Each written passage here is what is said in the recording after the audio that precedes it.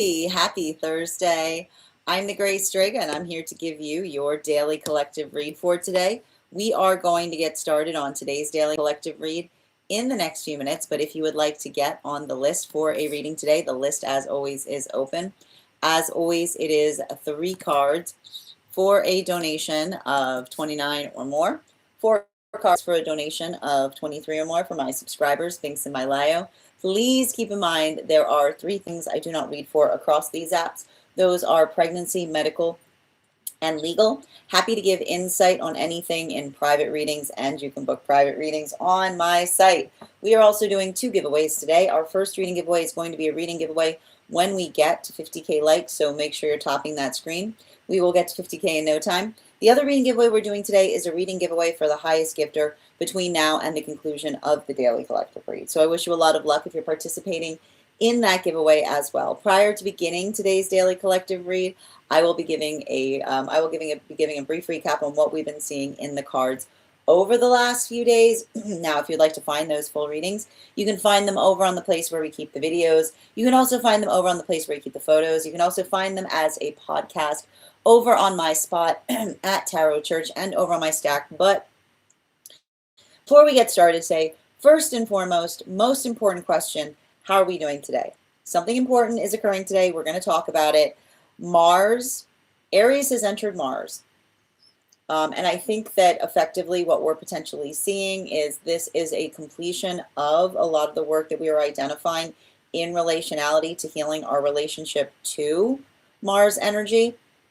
We're going to talk a little bit about what we've been seeing and experiencing specifically.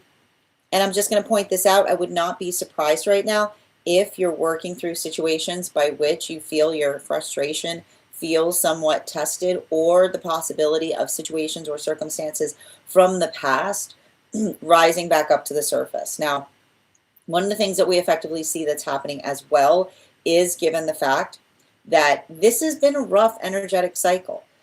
This is a continuation of understanding that when a planet is in retrograde, it's not necessarily a bad thing, because Jupiter in Cancer can sometimes create the spaces by which we can be or have a tendency of becoming very, very self-aware.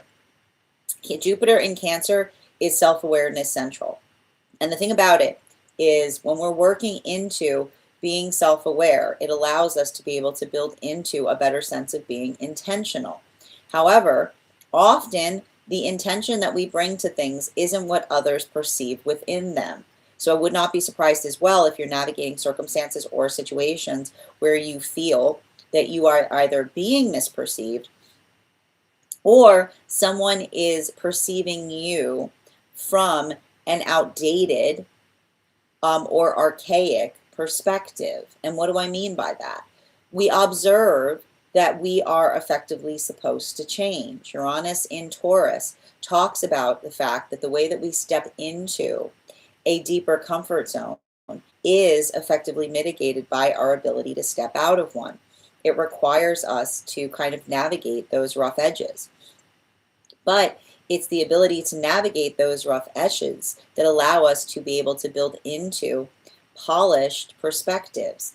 And that modality or that ability, being able to effectively articulate and amplify what it is that we're trying to do, and not only what it is we're trying to do, but how we're trying to do it. We see that a lot of the work on between, and I just want to kind of describe it, the work that we've been experiencing that was occurring since this full moon in Libra up until this new moon that we've got coming up in Taurus, it may be feeling like kind of having to feel like there's situations and circumstances where you're observing, right, the stability that you're potentially finding. But the thing about it, and I like to describe this, stability or strength is often not something that we aspire for, but something that we feel that we have to energetically maintain in order to find or identify what it is that we have been healing from. And we're going to talk about it because it's having a very different impact depending on whether you align to masculine, feminine, or non-binary energy. Bearing in mind that this is not based on gender, but what one feels most aligned to. Starting first with masculine energy, you know, one of the things that was very intriguing with yesterday's spread was the fact that we had both an emperor that was arriving bottom, like unconscious, but also bottom of the deck. Now, in the unconscious space for masculine, the emperor was in its upright. Bottom of the deck, we saw that that emperor was in its reversal. And this effectively speaks towards working through the culmination of a lot of the energy that we've been seeing during this cycle, which is identifying upon what strength is for. Effectively, the difference between, right? And it's interesting too, because it almost feels like masculinity having a conversation on masculinity, right? The fragile masculinity that often requires the ability to have to test one's strength against something, or the space of feeling like one has to prove that one is masculine.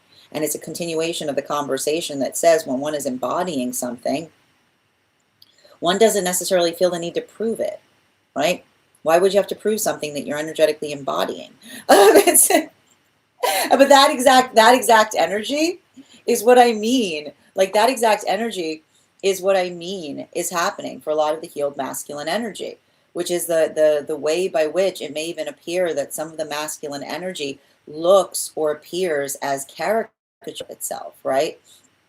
Being able to perceive the false masculinity that feels more like a pantomime of masculinity rather than the authenticity of masculinity that arrives in the form of energetically embodying it via the integrity and responsibility. There was a lot of work that we had that was coming through yesterday in relationality to integrity, because the thing about integrity is you can't touch it, you can't feel it, you can't cultivate integrity. That's the thing about it. You can't shape integrity, right? Integrity is effectively the aura that occurs for, it's the energetic reward from a well-lived life, or a life by which one is trying to move or build into a space of intention. So we see that for a lot of the energy working through that, right? That is effectively what the identification point of masculinity is, right? And that's the modality by which we recognize that a lot of the energy like that is building into a lot of the architecture that we see in healthy Aries cycles, right? Because it's the perseverance that pays off. It's the burst energy, right? The full cyclation of the Aries energy is the burst that becomes the birth, right? And what do we mean by the burst that becomes the burst? When we work towards something over and over and over and over and over again, right? We apply that energetic pressure towards things, and we get frustrated at ourselves, and we feel like nothing's happening, and then we get mad and we do it again and again, and you feel those moments by which you want to quit, like quit upon it. And then from 1 minute to the next, all that burst moment becomes birth, where you suddenly recognize or realize that you've changed, right? You recognize and you identify the transformations that are occurring, that were happening every single time that you applied that energetic perseverance to things. So it's hard, right? It's not easy, but that sense, and I'm not surprised to see it given the fact that we're moving into Taurus energy, right? That is often what we see in terms of understanding the perseverance that allows us to be able to see new things coming into being, right? And so this is beautiful because this is almost, and I want to describe it, this is masculine energy that is embracing their birth energy, because it's understanding that the ability to find that within is built upon what we cultivate, like what we find without is about what we cultivate within, right? So it's almost the energy that is becoming more maternal to themselves. And in the space by which they're being more maternal to themselves, they're allowing the context of being able to feel the full force of protectiveness that allows them to embody their masculinity even more so.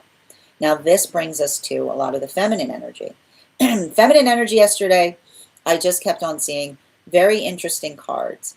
And there were a lot of king cards that popped up in yesterday's reading. And they were all in their reversal. And we're going to talk a little bit about that, because a lot of king cards in the reversal for feminine can often talk about The damage that is wrought when we have low expectations upon things, right? Because here's the thing about it. Low expectations do not allow the ability of another person to be able to work towards their personal achievement, right? And this is often, I feel like in a way, and I have to stress this, I feel like this is some of the feminine energy that is learning to mitigate or balance some of the over nurturing that often occurs when feminine feels the need to take care of everything, right? Because that tendency often lowers the energetic expectations in relationality to the energy surrounding the feminine, which ultimately leads to the feminine having to do more, right? And then it's like I keep on hearing the self-fulfilling prophecy of feeling that others around the self can't do anything, and then the sense of doing it for oneself that doesn't give others the ability to energetically get stronger in something. So we see that for a lot of the feminine energy, right, working through potential personal frustration, finding patience, and this is why we see that for a lot of the feminine energy, patience heals, because the patience that we effectively bring towards things gives another the opportunity to energetically learn. So this is why we see the correlation between patience and learning that is so important to feminine right now, because it is the patience that effectively gives someone the ability to be able to see a lot of that birthing process that we just described in the masculine energy, right? The modality of being able to see and build into patience that allows for the ability for another to recognize the perseverance that allows for things to effectively change or adapt. But at the same time, what's hard for a lot of the feminine energy is potentially still healing from other portions of feminine energy that are still caught in toxic energy of self-comparison, right? Because when feminine is trying to heal the fabric of collective, right? And feminine work better in the modality of collective, then it's understanding that there's nothing more toxic that's ever entered into the perspective of feminine than comparison, because comparison does not bring with it any reward. If you effectively overachieve, the only award that you find in the end of overachievement is exhaustion or the desire to rest. And so this is why we see that this is feminine energy that is a healing, right? Healing from overachievement that was often created with the false correlation of having to prove the self with the modality of doing one's personal best, right? And best is blessed. And the reason that we identify best is blessed is because it doesn't require one, right? We see the toxicity here. It doesn't require one to go overboard. And then when one goes overboard, what are you doing? You're doing all of the work and not giving another person the ability to effectively find their own pathwork of strength. So we see that that's a lot of the feminine, like really channeling into that Libra full moon energy in Aries season, which is working through a lot of burst energy, but finding on the other side of it a deeper sense of balance. Now this brings us to the non-binary energy.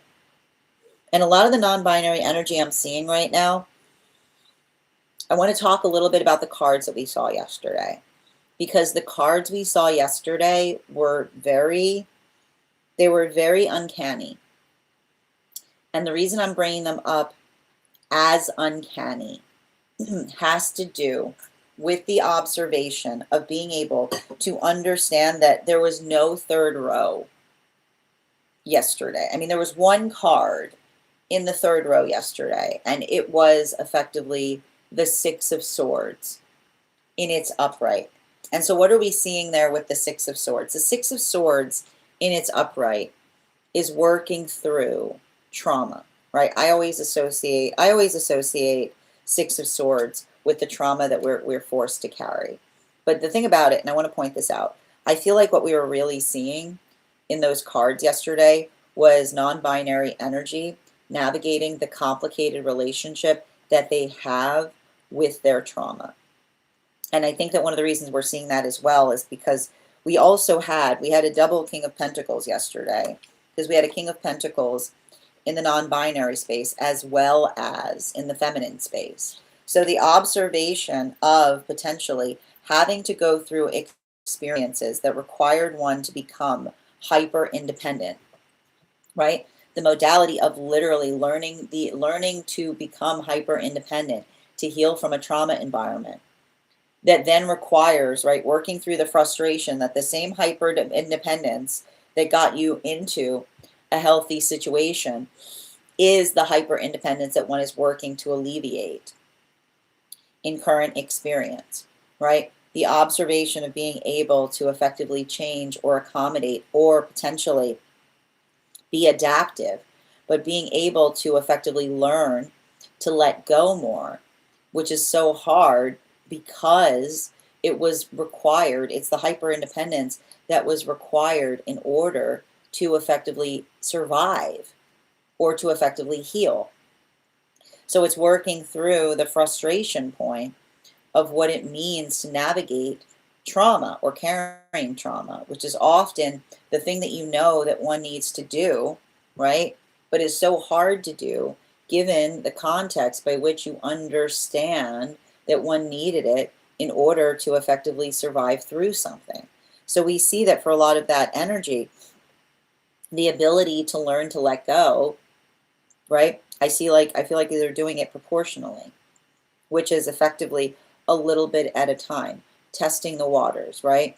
Giving those opportunities to others to allow for that sense of building into a deeper cohesiveness again. But it's not easy, right? And I feel like it's not even the fact by which the energy is trying to make it easy, because I feel like that's the energy that is keeping pace with their own process and understanding that the sign of healthy healing isn't like abrupt change, nor is it too little change, but a little, like again, and this is the culmination here of Uranus in Taurus, right? A little bit of discomfort every day goes a long way. It's those subtle changes that we're able to implement and then stick to that allow things to change in profound ways. So it's very similar to a lot of the masculine energy we were seeing, as well as the feminine, because I feel like in a way they're parenting themselves through those energetic changes as it relates to building into the context of trust again. Now that is where we find all of the energy prior to beginning today's daily collective read. But if you'd like to find that full reading, you can find it over on the place where we keep the videos. You can also find it over on the place where we keep the photos. You can also find it as a podcast over on my spot at Tarot Church and over on my Stack. I would also encourage you to head over to my Stack to learn more about our next tarot class, which is going to be held next Thursday at Friday, at 6 p.m. PST, 9 p.m. Eastern. We will be continuing our studies into the tarot with a focus on the court cards in the wand suit. If you would like to become a part of that tarot class program, all you need to do is head on over to my Stack and become a paid subscriber. Your paid monthly subscription to my Stack is your ticket of entry into our live classes each and every month. You will also, as a paid monthly subscriber, have access to over 9 hours worth of material in the Tarot Church Library class archive. Now, it's not necessary to catch up. I'll be doing my best to give you an update on everything we have studied prior to beginning that next class, but the material is there for you to receive as you're ready to receive it. You'll also have access to a one-on-one chat with me and the other students to ask any questions that you may have in relation to anything we've learned and studied thus far. And if you become a founding member to my Stack, not only will you receive a discount on the full year's worth of readings, you will also have access to over 20 hours worth of material in the Tarot Church Library class archive, as well as the opportunity of receiving a complimentary one-on-one mentorship class with me, where I will meet with you personally to assess where you are over your own personal tarot journey and give you the best insights in terms of how to utilize those classes to the best of your advantage, moving towards your tarot goals going forward.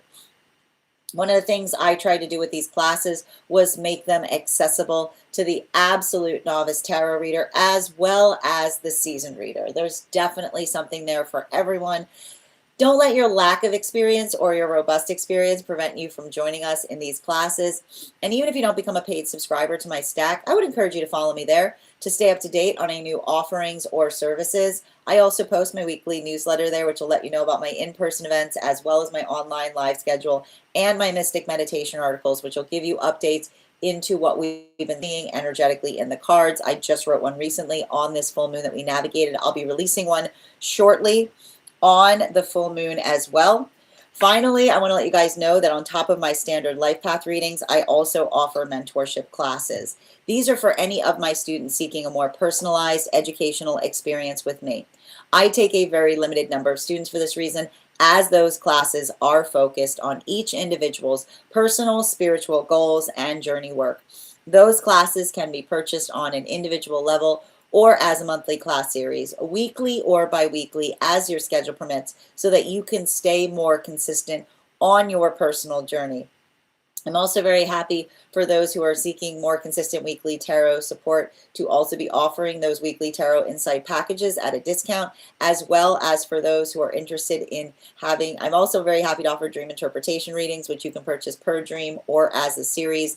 If you purchase a series, I would encourage you to start to keep a dream journal, as we will meet weekly or bi-weekly with that journal and utilize the tarot to understand the key themes and messages coming towards you in the dream space. But let me know in the comments how this energy is impacting you personally, because it is going to hit everybody a little bit differently.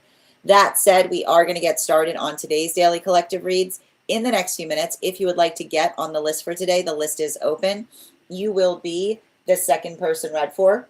3 cards for a donation of $29 or more. 4 cards for a donation of $23 or more for my subscribers. Links in my bio. Please keep in mind there are 3 things I don't read for across these apps: pregnancy, medical, and legal. Happy to give insight on anything in private readings, and you can book private readings on my site. We are also doing 2 giveaways today. Our first reading giveaway is going to be a reading giveaway when we get to 50K likes, so make sure you're tapping that screen, and we will get to 50K in no time. The other reading giveaway we're going to be doing today is a reading giveaway for the highest gifter between now and the conclusion of the daily collective read. So I wish you a lot of luck if you are participating in that giveaway as well. I am going to take a few minutes to read over some of the comments that came through as it was reading. Also, if you are on the list before we got started on today's daily collective, you do have priority. You will be read for before we begin the collective. We have 1 individual who was on that list from yesterday, Alexandra. Thank you so much for your patience. You will be read for before we begin the daily collective. You will also have an additional card in your reading. How are you doing today, Avatar? Good to see you. And Grand Rising, Alexandra, how you doing there, 19? Tranquil, thank you for joining us today. And Elle, welcome. Becky, good to see you. Boom, boom. Thank you for the follow. Oh, how you doing there, Solar Eclipse baby? I hope you're doing beautiful today, Ellie. Thank you, Becky, for becoming the 116th fan in my fan club. And Kausik, thank you for all of those faces. Ellie, thank you for the follow as well. Adam, thank you for those gifts. Grand Rising Avatar, good to see you today, Adam. And thank you for those gifts. Grand Rising Denise. And Costas, thank you for the follow. Grand Rising Lucas. Oh, I'm so happy to hear that. Very good to see you guys. Make sure to give Lucas some love. Want to make sure that we're supporting other readers. Readers supporting readers hashtag. How are you doing today, JL? Thanks for letting us know that Yeshua's Lord. Hi there, like a flower suddenly opening. Good to see you today, Avatar. You were born on an Aries new moon? Oh, that's absolutely beautiful. Absolutely. And thank you so much, Lucas, for sharing the live. Always appreciate when you guys share the live. Oh, that's really exciting, Lucas. Grand Rising, Ella, good to see you today. And thank you too. Once an Aries learns patience, their drive knows no limitations. It's very true, right? We talk a lot about that too in my tarot classes. Absolutely. Grand Rising, Heather. Good to see you as well. And thank you guys. Please thank our mod K Megan for their help today, friends. Deeply appreciated. And Stella, thank you for getting on the list. You will be the second person read for today. If anybody else would care to get on the list today, you will be the third person read for. Also a reminder to those who are joining us across the other apps, for those who are joining us on the place where we keep the videos, you have, if you become a paid member, you can take the same benefits that we are offering for super fans as well.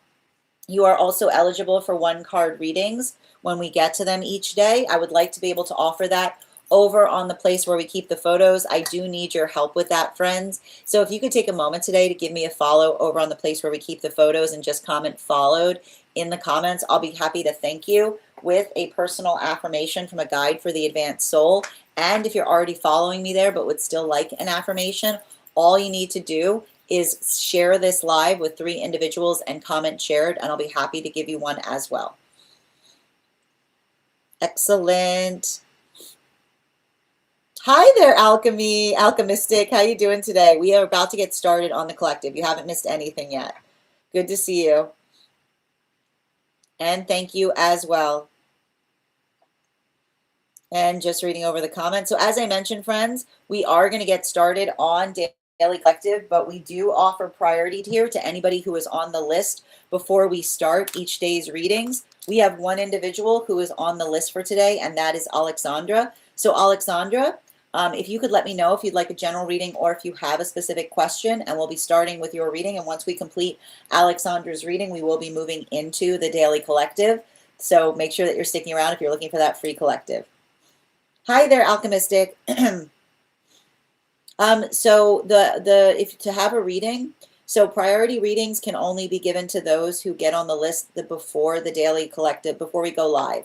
So for instance, Alexandra paid yesterday, so Alexandra has priority today. So if you want to have priority for tomorrow, well, I'm actually offline tomorrow, but if you want to have priority for Saturday, all you would need to do is you can get on the list today and I can read for you. You can be added to today's list, but you can request priority if you would prefer it on Saturday. So if you wanted to send donation and say that you're prioritizing Saturday, I'd be willing to allow that as well.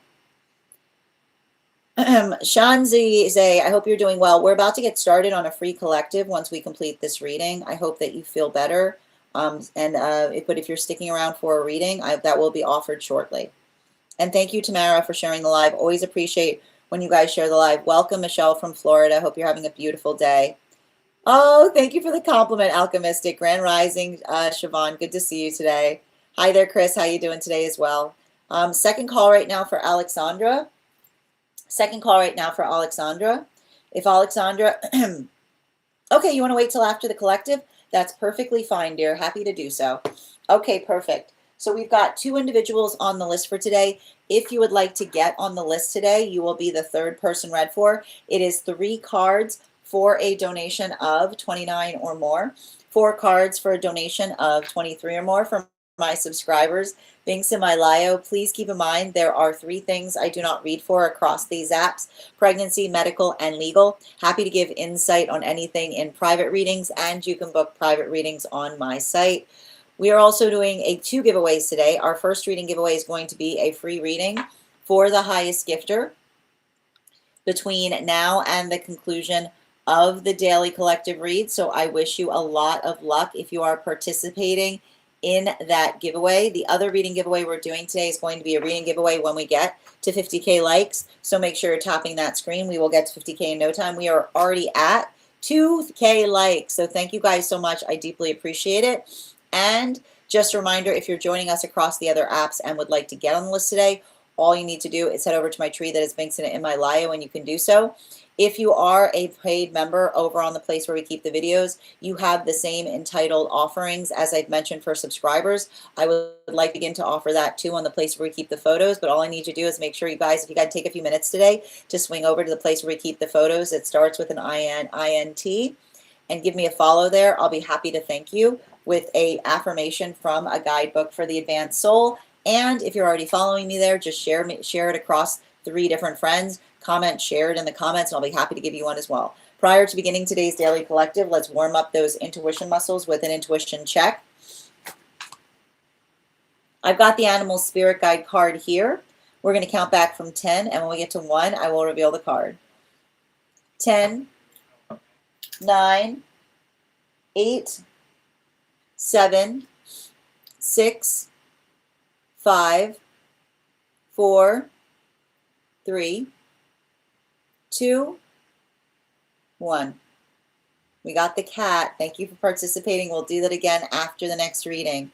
26th of March for Avatar. Just bear with me one moment, dear. I'll be happy to add you to the list. Let me just confirm. And just a reminder, friends, if you are on the hold list and would like to be added back to the list, I just need to know the date that you are added, and I'll be happy to add you back as well. Avatar, are you sure it's the 26th? Because I'm just not seeing it there.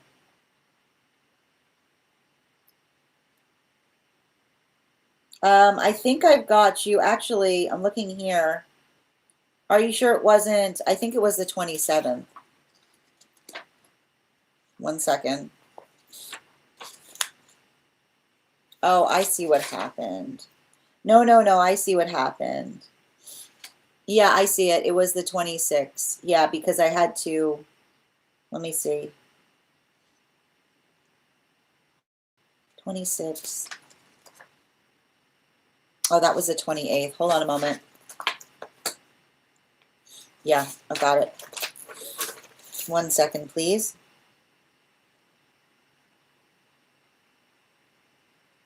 Yeah, it was the 27th. I've got you, Avatar.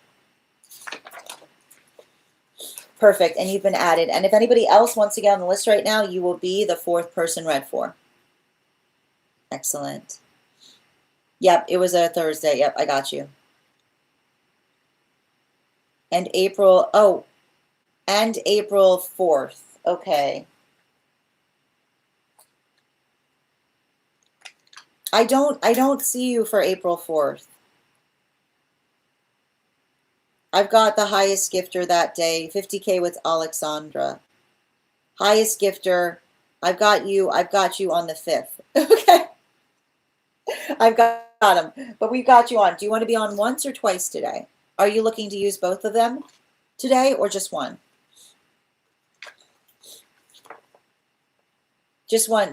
Okay, perfect. Got it. Thank you, dear. All right, perfect. Okay, that said, friends, we are going to get started on today's daily collective read. If there's anybody else on the hold list who would like to be added, just let me know. Shanze, thank you so much for the follow. And if you guys could do me a favor and share this live, I would appreciate it. Make sure anybody who would like to catch this reading live is here to receive it. That said, no better time than the present. Why don't we get started? Welcome, everyone. Happy Thursday. I'm the Gray Strega, and I'm here to give you your tarot astrology for today, Thursday, April 9th, 2026. We're going to go through all of the signs and see what is coming up for each and every one. We started last time on Pisces, so we are going to get started today on Aries. One of the big things that we see that's occurred today is that Mars has moved into Aries. There's a lot of planets in Aries right now. We're going to get into it. We're going to start in terms of how that potentially is impacting those with Aries placements. Aries, Sun, Moon, and Rising, what do we have coming through for you today? We've got 3 cards starting today with our 2 of Cups in its reversal, in combination with our 3 of Wands in its reversal, in combination with our Judgment card in its upright. I'm not surprised to see this type of air energy right now for those with Aries placements, because the thing I want to identify about this is it's you know, and I want to understand this. Frustration is the force that we hurt ourselves with. And you understand that deeply, right? Frustration is the force that we hurt ourselves with, because if we're feeling frustrated, right, we often work worse. Okay? I feel like you need to write that down. When we are frustrated, we often work worse. And when we recognize that, then we start working really hard in becoming friends with our frustration. And why do we try to become friends with our frustration? Because that is effectively, our frustration points us to our insecurity, right? And when we feel energetically insecure and frustrated, then it shows us the force of care by which we try to apply things to, right? There's a world of possibility. What if I told you there's a world of possibility on the other side of your frustration? I know you don't want to hear it. I know you don't want to hear it. I know that you don't want to hear it. But I feel like that's what needs to be focused on right now for those with Aries placements. I would like to introduce you to the possibility that there is a world of possibility on the other side of your frustration, right? Bottom of the deck, the only way out is through, right? Through our frustration, possibility, right? Because that is the work that we do to shore up our frustration. It's the space by which we identify and recognize and here's the thing about it. It can sometimes feel incremental, right? It's incremental work. It's frustrating because it's incremental work, but it's incremental and it's important, right? And I keep on seeing, and I think it's interesting too, because I feel like there's something happening right now for Aries placements around shaving off of minutes. I'm not surprised I'm seeing something like that around, because, yeah, and I want to point this out, Neptune and Saturn often talk to us about the difference between worn and polished, which is the modality by which we effectively feel worn down when we're actually polishing something. And the modality by which we often feel the easement, right? The easement that we effectively bring to things that allow the space by being polished is often what is demarcated by perpetual repetition. So I feel like there's something really important there. And a lot of that force that I see is Aries articulating upon things that they energetically care about. So this is important for Aries placements, because I feel like, in a way, like, I feel like something about the Aries placements are energetically wizening, but like, which is being able to bring insight or experience to something in a way that one feels more fortified about it. Thank you so much, Aries. We're going to continue right now into Taurus placements. Can I get 3 cards for Taurus, please? 3 cards for Taurus. Oh, there's the same card out again. We got the 3 of Wands in its reversal. Can I get a second card, please? The Moon card in its upright. Oh, my goodness. And one more. The Wheel of Fortune. Oh, my gosh. This is culmination for Taurus right now. This is a continuation of Taurus going, like, navigating Uranus in Taurus. And here's the thing about it, and I've been feeling a little bit for all my Taurus placements out there, Sun, Moon, and Rising. How's that change going? How's that change going? And here's the thing about it, and you have to understand. I've been talking about this. We haven't been talking enough about it. I'm surprised we're not talking about it more. Uranus in Taurus is difficult. It's rough stuff, because you have to understand that Uranus is often the planet of change. Okay, it's literally the planet of discomfort. Okay, and so Uranus in Taurus, in the house of Taurus, can often feel for a Taurus like the worst nightmare kind of energy. It's like, oh Lord, oh goody, like the force of change. Oh goody for the Taurus placements. Oh, there it goes. Yes. Well, look, yes, the force of change. Like the force of change, Uranus, like a wrecking ball through the house of Taurus, right? It can often create the modality of recognizing our It can often be the space by which we can feel our volatile relationship to change, right? And this is just the truth of it. And healthy Tauruses recognize this about themselves, right? As soon as Taurus recognizes it, they start to heal it, right? Which is the observation of Taurus coming into being like, yeah, I've got a very complicated relationship with change in any way, in any way. Even if the change is good, you'll often see this. You'll often see this with Taurus, even when the change is good, even when the change is positive. Taurus is like, so we see that there's a little bit of that energy here.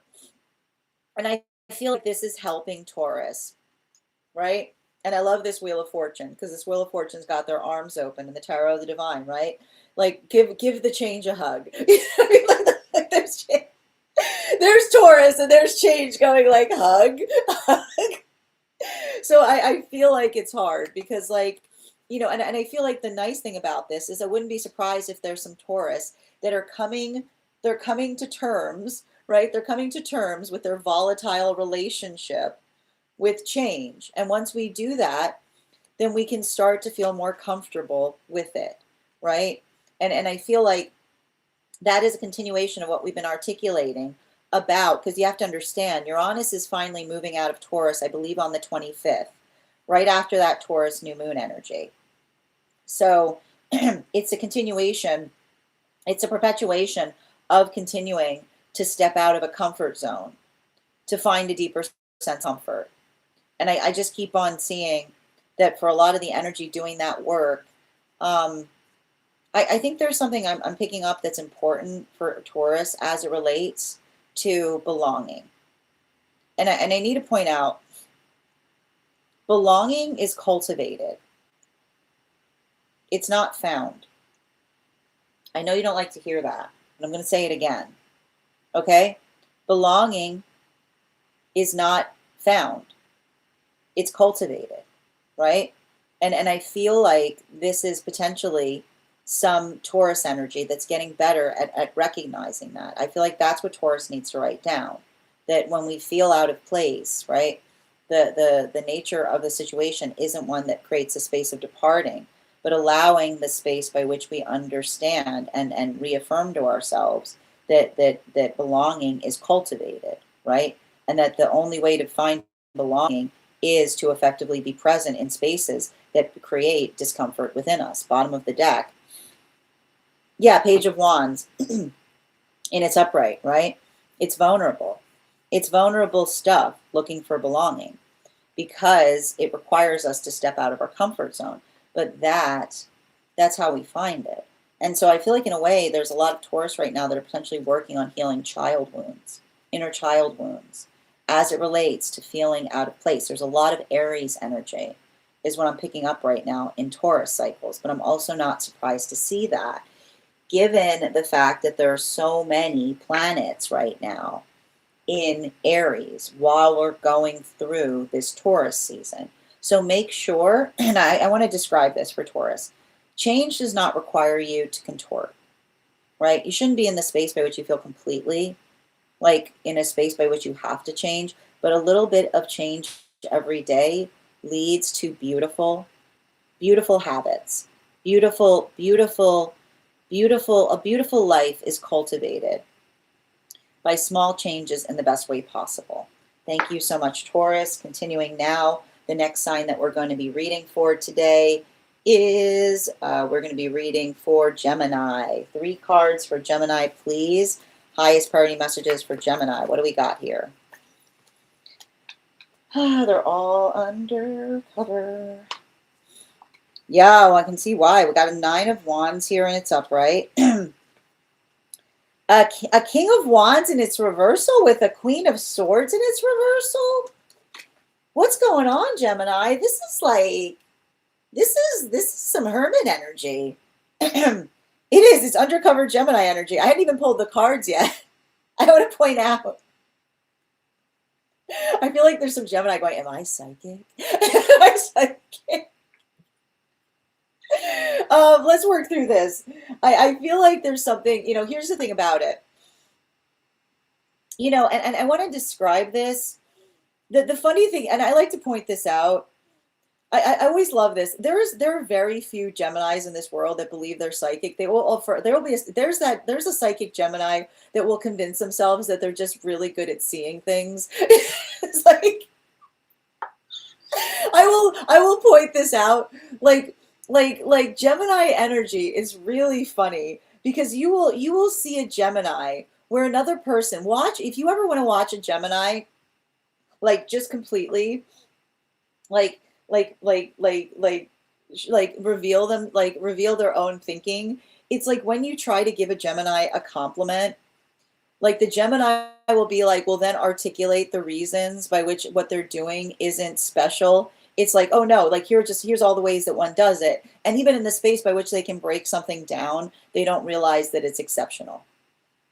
Like that's the thing with Gemini energy that's so delightful when you know a Gemini is like a Gemini will literally there's that Gemini that's moving around that'll effectively be in a state by which they're doing something exceptional, and they will literally be like, no, because I know how I'm doing it, it's not that special. And being like, just because I'm going to hold your hand when I say this to you, Gemini, just because you can explain how you do something special doesn't mean it's still not exceptional.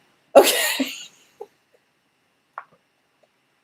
Just because you can explain how you do something special does not mean that it's still not exceptional, is what I keep on seeing. And I feel like that's really important because I feel like there's a lot of Gemini right now that carries, and I want to point this out because this sometimes happens with Gemini placements, which is,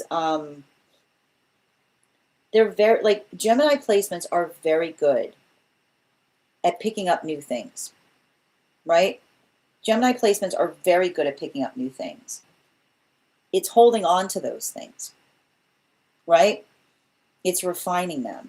And I feel like this is what is happening for some of the, like there's a Gemini, like I feel like for some of the Gemini energy right now, trying to learn something or do something that does not come naturally. Ah, now we're learning something. Now we're understanding the difference between adept and adapting. That's what's happening right now for Geminis. They're learning. The Gemini energy is learning the difference between adept and adapting, which is the modality by which when we like, and this often happens with Geminis because there's a lot of Gemini energy that is very it's adept energy, right? Which is like, got it. But adapting can sometimes feel a little bit more frustrating because it doesn't come naturally, right? And it can make us feel energetically insecure. Bottom of the deck. That insecurity you're feeling is the sound of you getting stronger. Okay?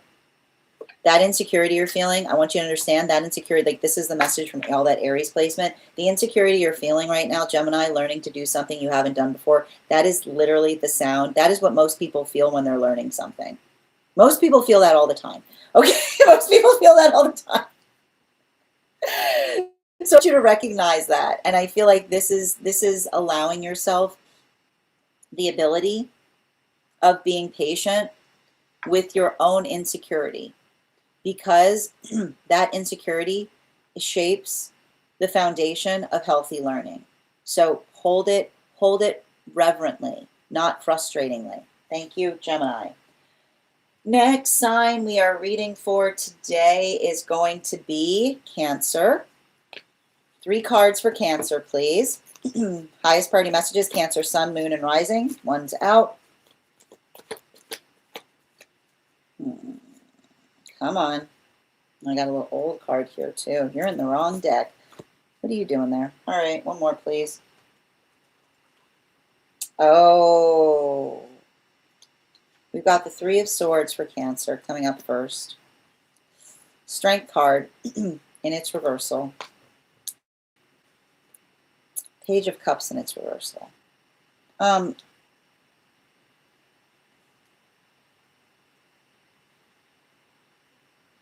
I think that there's something really important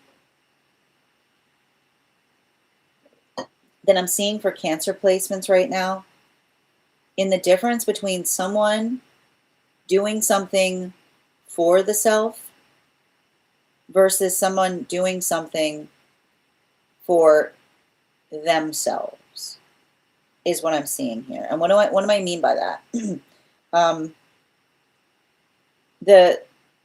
The space by which we do things. I mean, and here's the thing about it. Sometimes when we're in energetic alignment, alignment is beautiful. And what do we mean when we talk about alignment? The reason alignment is beautiful is when we talk about alignment, then we're effectively talking about the fact that our interests align, right?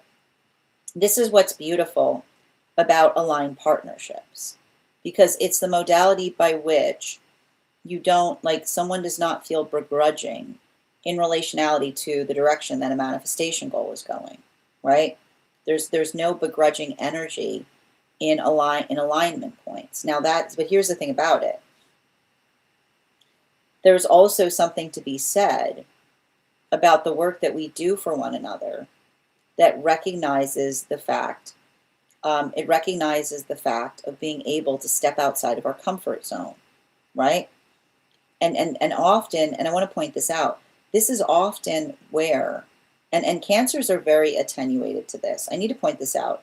Cancers are very attenuated to being able to notice the difference between someone doing something.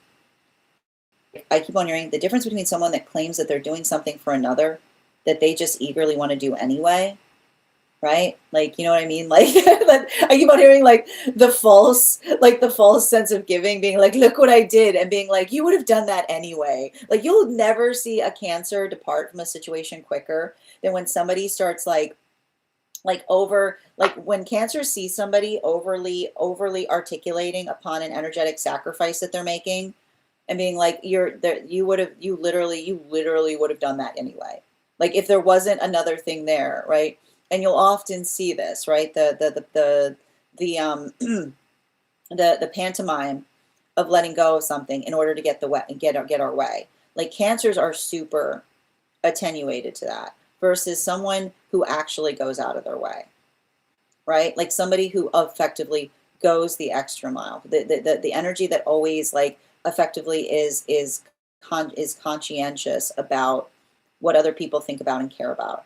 And I feel like there's something really important about that that's happening right now for those with Cancerian placements. And I feel like it also has to do in the understanding of their own sensitivity in terms of intention. Bottom of the deck on this reading. Yeah, like, and I got to point this out, like this 9 of, like, I don't want to talk about this. Like, this is the sound of never seeing, like, and I want to point this out. I think that there's something important that I see that's happening right now about Cancerian energy talking about things. Okay. And here's the thing about, and I'm going to say this to Cancer. I feel like I say this to Cancers a lot. Okay. When you hermit up, you deny yourself the healing conversation. And that doesn't mean you don't have to hermit up, but give someone the opportunity to explain before you make a determination. Okay? Because here's the thing about it.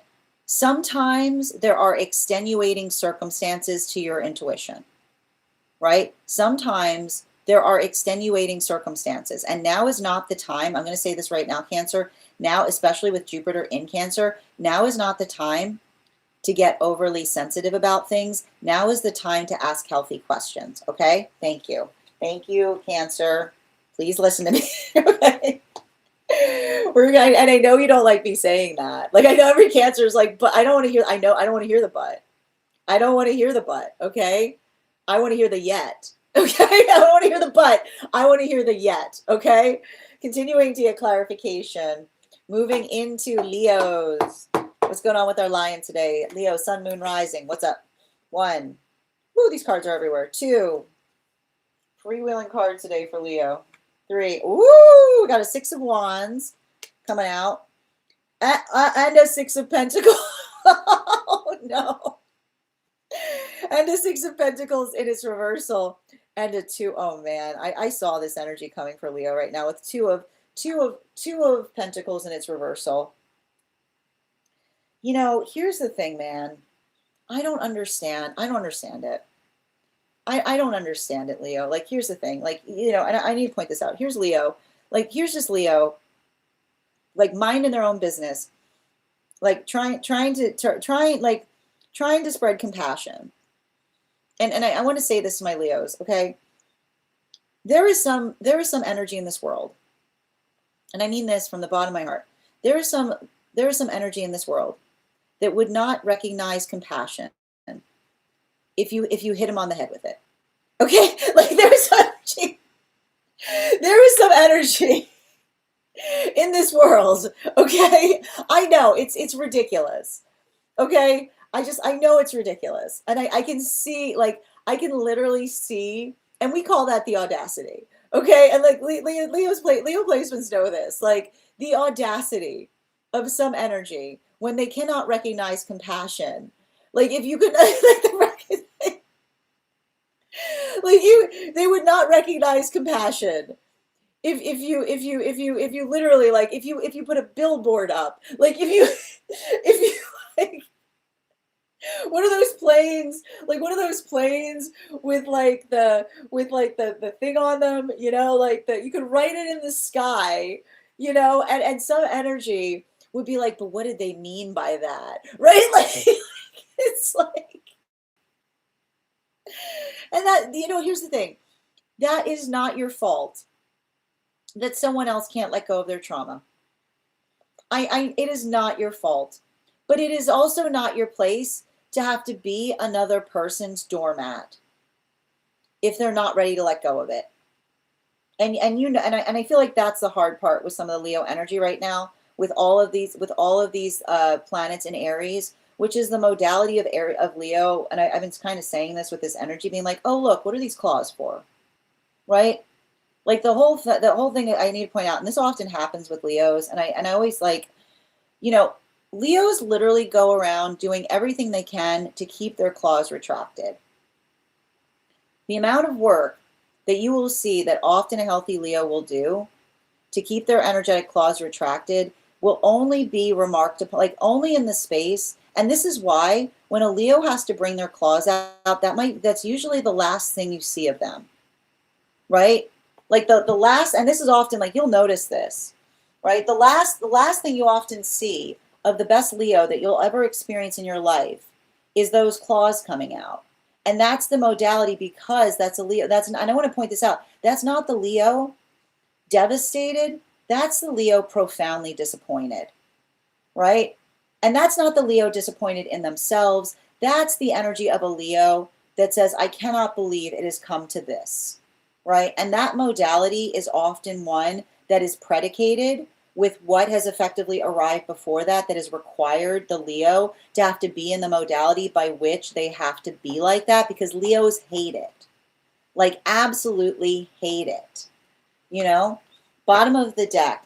Yeah, look at that. You see, and that's the thing about it, right? Like, this is like, and this is often, like, I'll tell you right now, Strength card in its reversal is like literally, like, Leos walk. This is why you'll see Leos that are actively grieving for people that still exist, because the modality by which, right, the space by which a Leo feels that they have to be energetically protective is the space by which they see ugliness in another, right? It's the modality by which the energy says, I don't want to, like, Leos aspire for things to be beautiful. And often, and I like to point this out, often the space by which a Leo has to get ugly is predicated by a conversation, right? The modality by which another person is articulating upon it that tells you everything you need to know. And I feel like that's what's happening right now for Leos. And I'll put it this way, Leo, don't be upset at yourself. Okay, don't be upset at yourself if another person, right? If another person makes that determination, that's their choice, not yours, is all I keep on saying, right? You cannot blame yourself for others' choices, but you can articulate upon your energetic disappointment related to them. Thank you so much for having that reading with me, Leo. And then continuing on, our astrology for today is we've got here Virgo. Virgo, can I get 3 cards for Virgo, please? 3 cards for Virgo. Highest priority messages. 1, 2, and 1 more, please.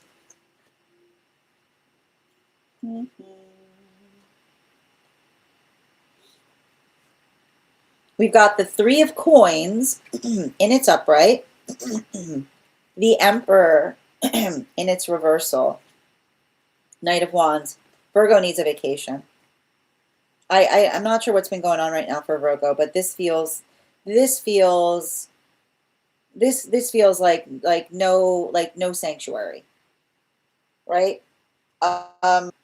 Virgo, you deserve an energetic sanctuary space. And I keep on hearing, here's the thing about it. Sanctuaries are the way we find sanctuary is by creating healthy boundaries. And healthy boundaries, like the way that we are effectively able to navigate energy that is respective of us, is energy that effectively does not require us to reaffirm our boundaries over and over and over again, right? The difference between someone being respective of a boundary and testing a boundary is the modality by which we articulate, and I keep on hearing, and this is important too, so long as, and Virgo, you know this, so long as our boundaries are not our trauma masquerading as standards. I feel like this is important. So long as our boundaries are not trauma masquerading as standards, which is the modality by which we feel we have a standard that we can't explain, and that would be an unreasonable standard, which is often the sign of someone who has, right? Like that's not a standard. That's trauma in disguise. I feel like there's something that's happening right now for Virgo in terms of having to articulate the difference between those things, right? You can't, and this is why when we see silly standards, right? And this is why there are such things as silly standards, because anything that is a silly standard is a standard that lacks an explanation. And a silly standard that lacks an explanation 9 times out of 10 is trauma in disguise, right? And so I feel like, if anything, like I just want to point out, I just want to show you these cards with Virgo, right? Because I kind of love this for Virgo, because the thing is, we know this, like Virgo, you listen, Virgo has never seen a rule that they didn't like. Virgos and rules, like Virgos are like, look at that, look at that, look at that rule. That's a good rule right there. Where'd you get that rule? Where'd you find that rule? Can you tell me a little bit about it? You know what I mean? Like Virgos get like, but here's the thing about it. This is also why when Virgo sees a rule that is like I want to describe it dumb, but what I mean by dumb is dumb means literally there's no explanation for it. Virgo's like, that's not a rule, right? That's not a rule. Virgo's like, make sure you're explaining it to somebody, right? Make sure that you're explaining. I feel like it's requiring a conversation. But and I want to describe this. Listen, here's the thing about it. And I need to point out, actually, make sure, Virgo, I know I said it was dumb, but don't say it's dumb. You know what I mean? Okay. Because explain. Well, ask questions, right? Don't tell somebody that their rule is dumb. Lead them to the I keep wondering, don't tell someone a rule is dumb. Lead them to the dumb place, which is saying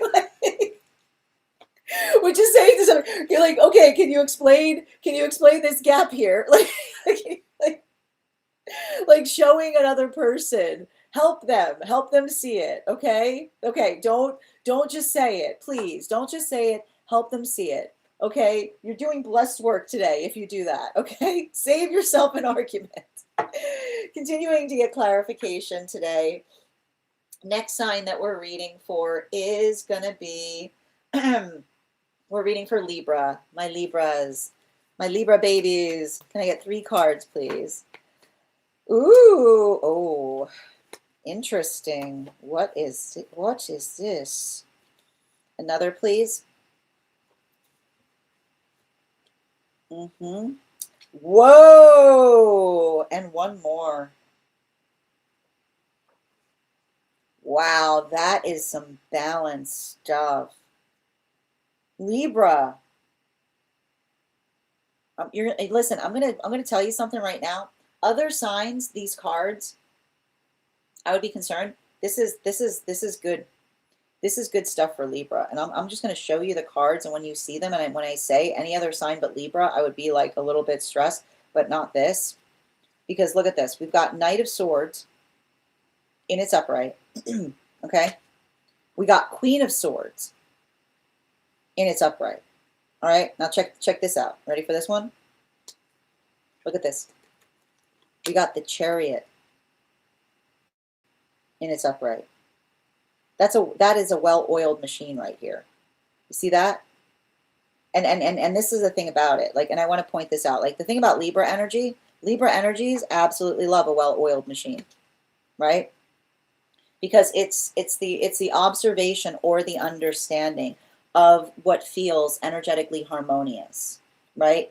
And this is what we do when we're building into enmeshed partnerships, right? And enmeshed partnerships build into fluidity, which is the modality by which we effectively build into the context of being able to see what's energetically possible when we work on prioritizing harmony, right? And what's beautiful about this is, for a lot of the energy that effectively does that work, right? Like, this is a lot of Libra energy that often, right, that works into harmony, and the space by which we work into harmony starts with the context of the self. It starts with the internal aspiration by which we bring forth things within ourselves. And so I feel like there's something, like, I like the fact, like, this is effectively, like, when you look at these cards together, we see that these are effectively replicating healthy scales, right? Because we've got the modality by which, like you see here, like you've got, like, when you've got alignment, right? When you've got energetic alignment, then it creates, it's interesting, because I was going to say equate, but I got requates. So what does requates mean? It allows us to rebalance, right? It allows the self to re-equate things. And re-equating things, I feel like for a lot of the Libra energy, understanding that a lot of the balance that we strive for is conducive on having healthy environmental factors, is what I keep on seeing. And I feel like that's important too, because for a lot of the energy, I feel like it's building into the context of, and it's interesting because there's Emperor energy here as well, right? It's interesting. It almost feels like there's some Leo energy right now in the Libra space. And the reason I feel like we're potentially seeing that right now is, the best way I can describe it is the observation of being able to effectively identify I keep on hearing the difference between, often the sound, like, I feel like that I just keep on getting something about Libras understanding this. A healthy compromise is one by which everybody leaves a little unsatisfied. Libras understand this, and this is why there's something important that Libras often have a hard time in navigating energy, like greedy energy around them, for that reason, because the modality by which a Libra feels taken advantage of is in the modality by which they recognize that another person sees that their desire to harmonize allows them to be greedy, right? Like, that's the last you ever see of that Libra, because that observation is often one by which, like, and you'll see this with Libra placements, like the space by which another thinks solely for the self becomes repugnant and repellent, specifically because it is antithetical to building into the context of harmony. So I feel like that's almost like there's a lot of there's a lot of protectiveness here, right? But I almost feel like the protectiveness I'm seeing has a lot to do with Libra articulating upon, right? The repugnance, like the repugnance of a choice that is specifically that specifically is solely based upon the consideration of the self rather than the consideration of the energy around the self is what I keep on seeing. So make sure, I feel like the thing about it though is like I feel like for a lot of Libra, like recognize your words are blessed, and the way that the context by which you articulate how you feel is not even not coming into an accusatory space, but coming into a space by which I keep wondering observe, don't absorb is what I keep on getting, right? That's just something that's important there as well. Thank you so much for having that reading, Libra. Continuing forward right now, the next sign that we're reading into is, hold on a moment. The next sign we're reading into today is Scorpio. How are my Scorpios doing today? 3 cards for Scorpio, please. 3 cards for Scorpio. Ooh, I like me. We got an Ace of Wands flying out of the deck. We like an Ace of Wands. Can I get another card for Scorpio, please? Thank you. This one does not want to be shown yet. Oh, and the Chariot again. With the Lovers. Oh my goodness. Is this vacation? You going on a vacation, Scorpio? This is like, I feel like for a lot of, this is like, I don't know what's up. Scorpio is checked out. Like Scorpio is, I don't know if Scorpio is planning a vacation or identifying something. Like this feels like there's a lot of heavy planning energy here, right? What I keep on hearing for Scorpio, I like to point this out. Scorpios work harder when they have something to look forward to. Scorpios, you ever want to see a Scorpio like get like hustle? Like Scorpios hustle when they've got a deadline. And that deadline is like what I like to point out, it's not a deadline, it's a joy line. Scorpios thrive with joy lines, which is the modality. Here's the reason why. I'll just walk you through it. Scorpios prioritize being able to fully immerse themselves in experiences, right? Like Scorpios strive to not have anything in the back of their mind when they're truly trying to enjoy something. So here's the thing about it, and I'll just tell you, Scorpios terrible with deadlines. Like you give a Scorpio a deadline, they will blow the deadline. You give them a joy line. You give a Scorpio a joy line. You say like there's a pizza party on the other side of this. Or you give them some kind of context of celebration, vacation, some kind of joy to be found after accomplishing something. You will see a Scorpio get something done so quickly. And not just the fact that they get it done, it's because they don't want it in the back of their mind. They don't want it. They don't want the bitterness of unfinished work to spoil an exquisite moment. And I feel like this is some kind of scorpionic energy that is working through something with that realization, right? And they need a joy line. Yeah, there it is. All of this with traveling. So I wouldn't be surprised right now. It feels like heavy planning for scorpionic energy and almost articulating to another, right? The ability of giving themselves, I keep wondering, like Scorpios don't really give themselves little treats daily, but they'll give themselves big treats. So this is a little bit of that big treat energy is what I keep on seeing. But here's the thing about it, like that I feel like there's something about that here that says, and I keep on getting, it doesn't have to be something, here's the thing about it doesn't have to be something grand, Scorpio, right? Give yourself a little bit of joy to look forward to and see if that changes your energetic mindset about something, okay? Or, and here's the other thing, give that to someone else. Give that to someone else, right? But also remember that some do better with deadlines, and not you. But sometimes others do, right? So if everybody else needs a deadline, give yourself a joy line. All right, let's continue right now. Thank you, Scorpio.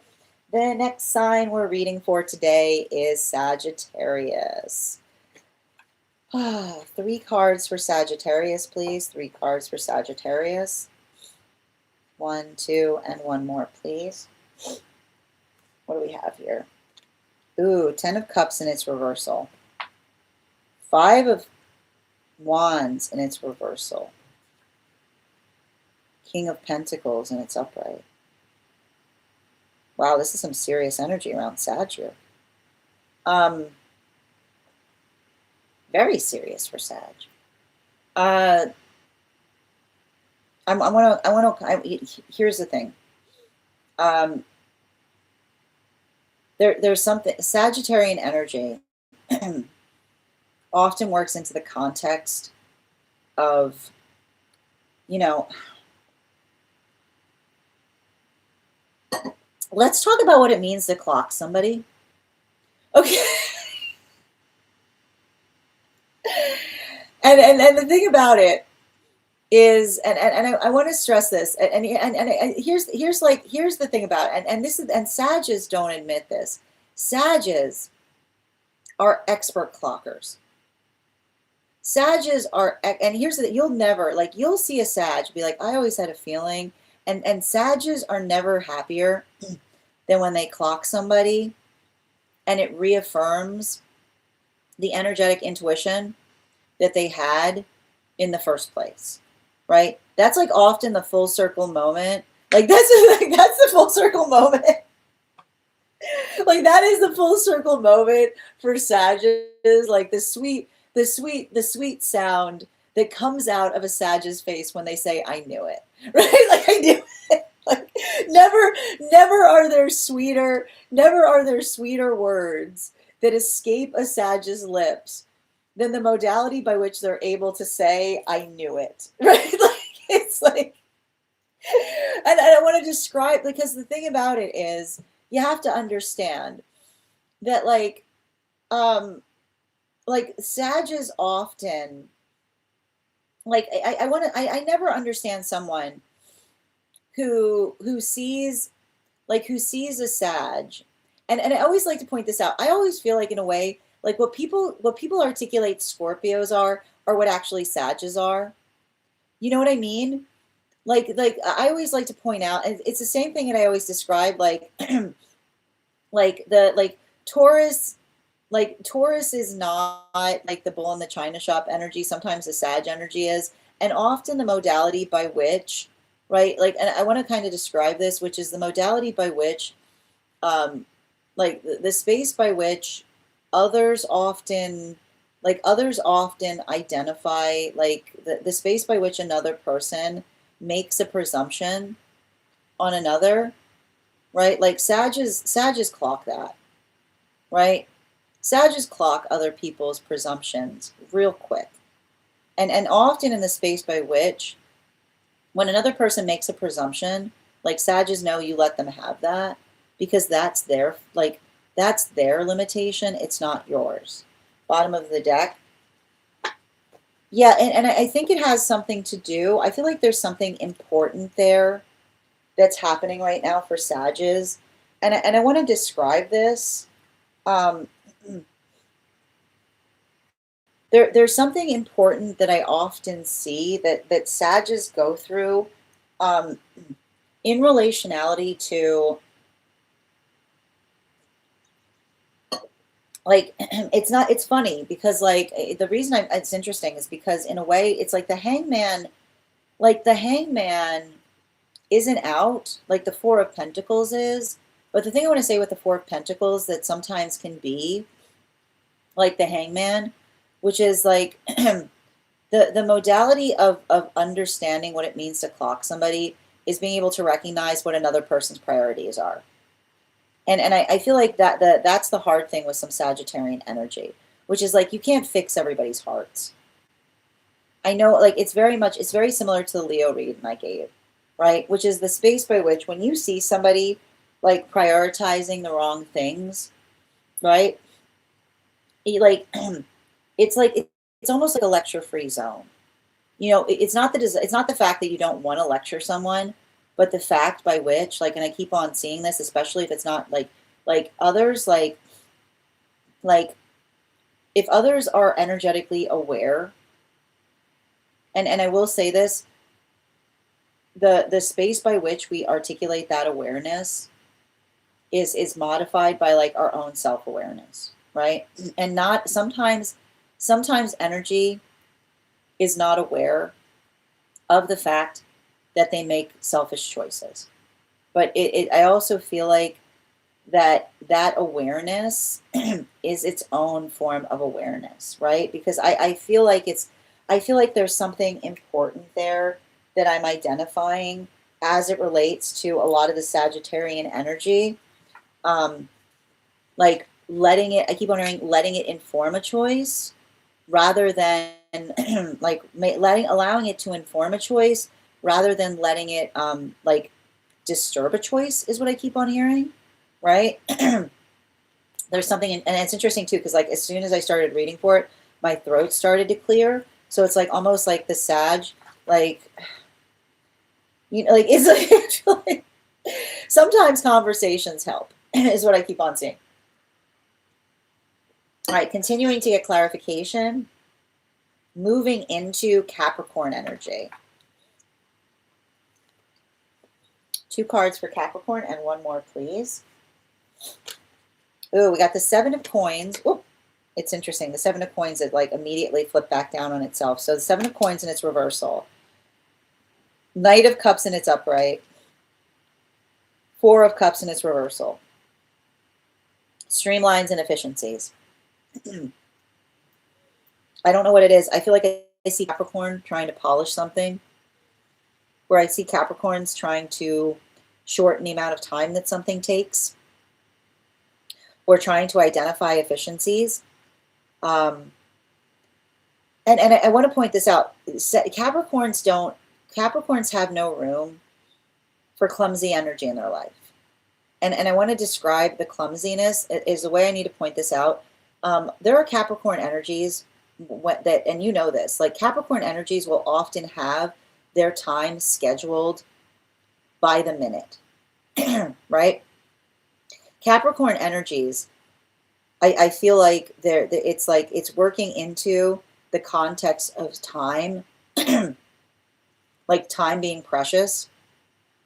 And when another person, like speaking upon like the last thing you'll ever see of a Capricorn, when a Capricorn is navigating someone who's clumsy with their time, that's often the last that person will ever see of the Capricorn, because the Capricorn is effectively in the space by which I keep on seeing the understanding, right? The observation and the understanding that things are hard to juggle, right? Like, but we juggle things for each other is what I keep on getting, right? Like, and the space by which, like, it's funny because it does feel like a little bit, I need to point out, it feels like a little bit of hot potato energy here, right? Like that's the thing about it. Like, I just want to show you these cards. Like, these cards to a certain extent almost feel a little bit like hot potato energy, because like hot potato energy, like hot potato energy is like working through the observation that when there's a lot of things happening, we get better at hot potato. And the reason we get better at hot potato is the modality by which we're effectively able to effectively work through things in a way that allow things to be even better, right? They allow things to be even better than they initially were going to be, right? And so that's what we effectively, I feel like there's something important there that's happening for Capricorn specifically and particularly because it's the energetic appreciation that we build into with one another and giving each other preparation so that we can prepare effectively. Bottom of the deck. Yeah, like again, with the Devil card in its reversal, right? I feel like there's something in like the hard part about that, and I just want to bring this up to some of the Capricorn's attention. Some energy, and I know this is going to sound crazy to you, is literally does not know what they're doing 1 minute to the next. I know. There is some energy that does not know. They do not have a schedule. I know it sounds crazy to you, but like remember, that is not someone trying to hurt you intentionally. even though it is, right? And sometimes it requires, I feel like often what sometimes happens with Capricorn energy is giving, like not feeling like if another person is bad at scheduling, that it's something directed to the self, but understanding that some energy needs help with scheduling is what I keep on getting. Thank you so much for having that reading with me. Continuing right now, the next person on the next sign on the list for today is Aquarius. Can I please get 3 cards for Aquarius? First one out is the 5 of Pentacles. Second card out right now is the 9 of Pentacles, and it's a revert upright. A lot of pentacle energy here. And the 2 of Wands. Speaking of scheduling, I feel like there's something very important that we see with Aquarius energy right now as it relates to working through an abandonment wound. And the thing I'm identifying in terms of like we have to work through, and I feel like this is important. Not all, there are different types of abandonment wounds, is what I keep on seeing. And the thing about it, and I feel like this is what's happening for some Aquarian energy, when we are not comfortable with our own energy, there is some energy that perpetually feels like they're in a state of abandonment because they're trying to get away from themselves, right? This is why we have to navigate the lack space within. Because if we don't navigate the lack space within, then it feels like we're often dealing with a perpetual abandonment, right? And there are effectively, right, there are different abandonment wounds that we effectively identify. Now, the true abandonment wound, right, the true abandonment wound is often one by which one is able to identify something that one has received negligence upon, right? Abandonment wounds are the result of negligent trauma, which is a trauma by which another person experiences trauma because they were not taken in consideration as it relates to a choice that has occurred, right? The modality by which we understand that true abandonment wounds are often demarcated in spaces by which another person was not taken into energetic consideration, right? I feel like there's some Aquarian energy that's working to truly heal that, right? As it relates as oppositional to a perpetual, like someone who experiences a perpetual abandonment wound, which is the modality by which one is always articulating upon the feeling of feeling energetically left out of things that springs from the modality or the experience by which, right, the over concentration upon the self that often occurs in relationality to, right, the space by which one is not comfortable with one's own energy. So I feel like there's something really important about that because I keep on seeing, right, I keep on seeing, like, especially with the 5 of Pentacles and the 9 of Pentacles and its upright, right, the ability to effectively, right, I keep wondering, the ability to effectively identify a true abandonment wound is the modality by which one is able to recognize and realize the space by which another person's feelings have not been taken into consideration fully, that allows one to be able to heal something in a deeper way. So I feel like there's a lot of conversations around Aquariuses, either about trauma that they themselves have experienced in that way, or the modality or the experience by which they themselves have had to navigate experiences in the past by way or by means of understanding and recognizing what actually, like, building into the context of what feels energetically supportive to the self in relationality to the ability of being able to see different sides of situations. Bottom of the deck on this reading, a lot of this Knight of Cups, right? And the thing with this Knight of Cups energy that I keep on seeing, and I want to point this out, I feel like there's a lot of this Knight of Cups energy that we're seeing with Aquarius that has to do with the ability of being able to feel our feelings, right? We're able to feel our feelings because I keep on saying feelings are healthy. Feelings are reasonable. And I feel like it's hard because Aquarians often have that tendency of being able to disassociate very quickly. But the thing is, moving into disassociation is also an abandonment wound, right? Like often the modality by which we learn to disassociate springs from the abandonment wound that we first experienced. So I feel like there's a lot of Aquarian energy that is identifying or recognizing experiences wherein they confused disassociation for healing, right? Healthy healing does not require us to disassociate. Healthy healing requires us to be able to feel our feelings and still be able to navigate with those feelings. But I feel like there's a lot of healing that is required there as it relates to certain experiences. Thank you so much, Aquarius. Final sign for today's readings are Pisces. Can I get 3 cards for Pisces, please? 3 cards for Pisces. And 1 more, please. We've got the 8 of Pentacles in its upright. We've got the High Priestess in its reversal. And we've got the Hierophant in its upright. What's going on right now, Pisces? What's got you doubting yourself? I need to point this out. Here's the thing about it. A High Priestess is a High Priestess, regardless of whether it's in its reversal or it's in its upright. And the thing I want to describe about this, particularly for a lot of the Piscean energy, is I want to describe that today might be a little bit it might be a little bit strange for Piscean energy, specifically because we see that Mars is transiting out of Pisces into Aries. So it could effectively trigger some abandonment wounds, right? Like speaking upon abandonment wounds, often when we see energy moving out of Pisces, that it can bring up a lot of sentimentality or a lot of emotions about the past is what I keep on seeing.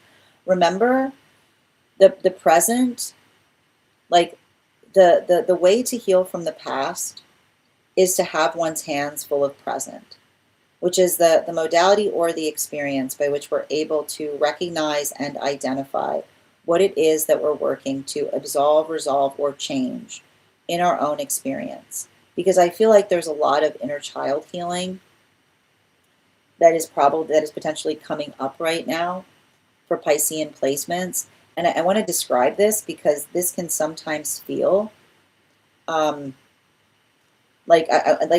just show you the Hierophant, right? The Hierophant and the High Priestess together in this way can sometimes, how do I describe this? It can often create the state by which there's a lot of big energy there, right? And the thing about it is, and I feel like there's either 1 or 2 different modalities that those with Piscean placements are navigating, right? And this is literally what we often see, that when I see these 2 cards together, it can often it talks to me about working through inner child healing, because it's remembering that inner child healing is not healing about the person that we were when we were a child. It's healing from the person we were when we thought we knew everything, right? It's healing from the person that we were when we thought we knew everything. So I feel like this could be working through experiences or circumstances by way of either experiences by which Pisces is healing from someone who effectively was not listening to them, is what I keep on seeing, right? The modality of feeling energetically frustrated in trying to communicate with another and feeling like one was not able to. Or this could be triggering to Piscean placements in terms of feeling the space by which one did not hear what another person was trying to say to them. So I want you to understand, in either one of those contexts, if it feels like there's something you're understanding, congratulations, right? That means that there's something important that you're able to effectively work upon or learn through. So I feel like for a lot of the energy right now, this is it's heavy stuff, but it's heavy stuff that feels like it's affirming, because often the ability I keep wondering, The ability to observe something in the past that we could not see before is always a celebratory moment because it means that we're understanding ourselves more. Bottom of the deck, yeah, especially with the Five of Pentacles, there's the like that it hurt, like it's like the abandonment wounds are there, right? But I feel like the understanding, right? If you see something then that a past version of yourself could not see, then congratulations, you're already changing, right? And that modality of being able to work through things in a way, like it's not easy and it can sometimes feel disruptive or painful, but it also, it also, like, I keep wondering, like, the guides don't show us things to hurt us. The guides show us things when they recognize that we're ready to see or receive them. So be conscientious about holding yourself dearly if you feel like you're going through those experiences, because those observations are effectively there to help us understand ourselves even further. That is our tarot astrology for the day. I want to thank you guys so much for being here and receiving these messages. Just a reminder, if you would like to book a private reading with me, it is a two-step process. You have to book the reading, you have to pay for the reading. Please make sure you do both if you'd like to have that reading. Most importantly, please remember that I will never, ever, ever, ever, ever, ever, ever, ever, ever reach out to you for a private reading. I'll never DM you, never PM you. I'll never slide into your inbox and tell you I have a very important message that only I can deliver. The only way you can book a reading with me is if you book one on my site. So I would encourage you to do it there. A couple of updates before we move into personal readings today. First and foremost, thank you to everyone who participated in our recent class on the court cards in the cup suit. Our next class will be held on Friday, April 17th at 6 p.m. PST, 9 p.m. Eastern. We will be continuing our studies into the tarot with a focus on the court cards in the wand suit. If you'd like to become part of that tarot class program, all you need to do is head on over to my stack and become a paid subscriber. Your paid subscription to my stack is your ticket of entry into our live classes each and every month. You will also, as a paid subscriber, have access to over 9 hours worth of material in the Tarot Church Library Class Archive. Now, it's not necessary to catch up. I'll be doing my best to give you an update on everything we've studied prior to beginning the next class, but the material is there for you to receive as you're ready to receive it. You'll also have access to a one-on-one chat with me and the other students to ask any questions that you may have in relation to anything we've learned and studied thus far. And if you become a founding member to my stack, not only will you receive a discount on the full year's worth of readings, you'll also have access to over 20 hours worth of material in the Tarot Church Library class system. You'll also have access to a complimentary one-on-one mentorship class with me, where I will meet with you personally to assess where you are on your own personal tarot journey and give you the best insights in terms of how to utilize those classes to the best of your advantage, moving towards your tarot goals going forward. One of the things I tried to do in these classes was make them accessible to the absolute novice tarot reader as well as the seasoned reader. There's definitely something there for everyone. Don't let your lack of experience or your robust experience prevent you from joining us in these classes. And even if you don't become a paid subscriber to my stack, I would encourage you to follow me there to stay up to date on any new offerings or services. I also post my Mystic Meditation articles there, which give you updates on everything we've been seeing in the cards. I just wrote one recently on this full moon energy. I'll be having one out shortly on the new moon energy we've got coming up. Finally, I want to let you guys know that on top of my standard life path readings, I also offer mentorship classes. These are for any of my students seeking a more personalized educational experience with me. I take a very limited number of students for this reason, as those classes are focused on each individual's personal spiritual goals and journey work. Those classes can be purchased on an individual level or as a monthly class series, weekly or bi-weekly, as your schedule permits, so that you can stay more consistent on your personal journey.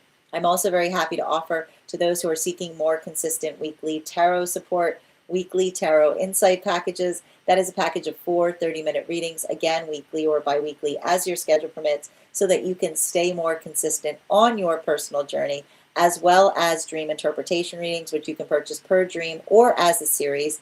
If you purchase the series, I would encourage you to start to keep a dream journal, as we will meet weekly or bi-weekly with that journal and utilize the tarot to understand the key themes and messages coming towards you in the dream space.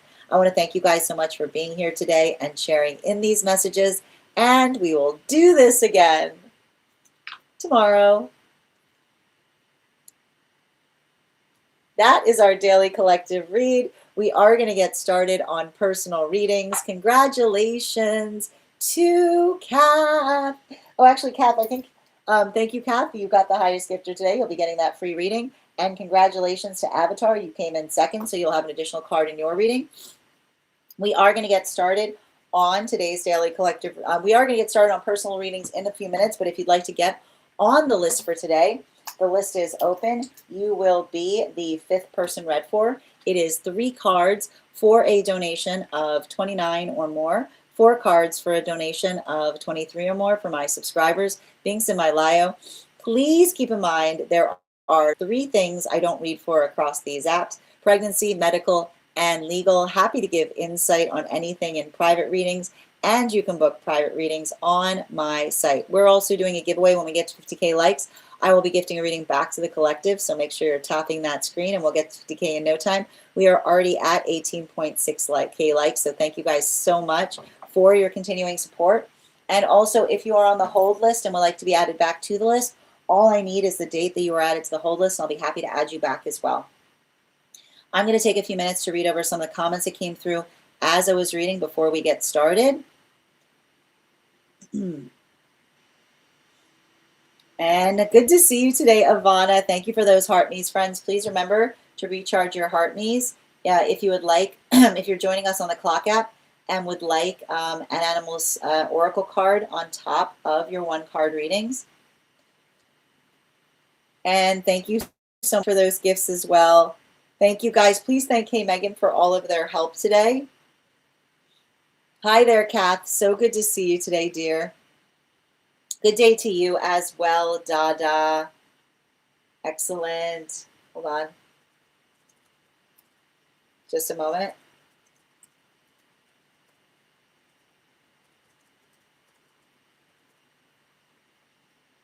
Just a minute.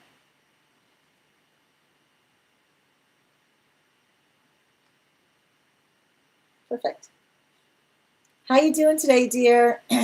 Everyone is here. Excellent. Good to see you guys. Alexandra, it's always confused me, so I listen to the whole house ascendant rising reads as well. My father is a Cancer, and he thinks I complicate everything. Well, here's the thing about it. Here's the thing. Capricorn, Cancers are very austere energy. You know, they like things they like things simple. They like things simple and elegant. You know. Hi, absolutely. Yep. I've been listening to my sun sign the most and taking notes from others. And Tane, thank you for the follow. Thank you for those roses. Kita, thank you for the follow as well. Just a reminder to those joining us across the other apps, you can also get on the list today via my tree that has binks in it in my bio. Also, I'm trying for those who are paid members over on the place where we keep the videos. Your paid membership entitles you to the same offerings that I am articulating for subscribers, including free 1-cards each day. I would also like to be able to offer free 1-cards to members over on the place where we keep our photos. I need your help with that, friends. If you guys could take a moment today to stop over there, give me a follow and comment follow. I'll be happy to thank you with an affirmation from a guidebook for the advanced soul. And if you're already following me there, if you share the live with 3 friends and comment shared, I'll be happy to do so as well. I never understand another star sign more than when I have a crush on someone of that sign. It does. It gives you a quick education, right? Suddenly I am a scholar of whatever sign they are, because this is my Leo to a T, a Leo that has decided it's time to move on. The reading we just wrapped up the reading, Stella. I've got you on the list as well. You're the 2nd person to be read for today. He'd be like, what do you mean you don't have empathy for that person? Right, grieving for people that still exist. Yep, absolutely. I forgot to comment earlier, but the Aries message couldn't be more spot on. Thank you for letting me know, Kay. I appreciate you. Excellent. Yes, I need one more. One will be on vacay next week. Oh, I love it, Ivana. And thank you, Kath, for those gifts. I don't know where I have Virgo placements, but you're right. I need a vacation. Good to see you today, Phoenix. I feel like Virgos and Scorpios are looking forward to vacations right now. Yeah, nowhere, just going to chill at home and signed up. Oh, that's very cool, Ivana. Beautiful. Oh my God, this is so on point. I'm a Virgo sun, Virgo ascendant, and Libra moon. It makes a lot of sense. Thank you as well, Nikki. I'm glad you're telling me this. We'll have a talk with someone on Friday. I got you, Ivana. My face sometimes doesn't work. Absolutely. There's always Leo energy in my Libra. I have a Leo stellium and a placement in my rising. Oh, okay, so you get that. Yeah, absolutely. Libra placements in my first house and ascendant felt. We just completed all of the signs, Sierra. If you missed any of them, they're up as a podcast now. You can also find them over on the place where we keep the photos and the place where we keep the videos. Absolutely.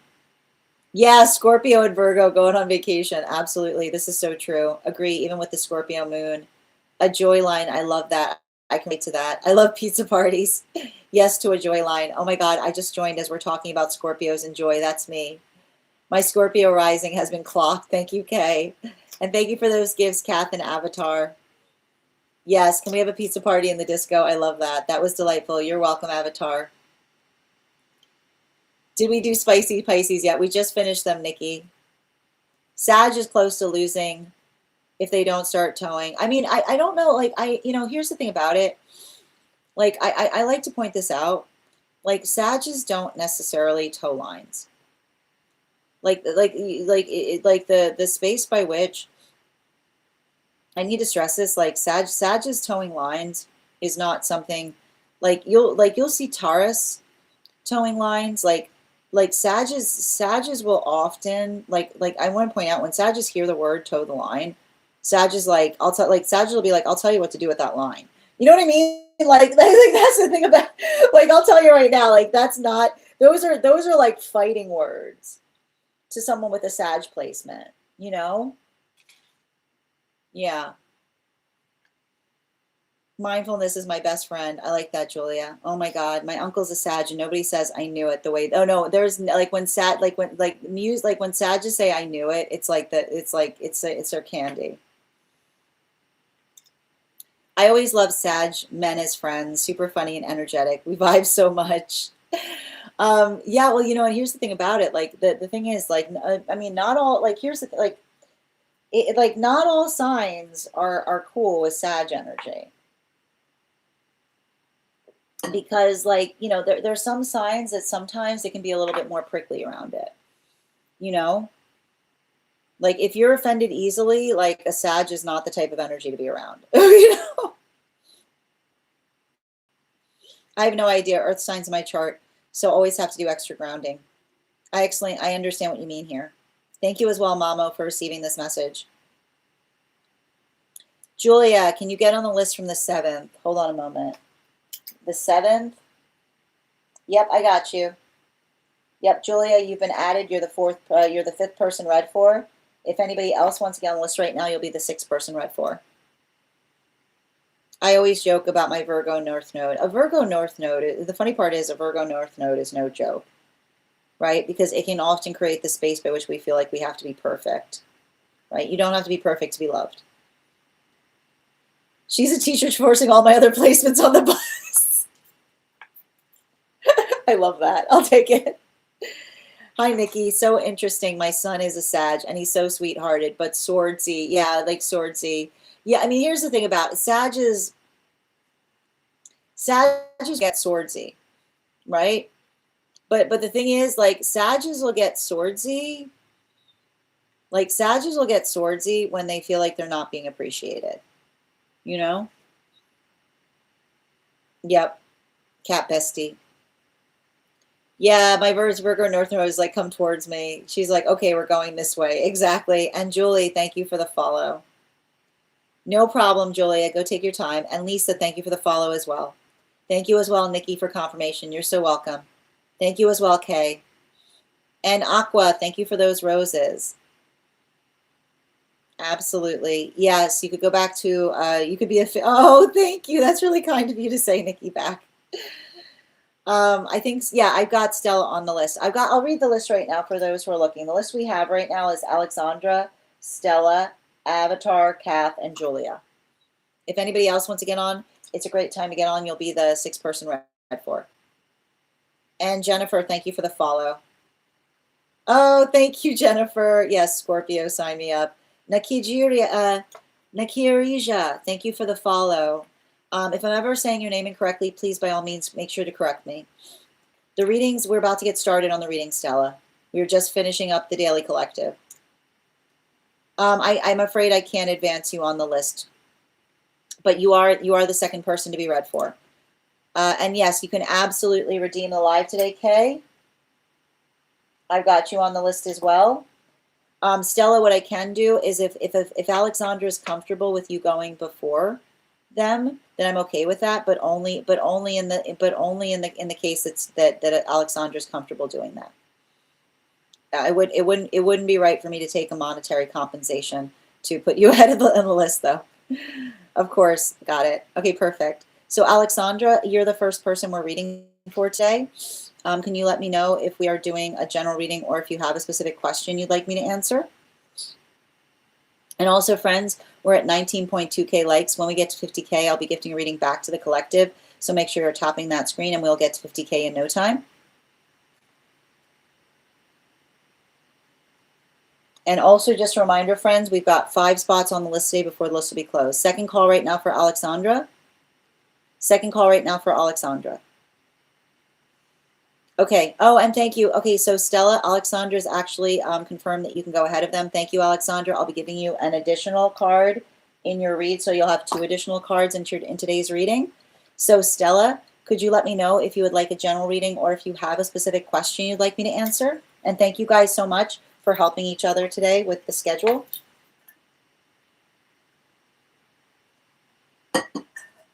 And you sent an email. Thank you. So just a reminder, friends, if you have information that you feel is relevant for the purposes of our read, if you have a dream that you would like interpreted, or if you have a past life that you would like more information on, you can include it in the notes when you send the donation. You can also post it in our subscriber-only Disco channel in the appropriate channels.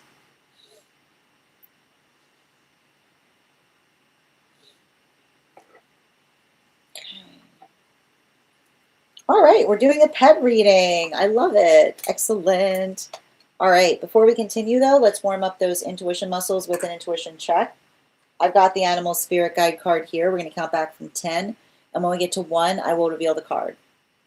10, 9, 8, 7, 6, 5, 4, 3, 2, 1. Come on, Kay, you got to pick one. You got the hawk. Well done. You got it the 3rd try. All right, let's get to it. And is this outside tea?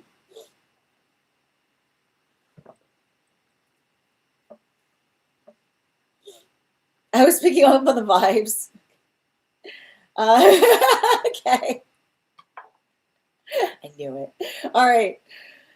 Okay, my friends, I'm going to pin up Stella here. Guys, make sure to give Stella some love.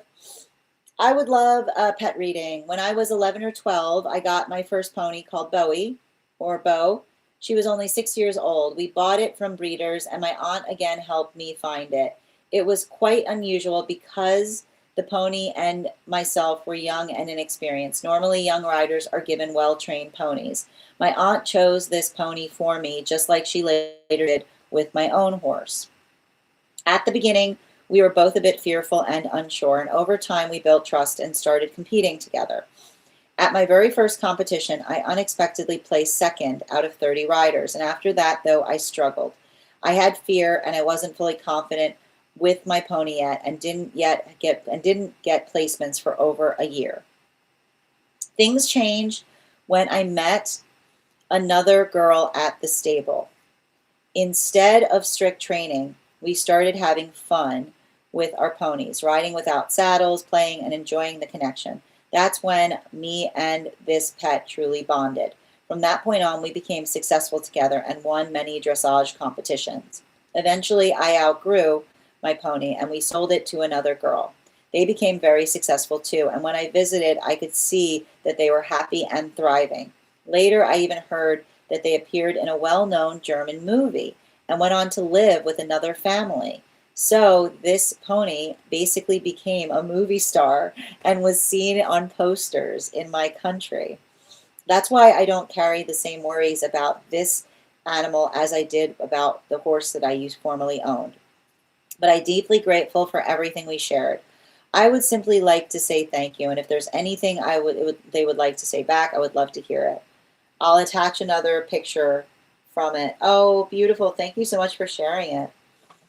Excellent. Can I please get,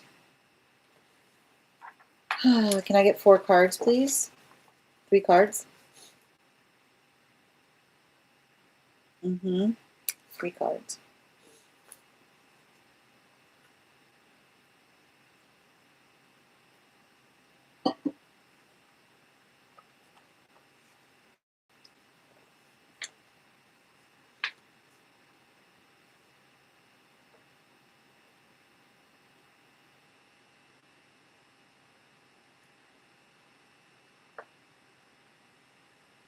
You know, it's interesting because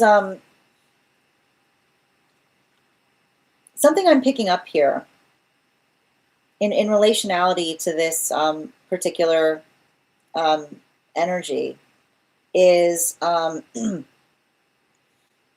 it's very careful is what I was seeing, and I feel like there's something important about the fact that this particular energy that I'm reading for um, was always, I keep on hearing, was very aware of your wariness is what I keep on picking up. And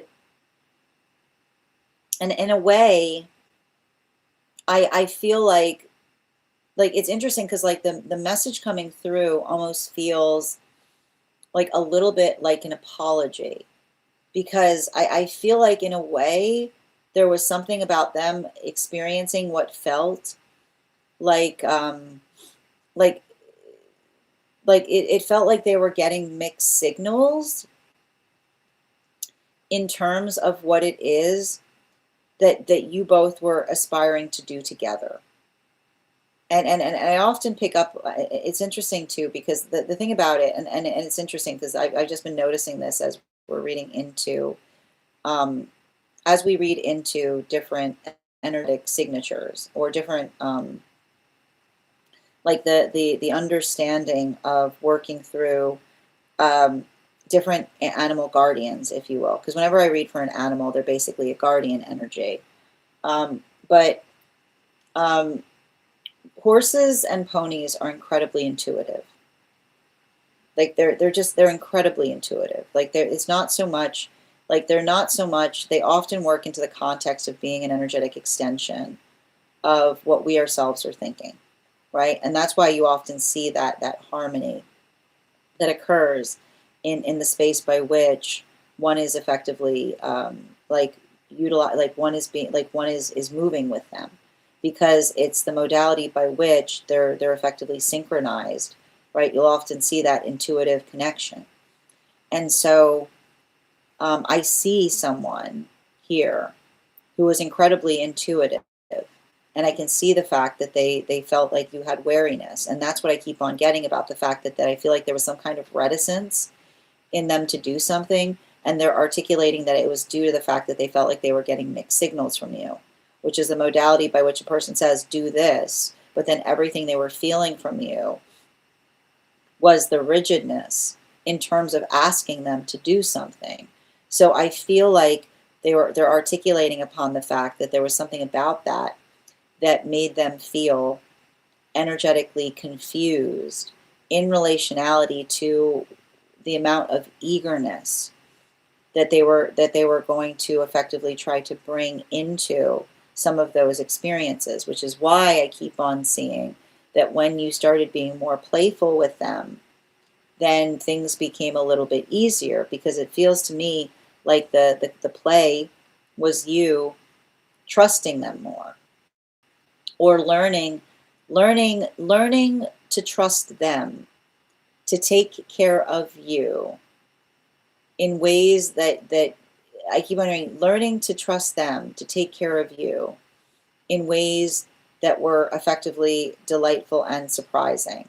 Because I keep on seeing that was like, that was of their utmost importance, that the care of your person was their highest priority, even above what was being asked of them, which is the modality by which they energetically recognized they weren't ever going to do something that you asked them to do if they didn't feel like you yourself were ready to do it. And I think that's, and I feel like that is something that they're trying to articulate as it relates to any changes that you may have seen between the space by which, um, the space by which they effectively changed hands, is what I keep on seeing. Because it's interesting, because I don't feel like, I almost feel the fact that they didn't bond with anyone. They didn't bond with anybody the way they bonded with you. It's interesting because they're almost articulating that the next connection they had was much more professional. But I keep on hearing like the reason that it was professional was because, the reason it was professional is because I don't know if it's like I don't know if it feels to me like the energy that was effectively that they were working with at that point was more mature, but the modality by which, um, it didn't feel like I feel like they were looking at you like much more from the perspective of recognizing the fact that you were a child, and they were trying to take care of you, even in the space by which they were trying to perform with you. I feel like that was something that was not the case as they continued on their journey. Um, it's interesting too, because I think it's funny because I've got a lot of that energy that you're identifying. They're in spirit. Like it feels like this energy is in spirit. Um, but the thing about it is, the funny thing is, because they're articulating to me that they understand now what all the hubbub was about, because it feels to me like they recognize that there was some kind of weird change that occurred to them, by which others came to look at them or witness them. And I keep on seeing, it's funny because I'm literally getting an energy that's articulating that when they were present, they had no idea what was happening, is what I keep on getting. The state, um the space by which I just keep on seeing I keep on hearing they had a bit of a mystifying moment at the conclusion of their experience. But the reason they had a mystifying moment was because they didn't understand why everyone kept why everyone kept articulating about something about seeing them, right? I just want to show you. I don't know if you can see how this turtle's got a badge on them, but I feel like it was I keep on getting they were completely mystified about it, is what I keep on getting, until they crossed over into spirit, and then somebody explained, they're articulating that someone explained to them, or worked them through it, or they finally saw something, is what I keep on seeing. Um, because I just keep on getting the fact they were like they had no they had no idea. They had no idea. They were like, what? So it's very funny, because, and the reason I'm laughing on it is because they're laughing about it, because I mean they're identifying, I need to point out nobody ever bothered I feel like nobody ever bothered to show them themselves, is what I keep on seeing. It was like, it was just it was like whatever they did, it was like just any other day, right? They didn't see any difference between what they did that day or any other day. But it was the space by which everyone was remarking upon something that they didn't know what they were talking about. But I keep on seeing like the life itself was one that feels very blessed. Like I see somebody, I see an energy here that not only was it blessed, but I feel like they often thought about you frequently, because I just keep on getting the message about the fact that they had others that they worked with, but you were the one, you were the energy that they bonded with. And the space by which they're articulating that they bonded is the space by which, again, they were always thinking about whether, like, they were always prioritizing your safety and always hoping that you were right, like they were hoping that you were well too, is what I keep on seeing. It's interesting. I feel like this energy, yeah, I feel like this energy is like, it feels like guide energy. I don't think they've come. I feel like I keep on getting like they're. I feel like it's interesting because it almost. I need to point out sometimes when I read for energy, it lingers, right? And there's a lingering quality to this energy, which makes me believe that perhaps this energy is waiting, like is either guarding you in some way or waiting upon you. Specifically because they're showing me, like they're articulating to me right now that they're doing a lot of the same work that they did with you when you were young, which is to say that they've potentially taken on a role in spirit as guide in terms of helping young energy get somewhere, is what I keep on seeing. So it's interesting because I feel like I see somebody that's moving back and forth a lot here. So that's very interesting because like that's just the attenuation of the fact that they're doing something now that is very similar to what they did with you when you first knew them.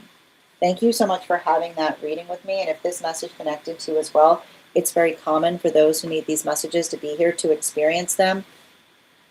We are doing personal readings right now. If you would like to get on the list today, the list is open. You will be the 1, 2, 3, 4, 5, 6 person read for. 3 cards for a donation of $29 or more. 4 cards for a donation of $23 or more for my subscribers, links in my bio. Please keep in mind there are 3 things. They're either in spirit or they're transitioning. There are either 3 things I do not read for across these apps: pregnancy and medical and legal. Happy to give insight in private readings, and you can book private readings on my site. We're also at 20.6K likes. When we get to 50K, I will be gifting a reading back to the collective, so make sure you're tapping that screen and we'll get to 50K in no time.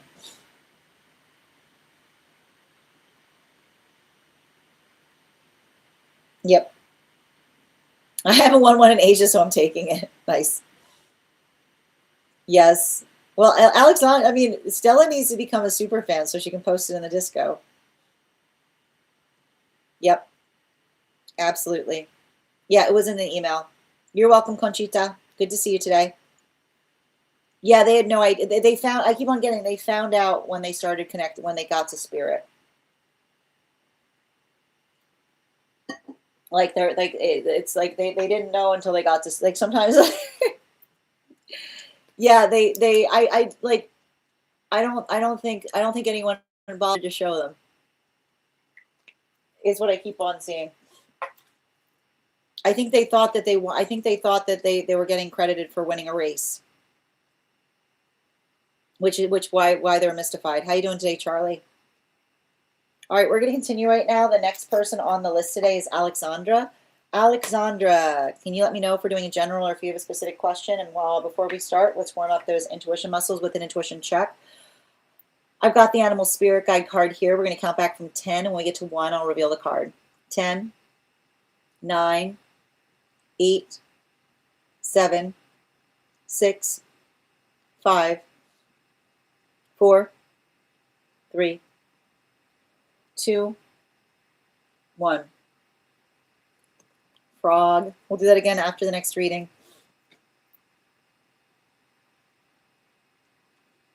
And Alexandra, did you say something? Disco?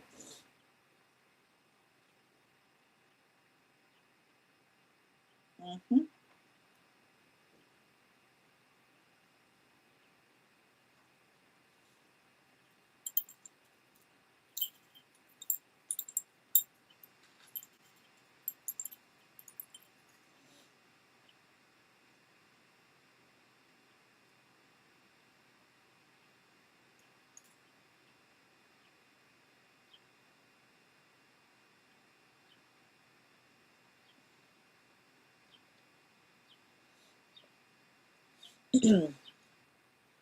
I'm assuming this is this inside tea or outside tea? Inside tea, I figured. Okay. Sending you support on that journey. Can I get 4 cards, please?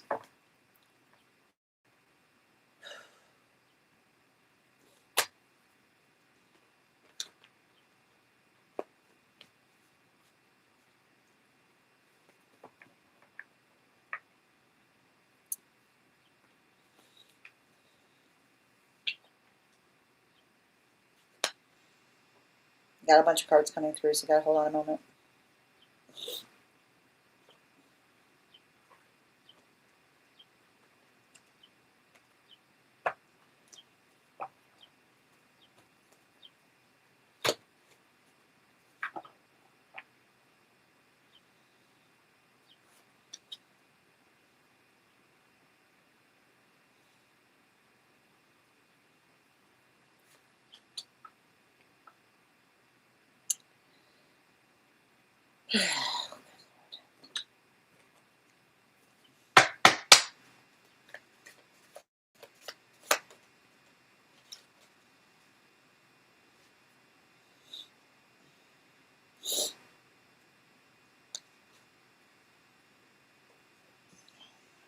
Mm-hmm.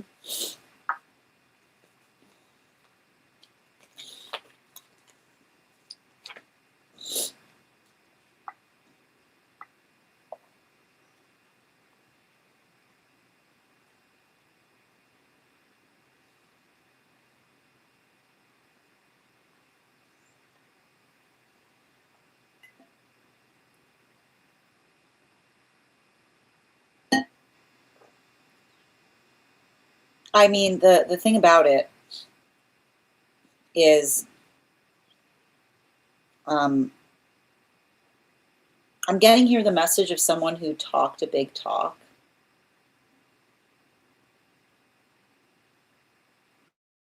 It's always the energy that talks a big talk, man. Did you ever see them walk it?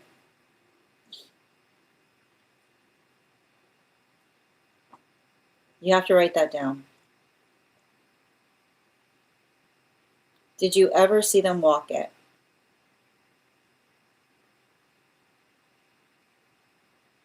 You're not going to get anything with an attitude like that. Right? Is what someone says when they can't match up to what they articulated. Right?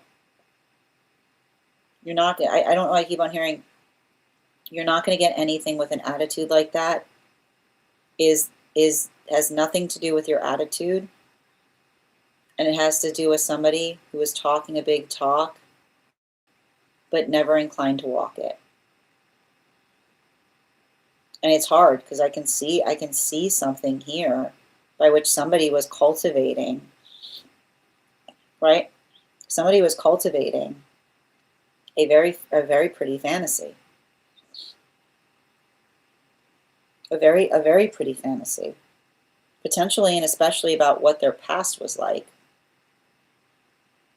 Their experience on something, I got to tell you, the experience they claim that they had, they did not have. Whatever these experiences I keep on seeing somebody articulating upon, I just keep on hearing pure fantasy. And the way you'll know that it was pure fantasy is if someone was constantly talking to you about fantasy scenarios that never came into tangibility. They have a fantastic imagination. But fantastic imaginations devastate us, because fantastic imaginations will tell us all of the things that they fantasize about doing. And while another person is fantasizing and elaborating, there's a strong silent type out there that's just doing it. There's a strong silent type out there that doesn't go into detail, but does it. And I want you to understand that, because I keep on seeing, even now, I feel like the relationship, they'd never met somebody. You were their wish fulfillment. You were the wish fulfillment of those fantasies. Any fantasy that they articulated to you, you could have had. They could have arrived to it with you. But, and I want to point this out, which is the difference, right? The difference between what we identify as a fantasy versus a reality that we're ready for is the ability to not feel insecure and intimidated by it. And you brought out their insecurity, right? You revealed to them, and you didn't mean to. You revealed to them in the space by which you were willing and ready, that they themselves weren't ready. That the space by which I keep on hearing they talked, they talked a big talk. But did you ever see them walk it? And did they always articulate the fact that they weren't walking it because of your attitude? Because I keep on hearing that attitude is exactly the attitude that you were supposed to bring into scenarios, is what I keep on hearing, right? Like, I just keep on seeing, and I keep on hearing from one of your guides, what attitude? Any attitude that says, where is it? Right? Any attitude that says, where is it?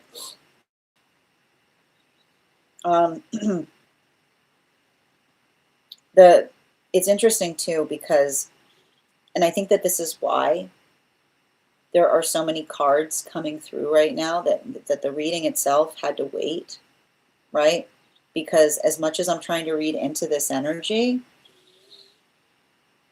I'm getting like the reading itself is being overridden to a certain extent by the divine counterpart energy that like was trying to come into the reading before I even knew what we were reading about.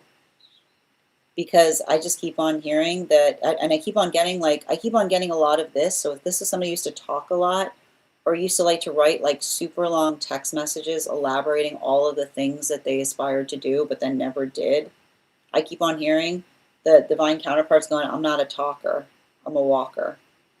They're going, I'm not a talker. They just keep on saying, I'm not a talker. I'm not a talker, I'm a walker.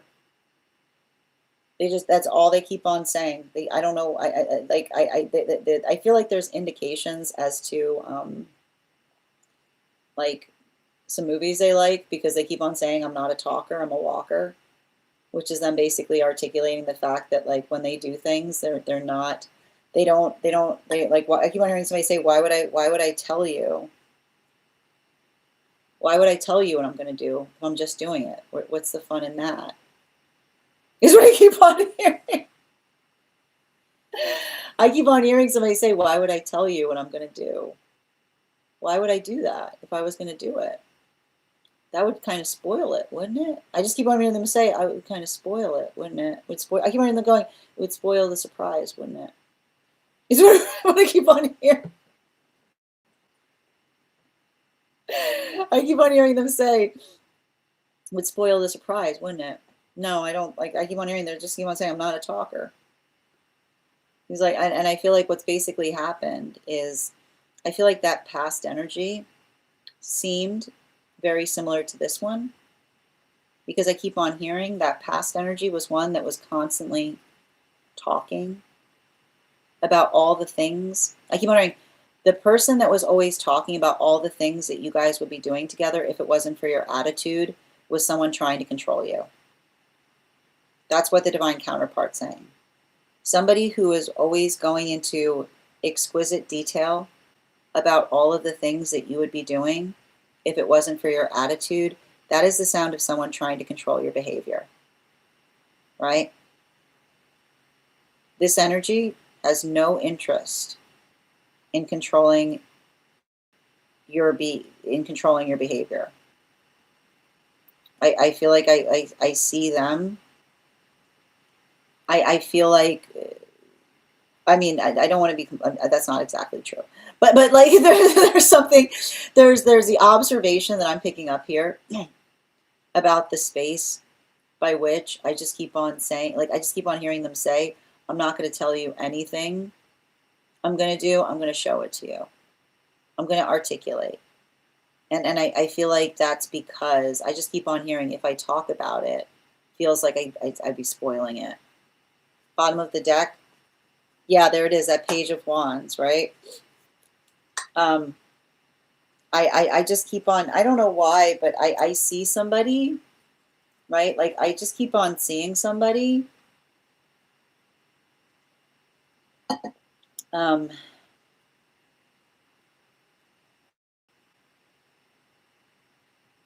I see somebody here that is, how do I describe this? They keep on, I feel like it's interesting too, because especially with this frog energy, right?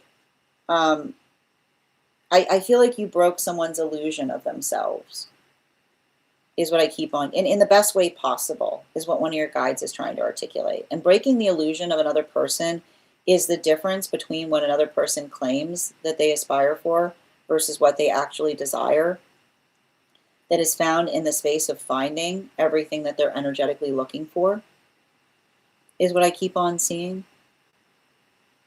You were exactly, like, I keep on hearing, you were exactly the person that person could have had all of those fantasies come through upon.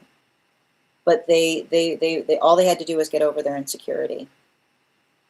And so I feel like I see somebody who's kind of returned back.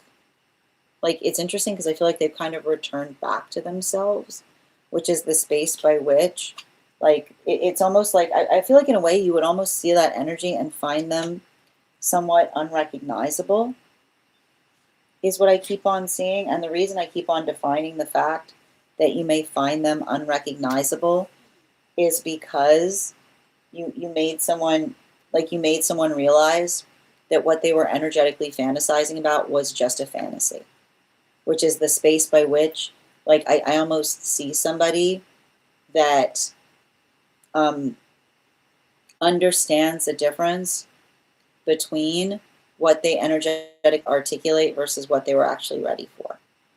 The divine, but I have to point out, reading for you, it feels like divine counterpart energy is very, very close to you, because this energy, like this energy, like, even as I was trying to read for you, it felt like it was interrupting, because it was like it was having some, like, sharp things to say about the whole situation.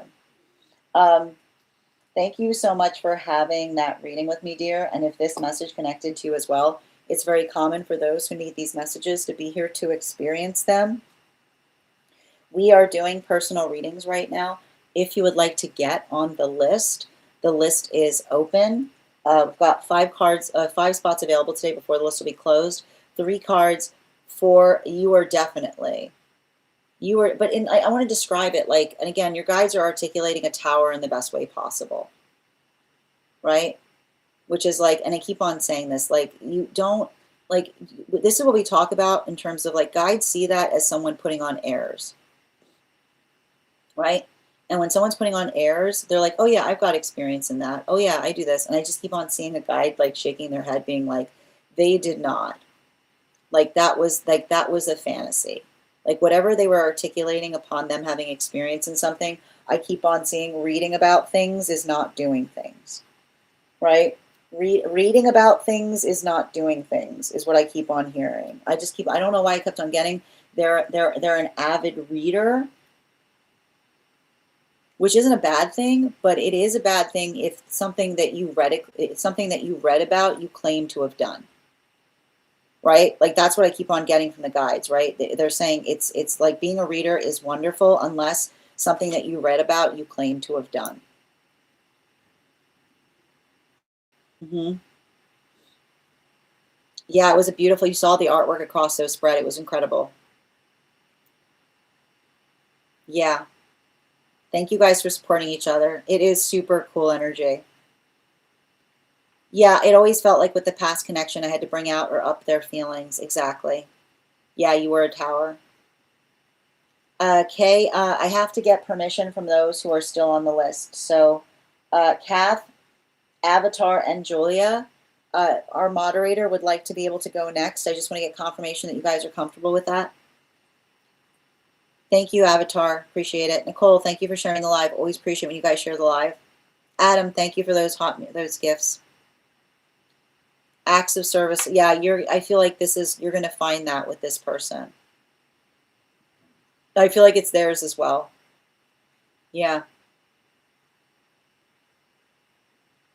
It always felt with a past connection I had to bring up. Yeah, that's not going to be the case in this one. I want my happiness too. You'll find it there. Just because it's a work-related reading, I totally understand. I know. I feel like you might have already. I feel like you might have already. Like they've seen you. Like when I read for energy like that, like they were going like this, which means like they've already had eyes on you. I don't know where they might have bumped into you, but it feels like I keep on like I just kept on seeing somebody who feels like they've seen you. Oh, hi Lucas. I'm glad you got some rest. Excellent. Okay. Julia stepped out. Okay, if that's the case, if Julia's not here, second call for Julia, and if Avatar is comfortable with that, and Kath, are you okay with, would you be okay with, K Megan going next?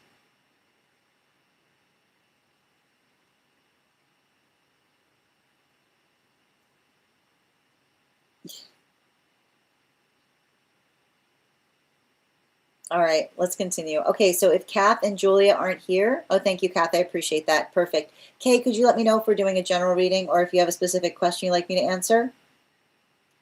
Never saw a pun I didn't like, Phoenix. All right, let's continue.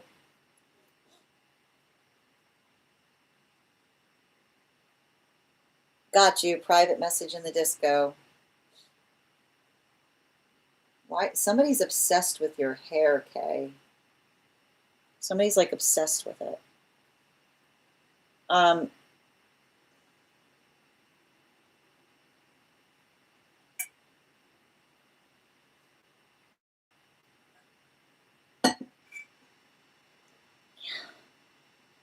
so I need to read over this. So I'm going to give you guys a hearth warmer while I do so. Also, friends, we're at 23.9K likes. When we get to 50K, I'll be gifting a reading back to the collective. So make sure you're tapping that screen. We'll get to 50K in no time. What was the last thing that made you laugh?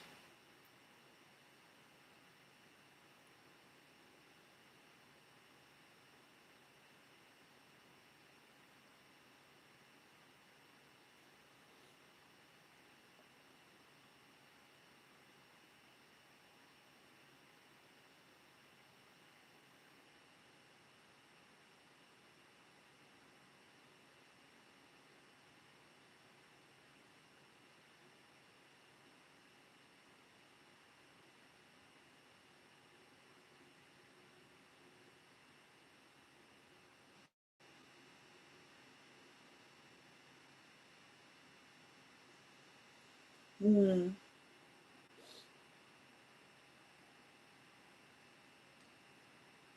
Oh boy. Okay. I got you, dear. Just bear with me a moment.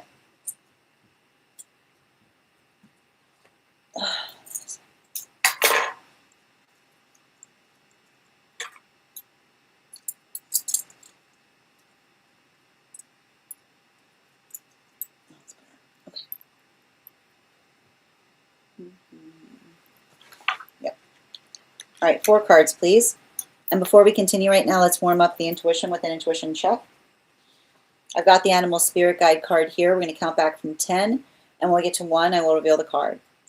10, 9, 8, 7, 6, 5, 4, 3, 2, 1. We got the boar. Thank you. We'll do that again after the next reading. Okay, this card wants to come out clearly.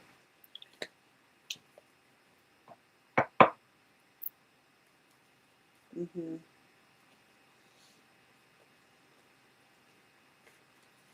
And one more.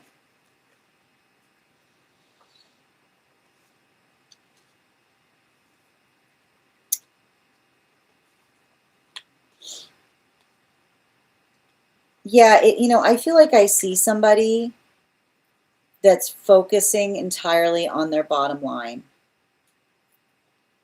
And the hard part with focusing on a bottom line is somebody who's trying to understand like the least that they can do, the best they can do with the least.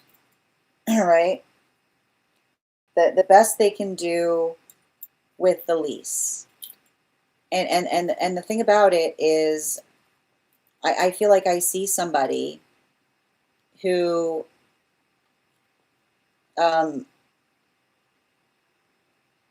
feel like I see somebody who feels completely confident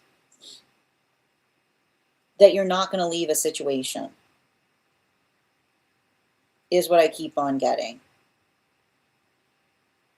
Right? Like there's a lot of this energy here, and I feel like it's the observation.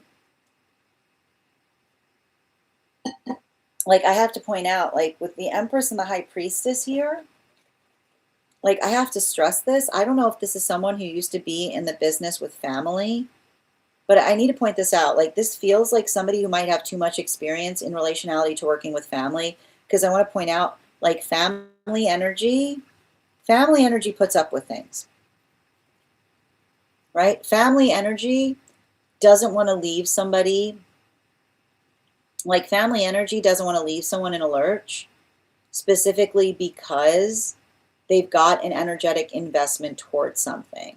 But I feel like that's the hard part about it, is you having to say that you have to think about, right, that you have an existence outside of their energetic business.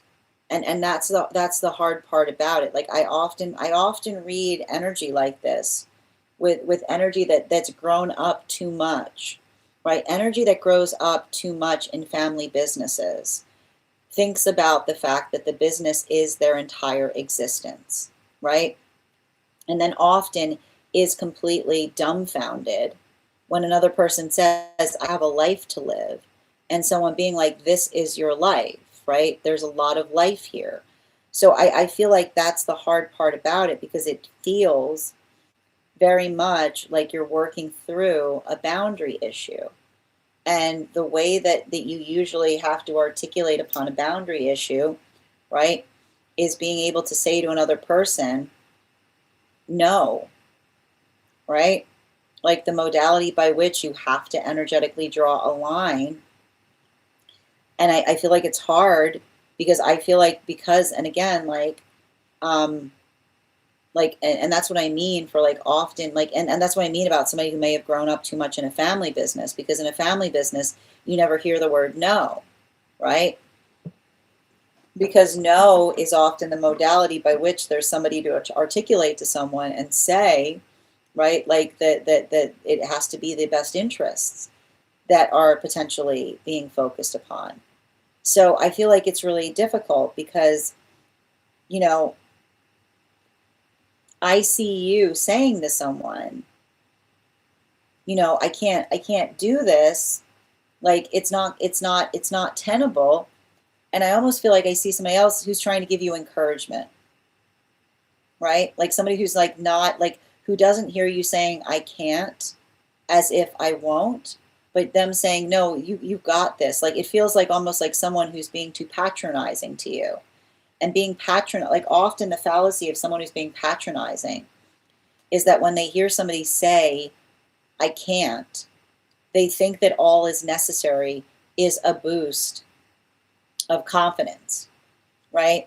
Like the modality that tries to give encouragement instead of actually tangibly addressing a need. So I feel like there's something really important there, specifically and particularly because I feel like you have to communicate to another. Like the only way I feel like something's going to change is when you effectively is like when you start meeting their requests with energetic negatives, right? Which is the modality by which you say to another person, I'm afraid I'm not accessible or available for that. And also the space of you saying to them, I told you that that was the case. So make sure that you're articulating to them what your boundaries are. Make sure that you're articulating to them what your boundaries are. And I keep on hearing like write them down is what I keep on seeing. And the reason I keep on getting write them down is so I keep wondering there's no misinterpretation in the space by which a person hears you say can't, and they feel like they're trying to give you, like it's no coach energy, which is the modality of you saying to another person, when you say can't, you're not looking for a pep talk. You're telling them specifically that you can't and you won't be doing something because it's asking too much of you. Because that is the disparity that I keep on seeing. They're mishearing. They're having a whole different conversation with you. That's them. Look, that's like this is them. This is you saying, I can't. And they're saying, sure you can. I know you can do it. Like you've got here's some encouragement versus you being like, no, I can't. I won't. I've got other things to do. Right? This is you saying to them, this is not the be all and end all of my energetic existence. So the modality by which, like, I feel like you have to inform them of what your accessibility is, right? It's a space by which you say, like, as I mentioned, like you saying to someone, as I mentioned in my last message, I'm not available for that. As I mentioned in my last message, you articulated this, like the space by which you're very clear with them in terms of what you are and are not accessible about. Bottom of the deck on this reading. Yeah, I told you, it's too much patronizing energy, and this is why they can't keep anybody. Because I keep on getting too much patronizing energy ruins businesses that aren't familial.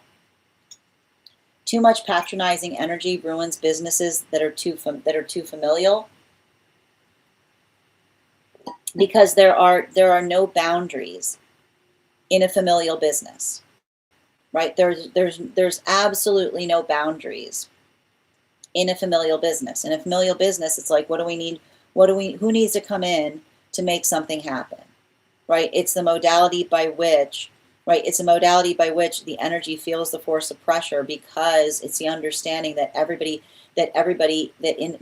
in a familial business has incentive to have no boundaries, right? So everybody in a familial business has incentive to have no boundaries because it's in the best interest of the family that owns the energetic business. But this is often why familial businesses often crumble when they try to energetically expand, because the recognition of the fact that others do not feel incentivized by something being an investment, right? Like you have to say to someone, this is my job. It's not an investment unless you make me a part of the energetic investment. If you are invested, it would be a different conversation. So the modality by which you have to effectively articulate to someone and say, right, that what you're saying to them is not you doubting yourself, right? You having to say to someone, I'm not telling you I can't because I'm doubting myself. You're saying to them, you have to change the can't to a won't. You have to change the can't to a won't. Because the moment that you say, the difference between you saying, I can't come in versus I won't come in is the observation to you saying to another person, I have a life. I have a life outside of this one, right? It's not about the accessibility in terms of the ability, but the you saying to another person, this is me articulating a boundary. And the way that we articulate that is the difference between can't and won't, which is the space by which you say, that is not what will be happening, right? And if they take that the wrong way, well, then that's them not being, right? That's them not being respective of the fact that you have obligations. So you say to someone, I won't be able to because, and you have to say, I won't be able to because I've got obligations outside of work. So make sure that you're removing the can't and changing it to a won't, and see if that changes the conversation. Thank you so much for having that reading with me. And if this message connected to you as well, it's very common for those who need these messages to be here to experience them. We are doing personal readings right now. If you would like to get on the list right now, you will be the 1, 2, 3, the fourth person read for, 3 cards for a donation of $29 or more, 4 cards for a donation of $23 or more for my subscribers. Links in my bio. Please keep in mind, there are 2 things I don't read for across these apps, pregnancy and medical. Happy to give insight on anything in private readings, and you can book private readings on my site. We're also at 25.6K likes. When we get to 50K, I will be gifting a reading back to the collective. So make sure you're tapping that screen and we'll get to 50K in no time. Okay. And for anybody asking, we've got 5 more spots today before the list will be closed. And reading over the comments. Julia, we were looking for you before, dear. It's okay, you're back. Yeah, that makes a lot of sense. Yeah, you're not an endless well of favors. Alchemistic, if you got on the list right now, you will be the 1 to the 4th person read for. And thank you, Kath, for sharing the live. Always appreciate you guys share the live.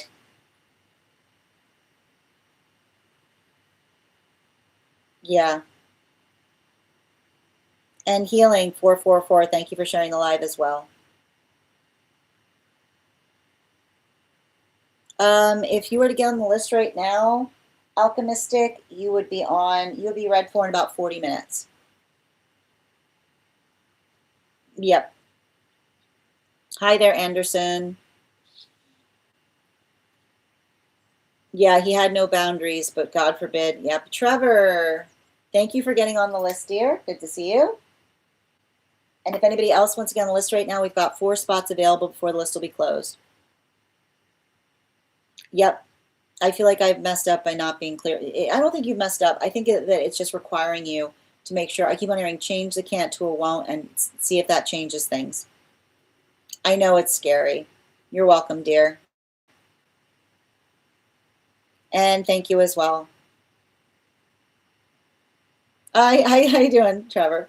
Excellent. All right, let's continue. The next person we're reading for today is Avatar. Avatar, if you're here, can you respond in all caps? Let me know if you'd like a general reading or if you have a specific question you'd like me to answer. You're so welcome, Kay. And guys, please thank Kay for all of their help moderating today. Hi, dear.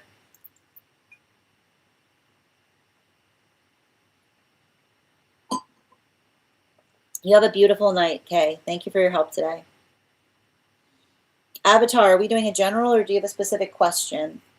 And while we wait, let's warm up those intuition muscles with an intuition check. I've got the animal spirit guide card here. We're going to count back from 10, and when we get to 1, I'll reveal the card. 10, 9, 8, 7, 6, 5, 4, 3, 2, 1. Got the Earth Dragon. Thank you. We'll do that again after the next reading. Per, I've added you to the list. Good to see you today. And we've got 3 more spots today before the list will be closed. Well done, healing. And I'm going to pin up Avatar here. Guys, make sure to give Avatar some love. Ooh. Is there anything I'm hiding from myself right now? 4 cards.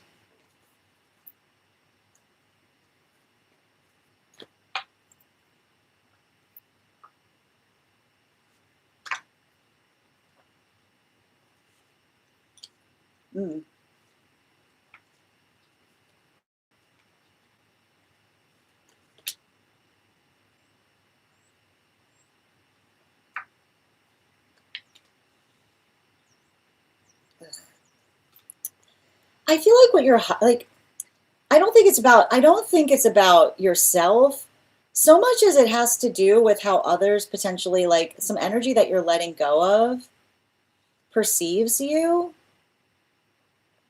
You've got at least 2 people that lock themselves out of your life.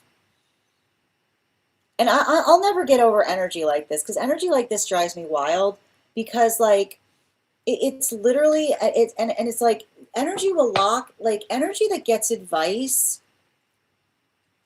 on relationships will often lose the best person.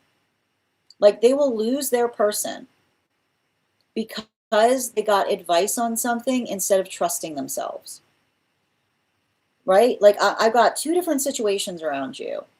And it has to do, like I when I read into energy like this, like I swear I want to like grab them and be like, what is wrong with you?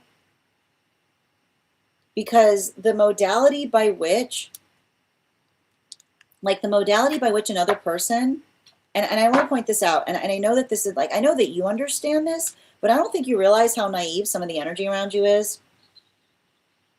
Like the force of understanding that someone might not give us advice with our best intentions, right? Like the space by which another, like when I never understand naive energy like this. Like the space by which another person gives us advice that might not be for us, but serves them more than it serves us. I'm going to tell you right now, I've got 2 different energies around you, okay? And one of them, there's one person that had poison poured in their ear about you by someone who wanted you. Never will you see, right? There is something to be said for someone who intentionally tries to corrupt a relationship. And the thing about someone who tries to corrupt a relationship is often it's the source of corruption in a relationship is found in another person speaking badly upon the person that they are in partnership with. You want to see somebody corrupt a relationship? They're not going to try to interrupt, right? Like they're not going to try to interrupt. They're not going to try to like throw a wrench in the relationship. They're going to see like energy that wants to corrupt a relationship, right? What are they going to do? They're going to try to change someone's opinion about somebody, right? And there it is, right? There, oh, there I did it. Look what I did. Oh, you don't like them anymore. I know, right? You're feeding in you're feeding into what I said about them, aren't you? Right? The modality of somebody that was too naive around you, that let you go. They let you go because they let somebody else change their mind about you. There is nothing more sad on this earth than to see that type of twist, because that often identifies the fact that the person that was next to them does not take their consideration, does not take them into consideration. They've got somebody very dangerous standing beside them. They've got someone very dangerous standing beside them in the guise of a good friend, right? Pay attention to the person. Like, pay attention to the person The dangerous person that stands beside the self in the guise of a good friend, that always has something negative to say about any good thing that comes towards them. Pay careful attention to the false friend that always has something negative to say by anything good that comes towards them. The modality of a toxic friendship that can effectively ruin everything for us. In the modality by which another person sees someone going towards a good thing and then only sees it as something that might damage their friendship if another person becomes happy, right? That is a friendship that is etched in misery. And they exist. It's sad. It's depressing when you see them. But I literally see a situation by which you lost a relationship based upon a toxic friendship that where another person knew, absolutely knew, that you were the best thing that ever entered that person's life, and they worked to corrupt their opinion of you. And here's the thing about it, that's their fault. That's that person's fault. Because when we care about each other truly, then we don't take what other people have to say about each other. We don't allow that to occur. But energy that's too impressionable, energy that is too worried about impressing, this is why energy that is too worried about impressing always ends up in shallow partnerships. Because what happens is energy that is too worried about impressing often builds into toxic friendships, right? Energy that is always criticizing. And then the insecure energy, right, is constantly making choices not based off how they feel, but another person's opinion. And then what happens? The best person that person has ever met comes towards them, but the person sees that and realizes it might damage their friendship. So they start speaking badly upon the best energy, knowing, and this is the worst part about it, knowing they're giving someone bad advice, knowing that they're speaking down upon someone for no other reason than the fact, and then they ruin the best relationship themselves. Look at that. Oh, look, oh, they went ahead and ruined it. And the way you'll often notice that is that same person will usually try to come towards you. Be very conscientious if that same person tries to come towards you. Be very conscientious if that same person that comes towards you, because I also see something here. I don't know, I hear something around you with someone going, I wanted them first, is what I keep on getting. I don't know why I keep on hearing that. I don't know why I keep on hearing somebody around you saying, I wanted them first, which is the modality by which another person potentially damaged a relationship that they had with you, with them, because they had too many strong feelings for you.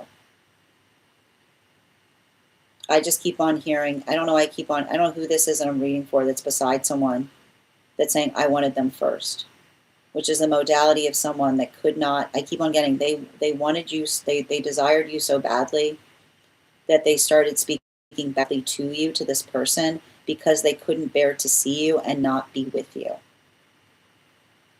I know that's really, really complicated, but I want to say, I feel like the guides are showing you this because that whatever you moved away from, it's a blessing.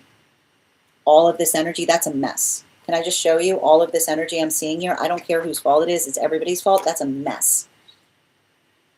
That is there's no fixing that. And the reason I say it's no fixing it is there's no fixing this person who's got no confidence, who does whatever their friends say. So there's no fixing someone who's too impressionable to have a good relationship, okay? There's absolutely no fixing some kind of twisted energy of a person who would rather give bad advice, right? Recognizing, like, this is the twisted energy. Like, this is the really twisted energy. Literally energy that would give someone bad advice. They would give a friend bad advice, knowing they're moving them off their highest path. because they feel like it would damage the relationship of convenience with someone that is dependent upon their opinion, right? Like, let them have, I keep wondering, let them have that trash heap. Like, it's a mess, let them have their mess. And that's not to say that they're not going to try to pull you back into the mess. Okay? I need to stress this. That is not to say that they will not try to pull you back into the mess. Recognize the mess for what it is. There's no fixing a mess like that. And I wouldn't be surprised if that energy is perpetually trying to get you reinvested, because energy like that they love to stir the pot, right? Love to bring up drama, right? Like, it's like, I keep on hearing, like, life is not a telenovela. Bottom of the deck. Ugh, I can't. And here's the thing about this. This is a tower moment waiting to happen. And I can't see the bottom of the deck because the guides don't want to show it. When this happens, when this person finally wakes up, and realizes what this one's been doing the whole time, you don't want to be just get out of blast radius. Don't get it. Like, that's when you're going to hear from them again. It's not your responsibility to be there when they finally wake up to it. They should have been woken up the whole time, right? And especially if you tried to tell them, right? Because I guarantee you, if you tried to tell them, like, they said you'd say that. I bet they did. I bet they said that you say that, right? Like, this is literally a tower moment waiting to happen. Let them. That is not you keep walking. Like, you guys are like, they made their choice. They made their choice for that to exist in that tower moment. Let them have it. Thank you so much for having that reading with me. And if this message connected to you as well, it's very common for those who need these messages. I can't with energy like that, to be here to experience them. We are doing personal readings right now. If you would like to get on the list, I've got 3 spots left before the list will be closed. 3 cards for a donation of $29 or more. 4 cards for a donation of $23 or more for my subscribers. Links in my bio. Please keep in mind there are 3 things I don't read for across these apps: pregnancy and medical. Happy to give insight on anything in private readings, and you can book private readings. You're like on my site. We're also at 31.3K likes. When we get to 50K, I'll be gifting a reading back to the collective. So make sure you're topping that screen. We'll get to 50K in no time. Like Avatar, when you get those apologies, this is why I'm articulating it. It's like that, it's like when you'll know the tower moments happen when you start getting all of the apologies, right?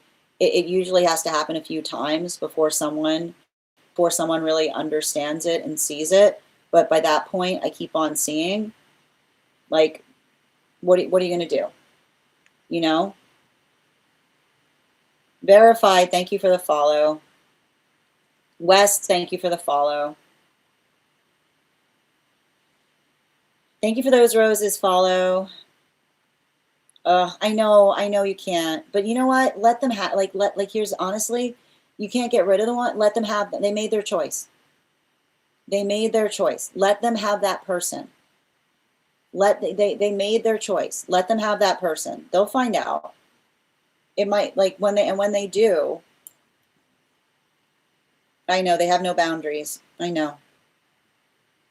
Yeah, if that person only builds them up. Exactly. Oh yeah, like, good thing I'm here. No, I've got you. Yeah, it's always that energy. Yeah, Masin. If I'm ever saying your name incorrect, please feel free to correct me. I'm happy to read for you. We don't look at the tarot to make our decisions for us, but if you want to read on the energy around something, I'm happy to read for you. We've got 3 more cards. We got 3 more spots before the list is closed. 3 cards for a donation of $29 or more for non-subscribers. Binks Lio. Now they stated they don't know you. Like, again, let them, right? Noted. Like, let that inform your decisions going forward. Sending you support, Avatar. Never give up. Absolutely, Bear. Don't give up on Earth, but again, let people go if they want to be let go, Bear, right? The modality by which we respect each other's wishes is the space by which we are perpetually putting faith in terms of the future, but also respecting other people's choices as we do so. Yes, this is me. Thank you as well, Diamond. Oh, sending you support, dear. That's very difficult, Diamond. Yeah, they keep popping up. Sending you support as well, Mrs. Been a minute. Good to see you. I messaged them yesterday. Yeah. Communicate openly. You're welcome, Avatar. Exactly. Well said, Melissa. I walked away. Sending you support as well, Phoenix. Thank you guys for supporting each other in the comments. All right, let's continue right now. The next person on the list for today is Kath. Kath, if you're here, can you respond in all caps? Let me know if you would like a general reading or if you have a specific question you'd like me to answer. And if anybody else would like to get on the list today, we've got 3 spots available before the list will be closed.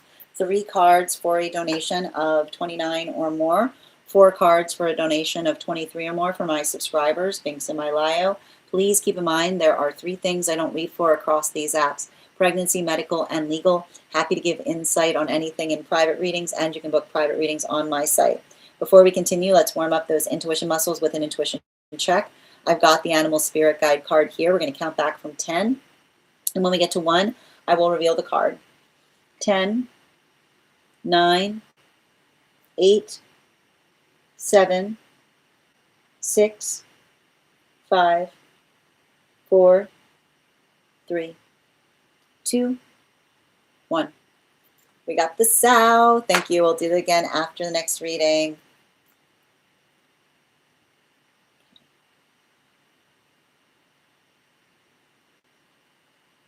I've got you. What to look forward for in love this year.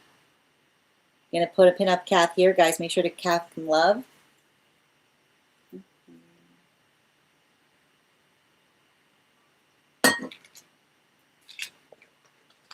Four cards, please.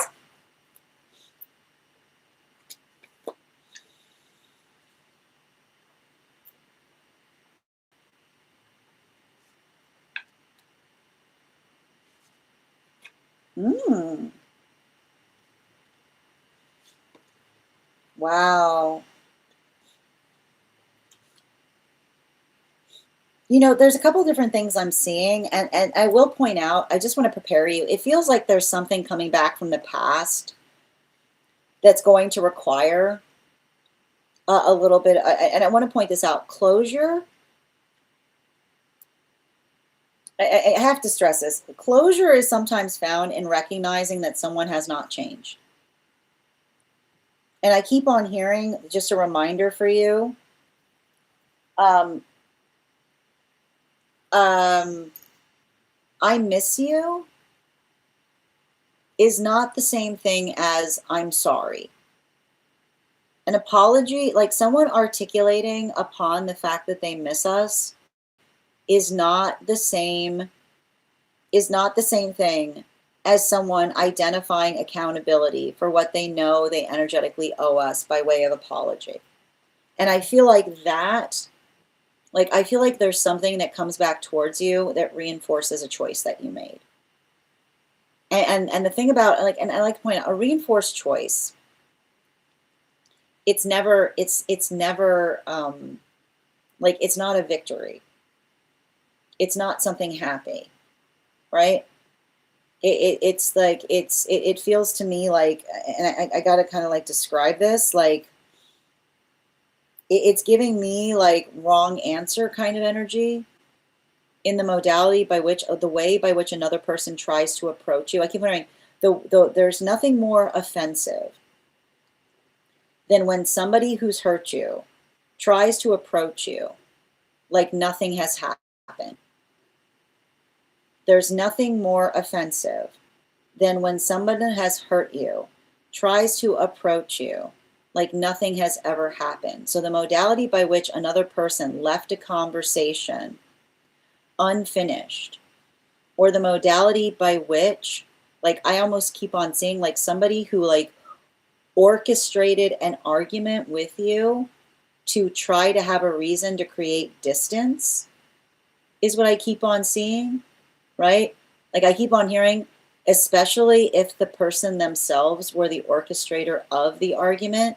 So somebody who got offended, and the way you can usually tell that somebody is orchestrating an argument is when they get unreasonably upset at something that never happened, right? Like you can see somebody orchestrating an argument when somebody gets upset, gets unreasonably upset at something that never happened. So the modality by which they energetically accuse you of something, right? The space by which they accuse you of something that literally did not happen. And then the modality by which you feel like you're arguing with them about the thing that didn't happen. And then like the space by which another person comes back to us and says, I'm ready to forgive you for the thing that never happened. That is closure, is what I keep on getting. That is closure. And you're allowed to be upset about it, because that, I keep on hearing, it's going to help you see the full orchestration. I keep on getting, it's going to help you see the full orchestration of, you're going to be like, oh, there's the end of the performance. I was even like the bell, like somebody like the bell. That's why. Like I can see you being like, oh, that's why. Like there's the four, right? Especially if someone was going somewhere. Especially if someone was going somewhere, and it was convenient for them to be in separation from you. Is what I keep on getting, right? Isn't it? Oh my gosh, isn't that? I keep on hearing, isn't that convenient? The disappearing and reappearing argument, which is the modality by which another person takes a bow and go like, wow, that's really, like I see you almost saying to someone, that's really impressive. How you spun that argument out of thin air to make a convenient moment by which we were energetically separated that would allow you to do anything, and now here you are back articulating the fact that you're ready to forgive you for the argument that they started because they wanted the energetic distance. So I feel like the bright side about that is it feels like a moment that allows you to be completely clear of it. Like I feel like it's a space by which another person is sentimental and you get reaffirmed being like, exactly. I knew that was coming, right? So I feel like it feels difficult, but it reaffirms something, is what I keep on getting. Difficult, but reaffirmed. On the bright side, I've got beautiful energy around you. Right? Like this is to me, like this is the first half of the year. This is the second, which is the modality by which, like, I feel like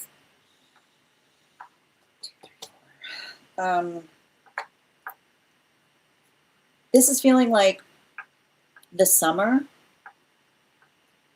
The summer is going to be a very good time for you.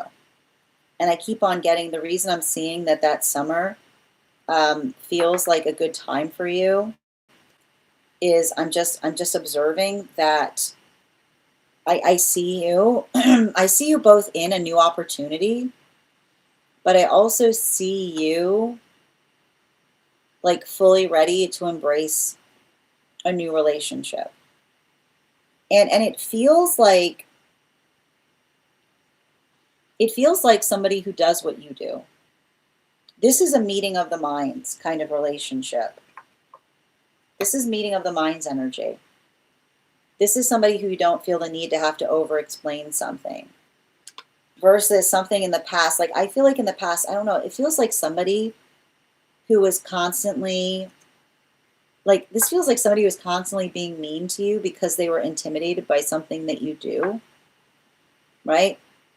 This energy here, highly respected. Highly respected. We can't be in a relationship with energy that's intimidated by us.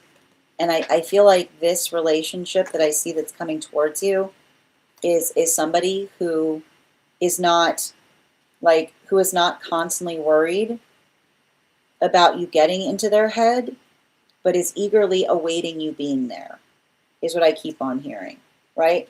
The opposite of someone who's constantly worried that you're getting into their head versus someone who's eagerly awaiting you being there. Bottom of the deck on this reading. Yeah, King of Cups.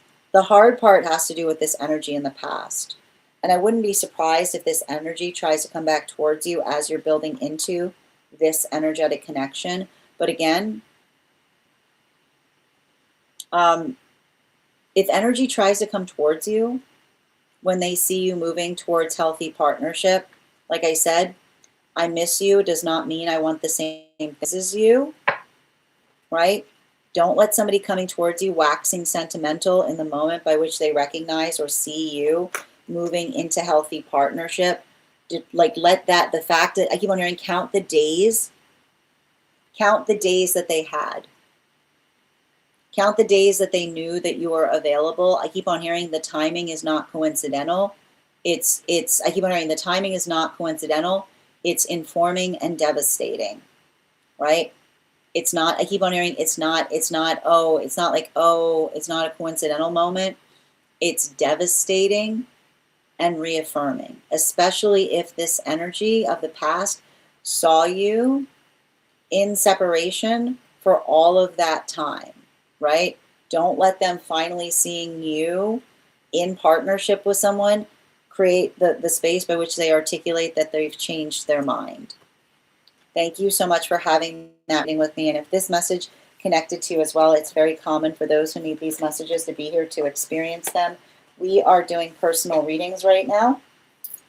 If you would like to get on the list is open. I've got 3 more spots available today before the list will be closed.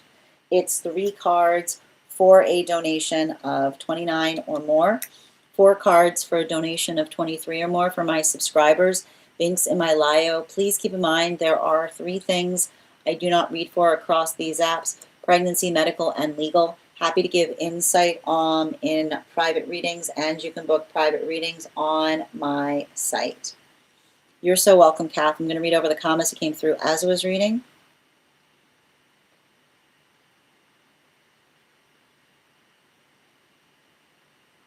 No problem, Julia. Yeah, you're next. But actually, yeah. But if you're in a meeting, we'll hold them. We'll wait for you to come back to have that reading. No problem. Take your time. Agree. I need them to show accountability on their end. The absolution of accountability and the lack of apologies. There's the distance permanently. Tap to claim Phoenix. Yeah, I mean, like, that's what I keep on seeing that feels like a little surprising. Because I almost see you, like, I almost feel like there's something about it being like, are you kidding me? Like, there's a little bit of that type of energy there.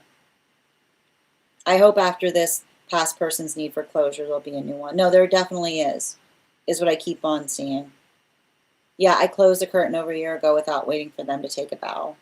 Yeah, too bad for them. No, I get it. Like, it feels to me, like, it says to me, like, it feels to me like somebody who,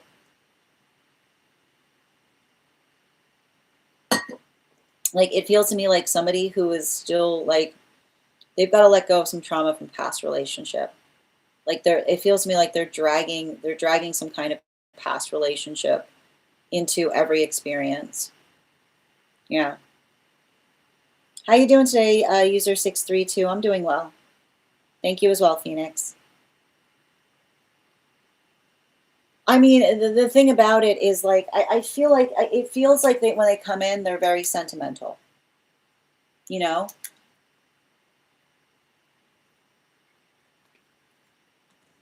Yeah. I was feeling closer to June, Kath. Mm-hmm. Yeah, absolutely.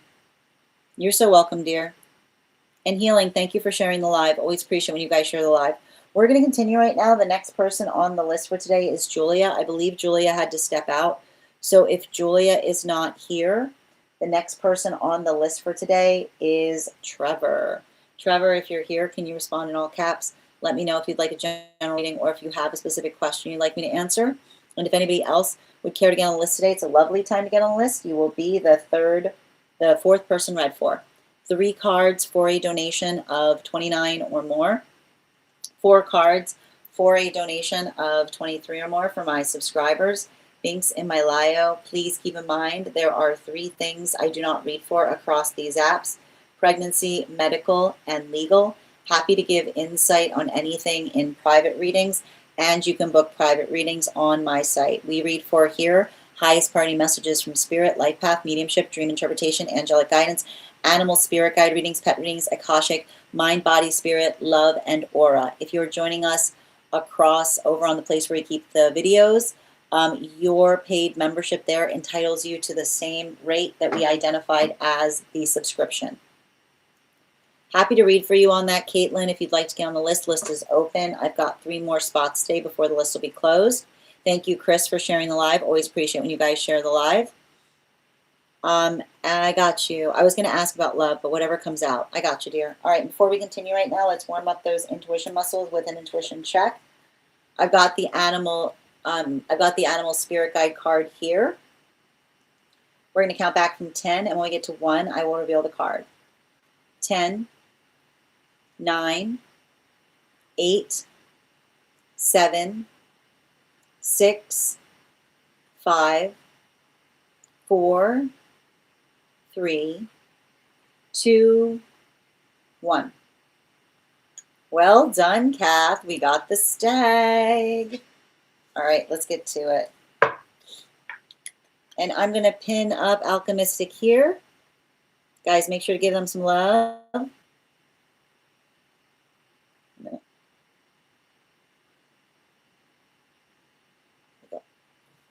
3 cards, please.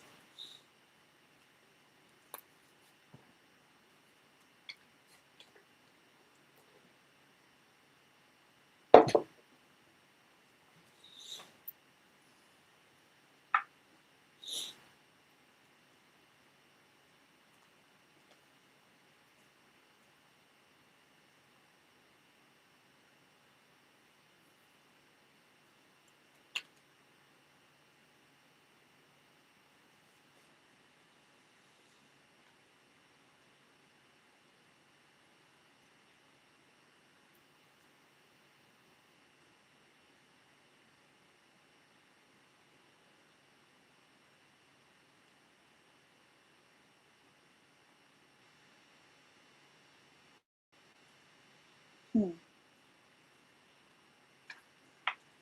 Hmm.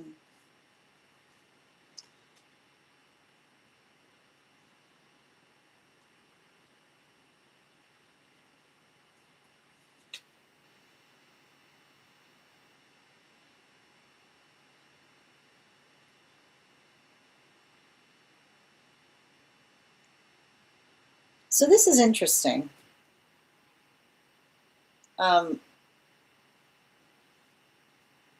I feel like that what I'm seeing here that's interesting.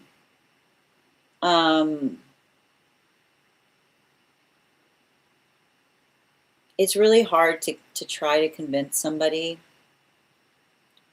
I don't know why I keep on hearing some kind of energy of saying to someone like, I come in peace. Is what I keep on hearing.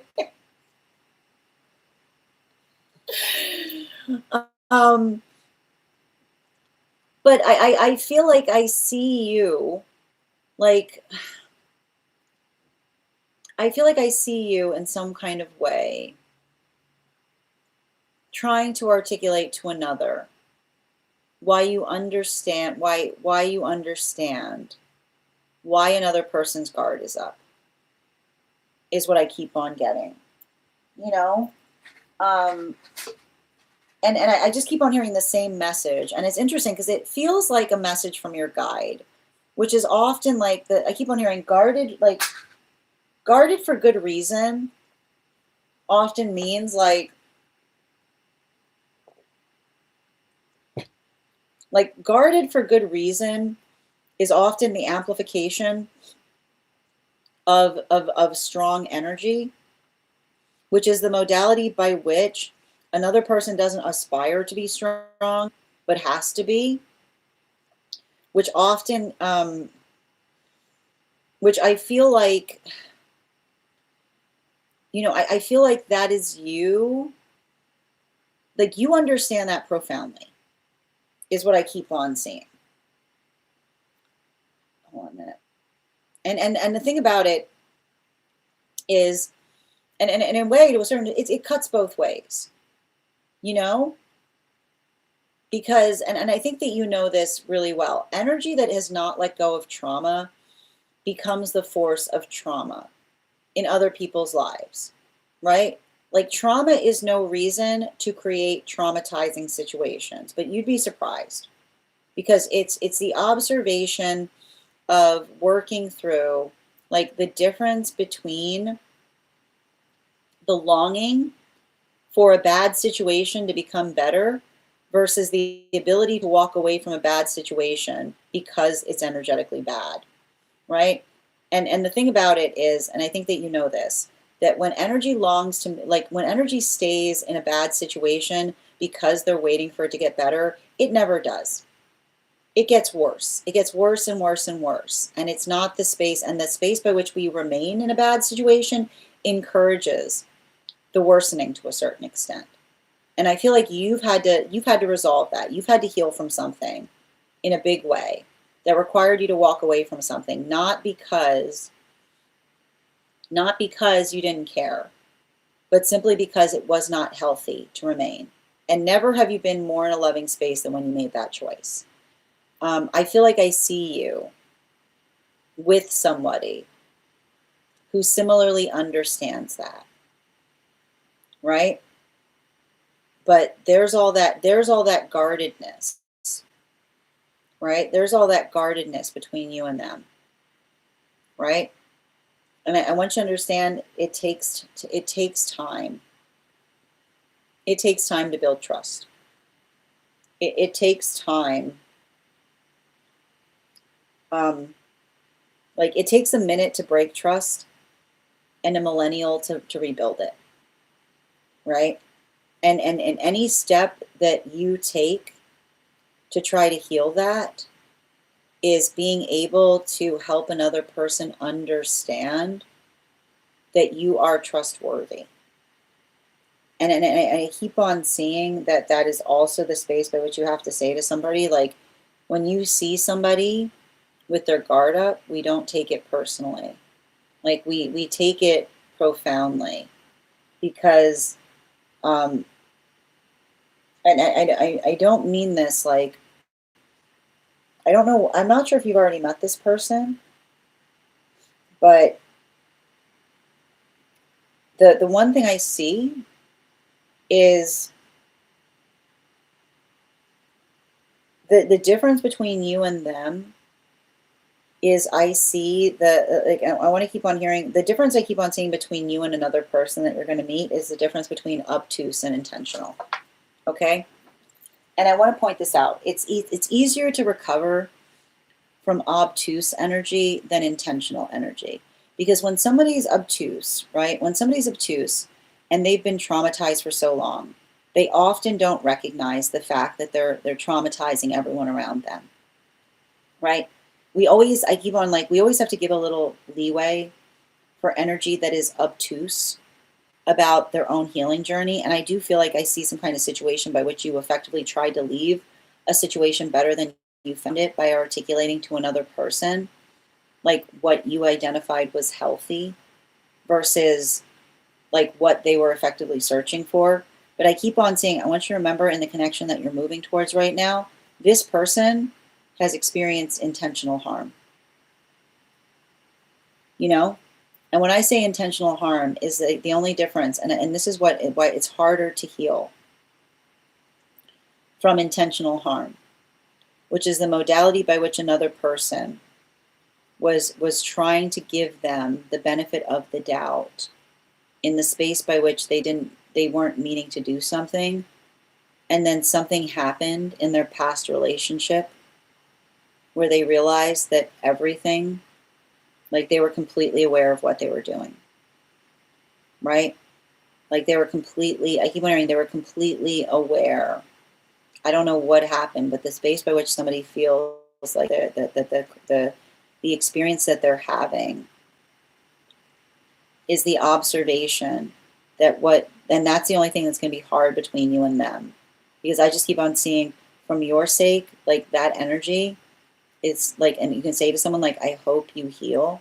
And I hope the day comes that you understand that you had to make a choice for the sake of their healing journey.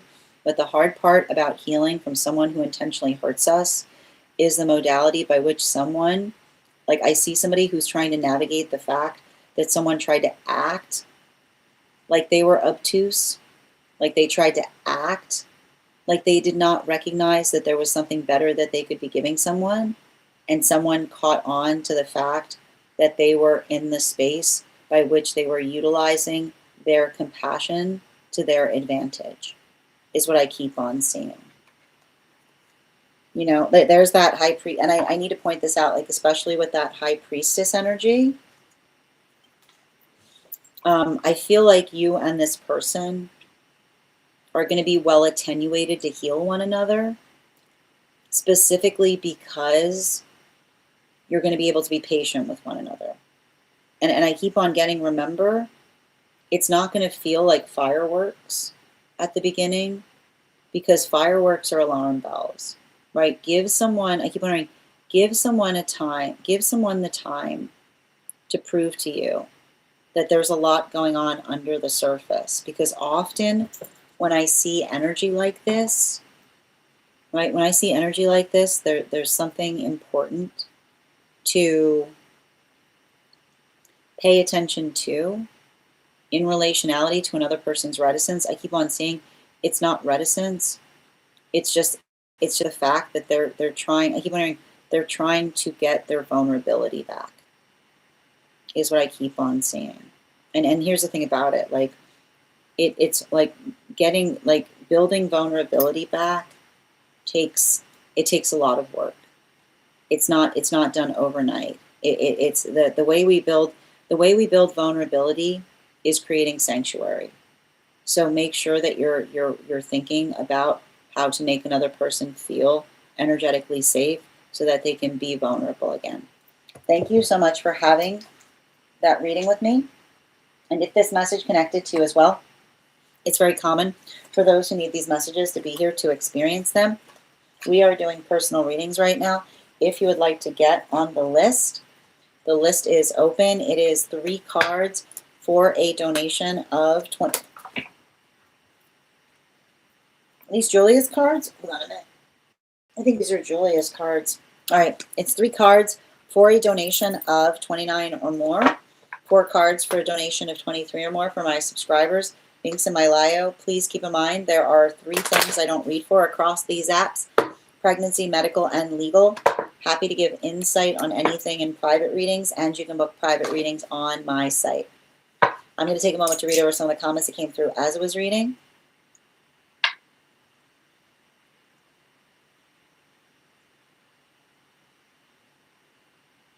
Okay. Previous trauma is what guarded. Hold on. Previous trauma is what guarded for good reason. Resonates with me. Thank you. And thank you for sharing the live, Chris. Willow, thank you for the follow. Obtuse versus intentional energy isn't something I've heard before. I'll have to check that out later, of course. You're explaining a recent situation where I knew the reaction wasn't towards my action. Yeah, I felt it was a previous trauma coming to the surface. Thank you for confirming. It breaks my heart, to be honest, because I already knew, but I can't control or be held accountable to what happened in the past either. Well, and I want to point this out, and I feel like you understand the nature of a situation like that, right? When we're feeling triggered, our ability to identify the fact that we responded to a trigger identifies whether it's a trigger that we're working on, or like if we're being triggered for no reason. And so I feel like I see you, like I keep on hearing you can care about someone from a distance if you feel like that is what is best for them, right? I keep on hearing your love does not change its quality based on proximity. Sometimes we have to love someone more by giving them the space to mature, right? Like I feel like there's something about that there. Thank you. All right, we're going to continue right now. Next person we're reading for today is Julia. Julia, if you're here, can you respond in all caps? Let me know if you'd like a general reading or if you have a specific question you'd like me to answer. And if anybody else would like to get on the list right now, you will be the 3rd person read for. Second call right now. Thank you for also receiving these messages there. Second call right now for Julia. If Julia is not here, the next person on the list for today is Per. And if anybody else wants to get on the list right now, it's a lovely time to get on the list. You will be the next person read for. Per, could you let me know if we're doing a general or if you have a specific question you'd like me to answer? And thank you, Dada, for sharing the live. Always appreciate when you guys share the live. Thank you, Per. DM on the disco. And before we continue right now, Let's warm up those intuition muscles with an intuition check. I've got the animal spirit guide card here. We're going to count back from 10, and when we get to 1, I will reveal the card. 10, 9, 8, 7, 6, 5, 4, 3, 2, 1. Got the adder. Thank you. We'll do it again after the next reading. Okay, is this outside tea? And we're doing a dream interpretation. Excellent. I'm going to pin up her here. Excellent. And before we continue, we're doing a dream, which means we got to bust out the dream coconut. Just a reminder, if you have a dream that you would like interpreted or a past life you'd like more information on, you can include in the notes when you send the donation or post it in our subscriber-only disco channel in the appropriate channels.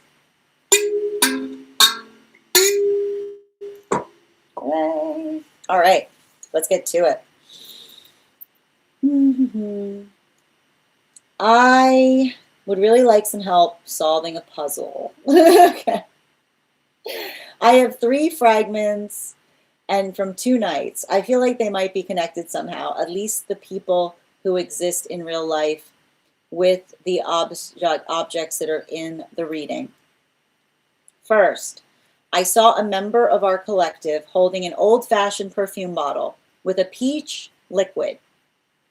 I asked them if this seemed familiar to them.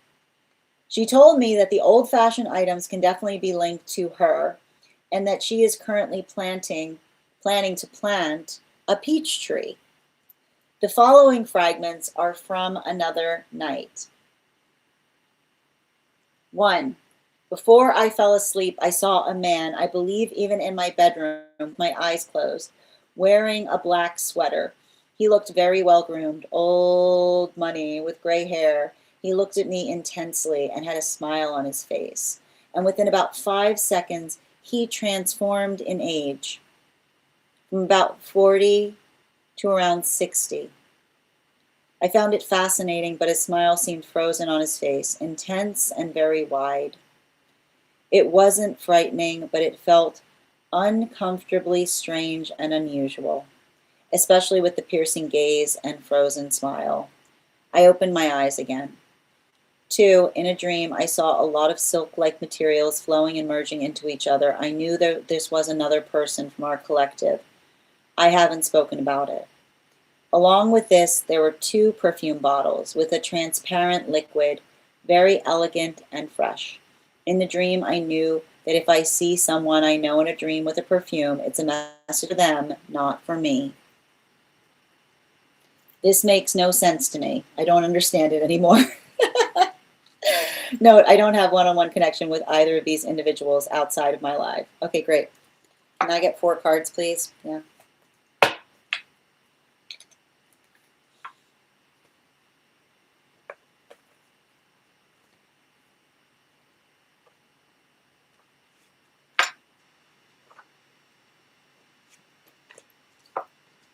Yeah, so it's a collective because it's the ability to energetically pass on knowledge to one another via VR experiences. And the modality by which you're experiencing the fact that you're seeing these individuals from our collective in the dream space are the way that the guides are effectively attenuating to you either what you are learning from them or what you can impart to them based upon your own energetic experiences. So we're going to start first. We're going to start first with the first one, and we're going to refer to that one as the peach dream. Now, the reason we see that that peach dream is important is, and you're right, there is a connection point. We're going to start with the first thing that we identified. The first thing that you identified was that you saw an individual from our lives holding an old-fashioned perfume bottle with a peach liquid in it. And you asked them if it seemed familiar, and you said yes. The old-fashioned liquids can definitely be linked to them, and they're currently planning to plant a peach tree. Now this brings us to the next aspect of it, because again, because that was the first tier, that's a guide. It's a guide coming towards you in the form of one of the individuals from our collective. And what did they potentially show you, right? They were holding a liquid that they then told you that they had energetically extracted. And the modality by which they said they were planning on planting a peach tree is what's going to inform you upon the next tier of the dream, which is the modality by which you said before you fell asleep you saw a man in your bedroom who was wearing a black sweater, and they looked well groomed. And you identified them as old money with gray hair, and you said they looked at you intensely and had a smile on their face, and within about 5 seconds they transformed in age, from 40 to 60. You said you found it fascinating, but their smile seemed frozen on their face, intense and very wide. You said you weren't frightened, but you felt uncomfortable and strange, especially with the piercing gaze and frozen smile, and you open your eyes again. You're recognizing the different modalities by which others perceive relationship. And the modality by which the first individual came towards you and showed you the fact that they had a liquid, that they then said they were going to plant a peach tree, is the observation of showing you the difference between a reverse perspective. Why would they have the liquid, the peach liquid, if they hadn't planted the peach tree yet? So the question is, the first thing that you see was the first portion, was the quandary of you potentially recognizing the strangeness of someone already having the extraction of peach fluid, even though they hadn't planted the tree yet.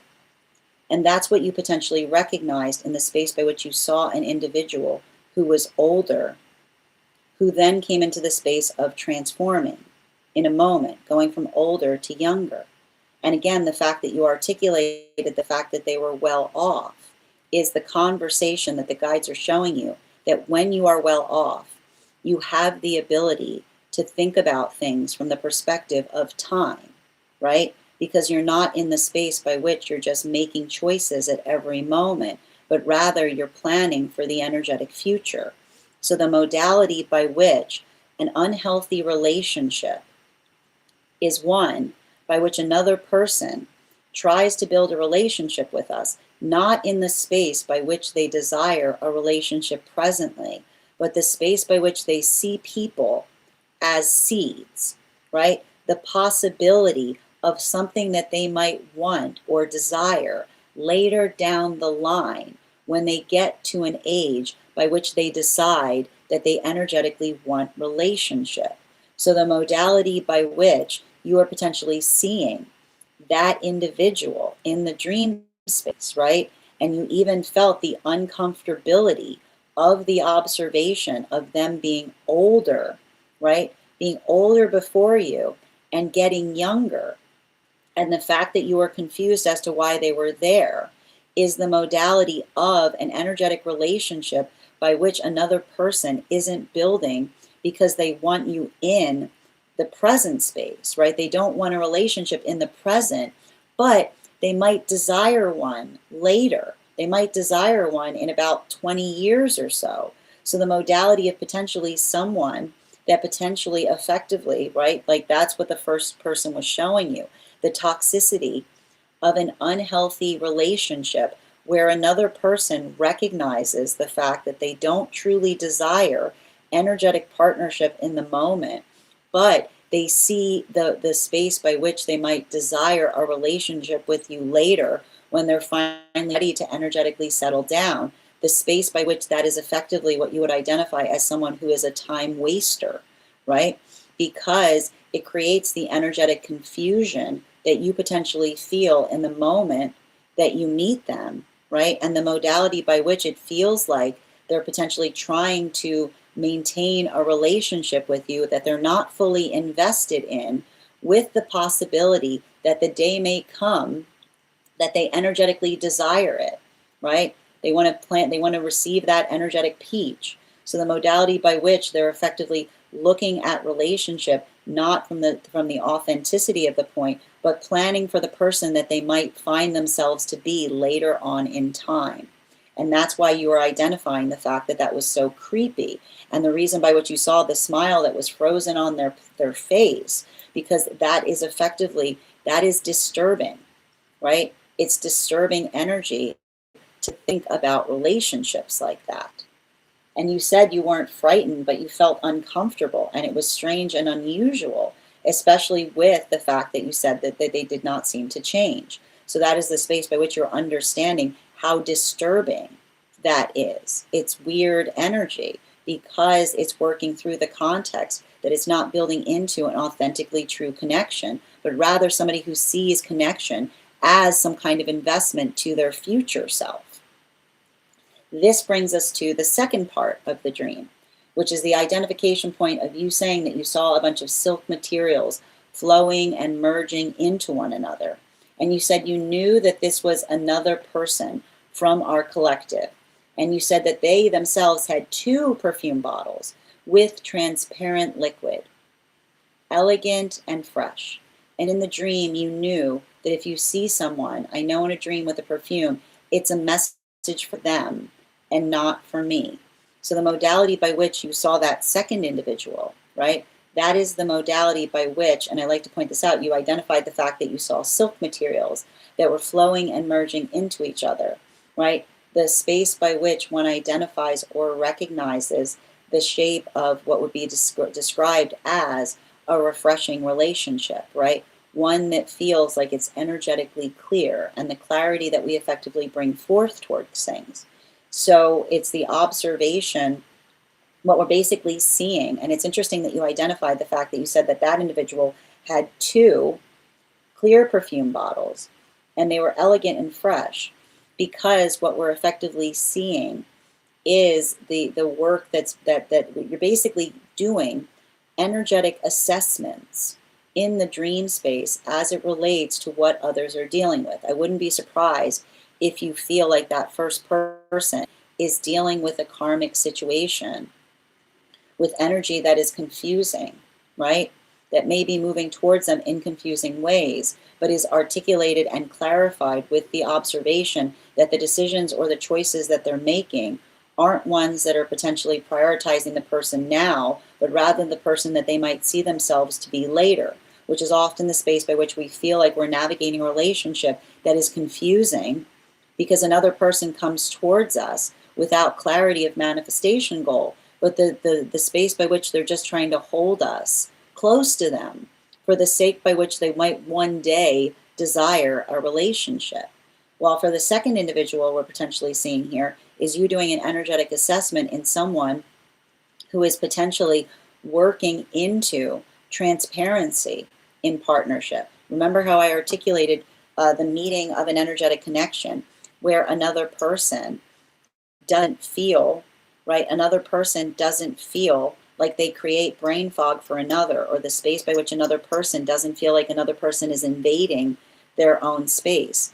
But the clarity of the peership, and I want to kind of point this out, your dream anticipated the reading that I gave them. We follow our intuition when our intuition guides us to a miracle. So that individual, I actually read for them today. And one of the things that I said in my reading today to them was that there was a relationship awaiting them by which there would be clarity, clear purpose, mutual purpose, might even be doing the same thing. And the force by which another would not feel that what they do is invasive, but rather would create better clarity between them. So effectively, your energetic read that you had on someone in the dream is thus proved accurate by the dream that by the reading that I gave them presently, which was basically the same reading in a different form. Bottom of the deck on this reading. This is what's beautiful when we heal collectively. May I offer you the opportunity of recognizing the beauty of collective readings, because when we're reading collectively, and this is why as a reader, I am always reaffirmed when others are doing spiritual work outside of the self, because the reaffirmation of understanding the context of what is being done helps us to be able to get even more clarity upon it. So the modality by which, right, the modality by which we see that your dream, right, your energetic assessment of them in the dream was clarified by the reading that I gave them prior to reading about your dream. When we follow our intuition, it guides us to a miracle. So it is the affirmation of, and that's why you saw the silk-like materials that were flowing and merging into each other, because it is the collective, right? It is the collective healing that you potentially identify that unifies what you saw in their dream, in your dream, versus what I read for, that shows us the fact that there is integrity in the energetic reading. Thank you so much for having that reading with me. And if this message connected to you as well, it's very common for those who need these messages to be here to experience them. We are doing personal readings right now. If you would like to get on the list is open. I've got 3 spots left. You'll be the next person, you'll be the second person read for. 3 cards for a donation of $29 or more. 4 cards for a donation of $23 or more for my subscribers, Binks and my Lio. Please keep in mind there are 3 things I do not read for across these apps: pregnancy, medical, and legal. Happy to give insight on anything in private readings. And you can book private readings on my site. I'm going to take a moment to read over some of the comments that came through as I was reading.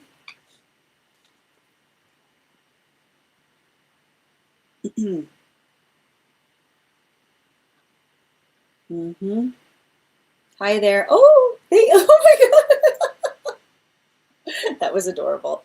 Okay. Where were we? And thank you so much, Bridget, for the heart me's and the gifts. Good to see you today, dear. One moment.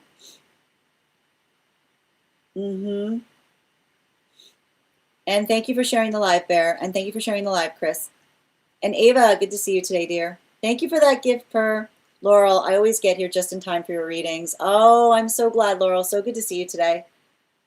This is a weird one. You have nothing to do. Don't apologize. You don't have to apologize. No, I feel like it's not that it's weird. Like, it's not weird to me. It makes a lot of sense. This is what I do in mentorships. Often, like, I need to stress, usually in mentorship, someone's like, when I say to them, like, spare no details and be like, there's something weird, I'm like, that's the part I want to hear the most.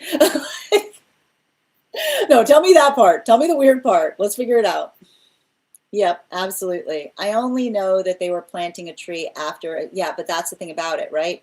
So the confirmation, oh, so that was something that was actually happening in real life, right? The confirmation of getting the energetic confirmation from them. That was something that they're actually doing. But you see, that also informed the next reading. Yeah, there is no later, my friend. Don't waste your time with them. I don't ever think that time is ever wasted. But no way back. Exactly. Yeah, the coffee will be too cold. How you doing, Bridget? Absolutely. Yeah, I'm so glad you made sense of it. Oh, you're so welcome, dear. Thank you for sharing it with me. Excellent. Hi there, Julia. You're next, dear. No, thank you. Excellent. All right, let's continue right now. And the next person we're reading for today is Julia. Julia, I already got your cards out. They all came out when you were gone, so I just held them because I knew they were yours. So they're all here. So can you, we're also at 46.9K likes. When we get to 50K, I'll be gifting a reading back to the collective. So make sure you're tapping that screen. We'll get to 50K in no time. And again, just a reminder for those who are joining us on the place where we keep the videos, you are also entitled to the same discounted rate if you're a paid member as the subscription that I've articulated. And for those who are waiting, we've also got 3 more spots available today before the list will be closed.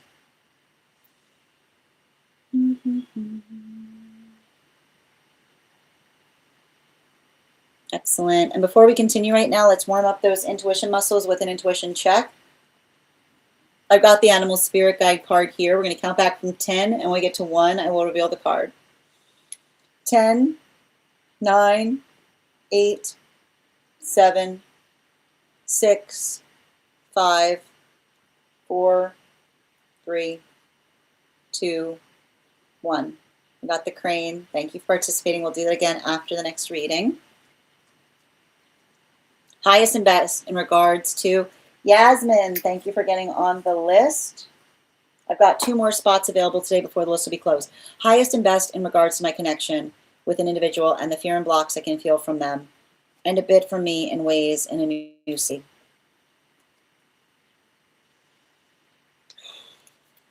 So they're terrified you're going to leave again. Absolutely terrified.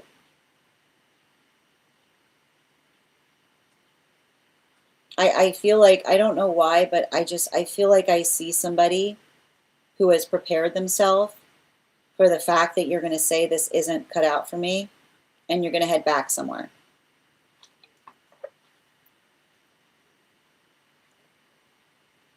That's her greatest fear. I just keep on seeing somebody like this is them, which is like, is the space by which I keep on seeing every day that goes by that doesn't happen. Like they feel more energetically secure. But I feel like there's a lot of anxiety because I keep on seeing that, like, I almost feel like it's somebody who like is working through the fact that they feel like they like you, like you're too good to be true. Is what I keep on seeing. They're like, this can't possibly be real. Is what I keep on getting. I feel like I also see somebody that doesn't understand. Like I don't think they'd say this to you, but I keep on seeing somebody say, "What are you like?" There must be. I keep on hearing somebody say, "There must be something wrong with you," because, and this is me saying this is, but I don't think it's true. But I keep on seeing somebody say like, "There must be something wrong with you." Like, why are you picking me? Like, I keep on hearing the energy. I feel like this is somebody who feels like they are not they are not in your league, is what I keep on seeing. Like I feel like I almost like I don't feel like they'd articulate that, but I just keep on hearing like I see boxing gloves. Like when they see you, they see boxing gloves. I don't know if this is someone who fights, but I feel like they think you're a knockout, is what I'm getting. So I feel like that's the hard part about it. Like I see somebody, like I feel like I see somebody that's trying really hard to keep their energetic cool, because I feel like they're worried about one of 2 things happening. One, that you're going to change your mind and go back somewhere, and 2, that like I just keep on I don't know why I keep on feeling like I don't know why they feel like I feel like this is someone who has some self-esteem issues. I don't know if they'd admit it, you know, but I just kind of I almost see somebody who is like absolutely thrown by the fact that you still give them, like the fact that you keep already seeing somebody who's like absolutely thrown by the fact that you keep giving them some time of day. They're like, really? Do you want to do something? Really? Like it's a lot of that type of energy. From your perspective, I feel like the hard thing here is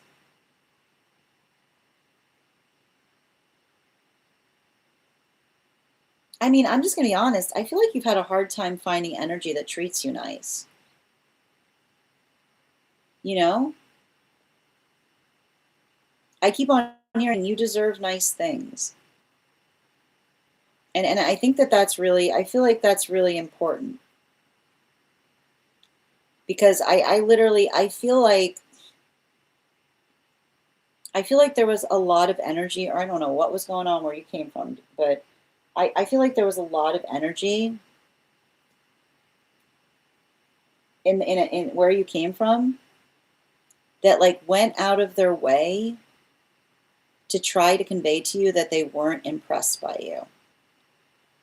You know? And that's really painful. right? Having to heal from a lot of energy that was trying to convey that you weren't energetically special is often the sound of understanding that we are never more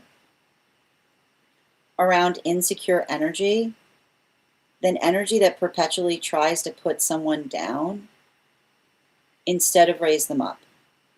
And I like to point this out, that often, especially when we're young, the sound of insecurity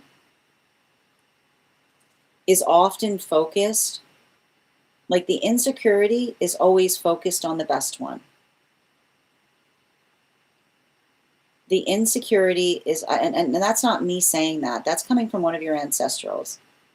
The insecurity is always focused on the best one, which is the modality by which, right, it shouldn't be that way, but the modality by which energy often says, I'm not really impressed by you, right? We miss the conversation by which they felt like they had to stress the fact that that was something that needed to be stated. Like when you have to navigate a situation by which another person says, don't expect, like, it feels like a lot of active suppression that you are having to work through, or the modality of another person taking their insecurity out on you, which is often the space by which you try to say, like, the way by which another person says, and I like to point this out. Sometimes when somebody has the false impression that something is easier for us, they try to make it harder, right? It's like, I keep on getting that. The space by which another person feels that something is easier for us, they try to make it harder. And then they try to thank. There's nothing more depressing than when somebody tries to make it harder and then tries to thank you, like thank them for making it harder, because they try to articulate the fact that they say, I was just trying to prepare you for a cruel world, right?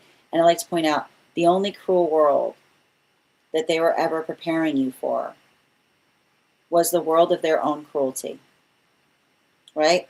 The only world that they were trying to prepare you for was the world of their own cruelty, which is the modality by which we recognize and amplify that energy that's hurting us will often try to articulate the fact that they were trying to prepare us for a cruel world that doesn't exist. And I feel like that observation is what might be a little bit difficult for you in the state of relationship right now, because I see somebody that may completely surprise you by how easy it is for them to care for you or to effectively meet your needs, and recognize that it's not excessive, it's the bare minimum. Bottom of the deck, right? Yeah, you're healing from situations that were trying to prepare you for the bare minimum, right?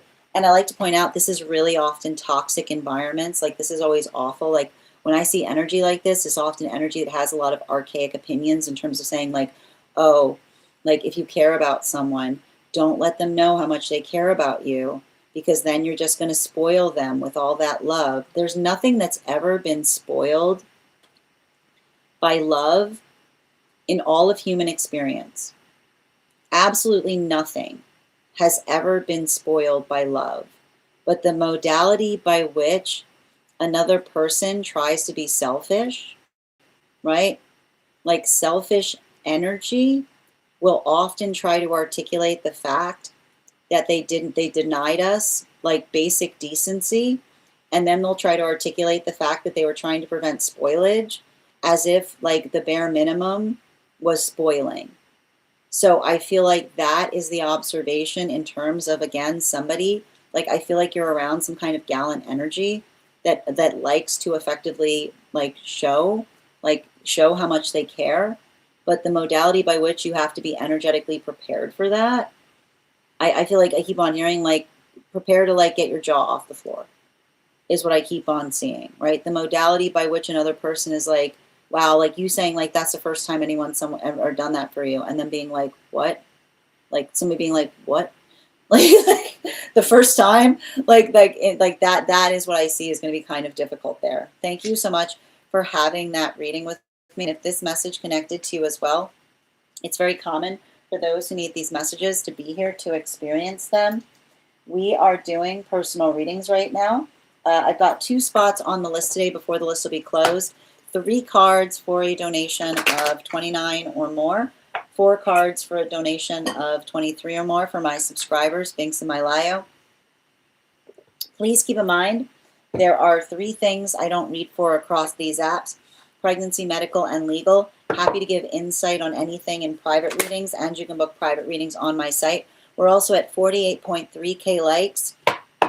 When we get to 50K, I will be gifting a reading back to the collective, so make sure you're tapping that screen, and we will get to 50K in no time. And Nikita, thank you for sharing the live. Always appreciate when you guys share the live. Hi there, Nicole. Can you post? Yes, I'll try to remember to get to it. Thank you.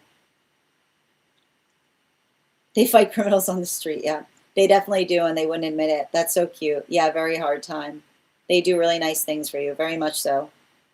Absolutely, they're trying to humble you, taking it out on me, the bare minimum. Yeah, and they treat me that way. Yeah, the toxic energy, sending you support on there. How you doing today, Abigail? And Chris, thank you for sharing the live. Always appreciate when you guys share the live. Oh my gosh, that's wild, Julia. Thank you for confirming what I was seeing there. I was like, are you sure? Yeah, usually I'm the one doing that. That's beautiful, though. You deserve that. That's fantastic. All right, we're going to continue right now. The next person on the list today is Yasmin. And if you want to get on the list right now, it's a lovely time to get on the list. You will be the next person read for. You're so welcome, Julia. Hi there, Jack. How are you doing today? And as I mentioned, Yasmin, if you could let me know if we're doing a general reading or if you have a specific question. And while we wait for Yasmin's question, let's warm up the intuition muscles with an intuition check. I've got the animal spirit guide card here. We're going to count back from 10. And when we get to 1, I will reveal the card. 10, 9, 8, 7, 6, 5, 4, 3, 2, 1.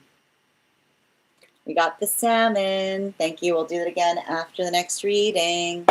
Second call for Yasmin. Second call for Yasmin. And just a reminder to anybody joining us, we've got 2 spots available today before the list will be closed. 3 cards for a donation of $29 or more. 4 cards for a donation of $23 or more for my subscribers, Binks and Mylayo. Please keep in mind there are 3 things I do not read for across these apps: pregnancy, medical, and legal. Happy to give insight on anything in private readings, and you can book private readings on my site. Just bear with me a moment. Also, please remember, if you have information that you feel is relevant or necessary for the purposes of our reads, you can include it in the notes. When you send the donation, you can also post it in our subscriber-only disco channel in the appropriate channels. We do here highest priority messages from Spirit, Life Path, Animal Spirit Guide readings, Dream interpretations, please,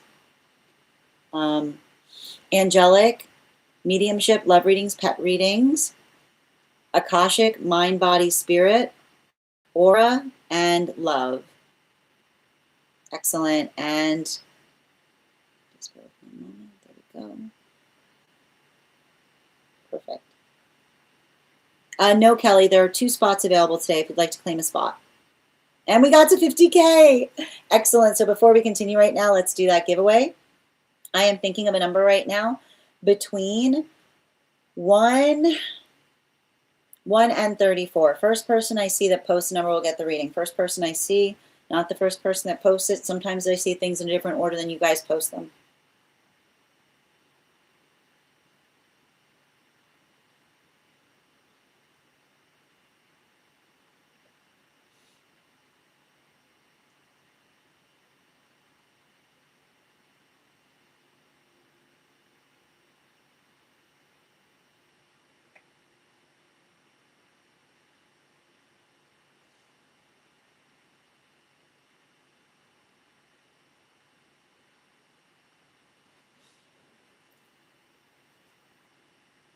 You must have picked a good one.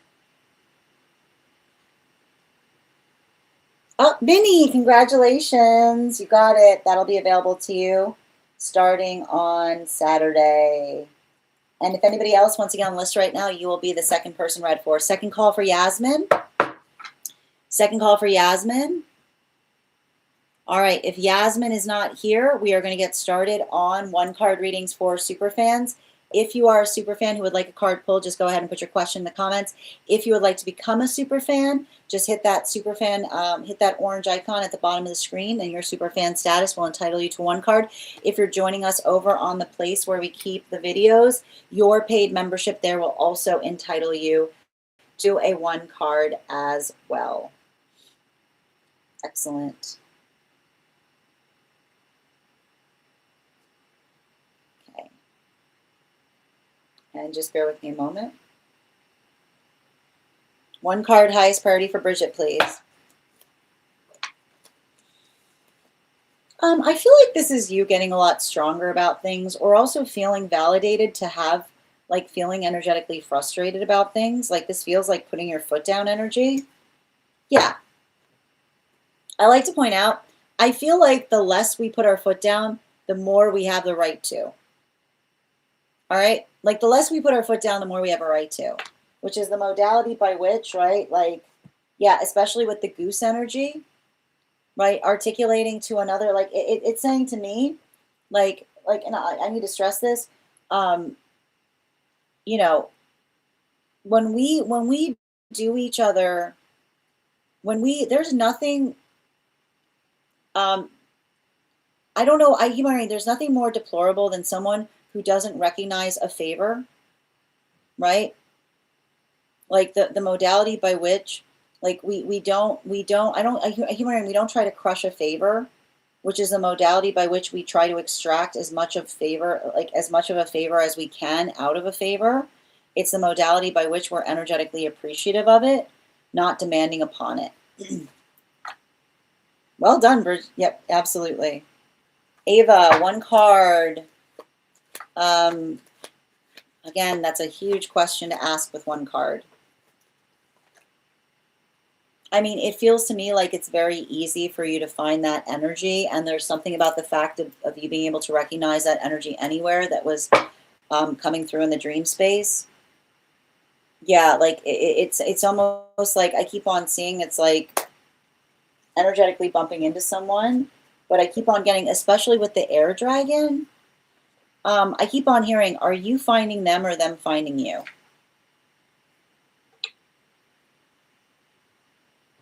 Who's finding who in the dream space? But this is why it's hard to do dream readings with one card. One card for Minnie on what you're working on currently through in the dream space. Looking at things with a new, fresh set of eyes. Clearing yourself of someone else's modality.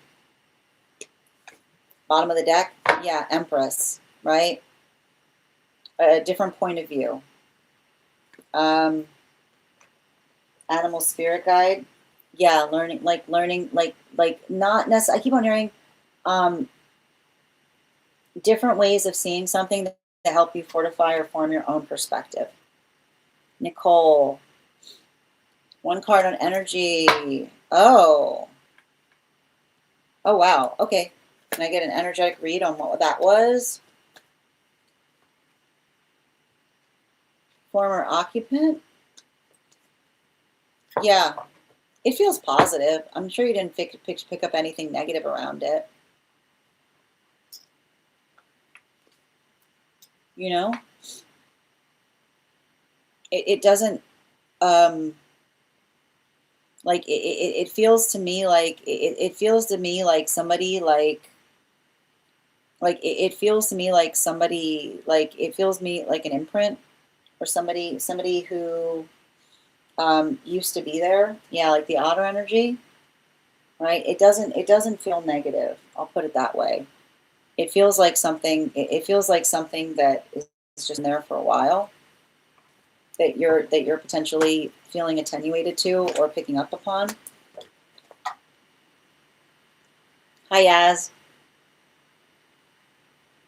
Yeah, before my reading. Oh, there you are, Yaz. One card on best interest. Again, we don't look at the cards to make decisions for us. We hold our autonomy as we read. Can I get a card on what one can expect from that? It feels like, I feel like it's interesting because I feel like it's positive, but I feel like it feels like it's helping to repair a friendship, is what I keep on seeing. Thank you for getting on the list, Bridget. Can I get bottom of the deck?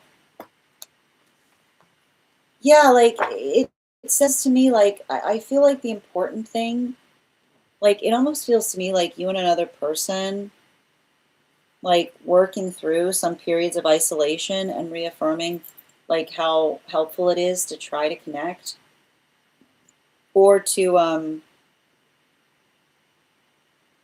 like it almost feels like you and another person building plans upon something.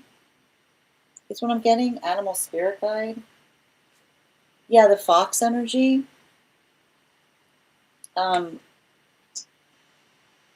Things have changed a lot. But like I like to point out, things have changed, but also things stay the same. And I keep on getting healthy relationship can weather changes in the best way possible, which is the space by which we feel energetically relieved by the changes that we experience and encounter. Yeah, you're so welcome, Minnie. Alexandra, one card on divine counterpart. Everyone please hold on one card so we have 2 readings coming in. The Fool card. Yeah, this feels imminent.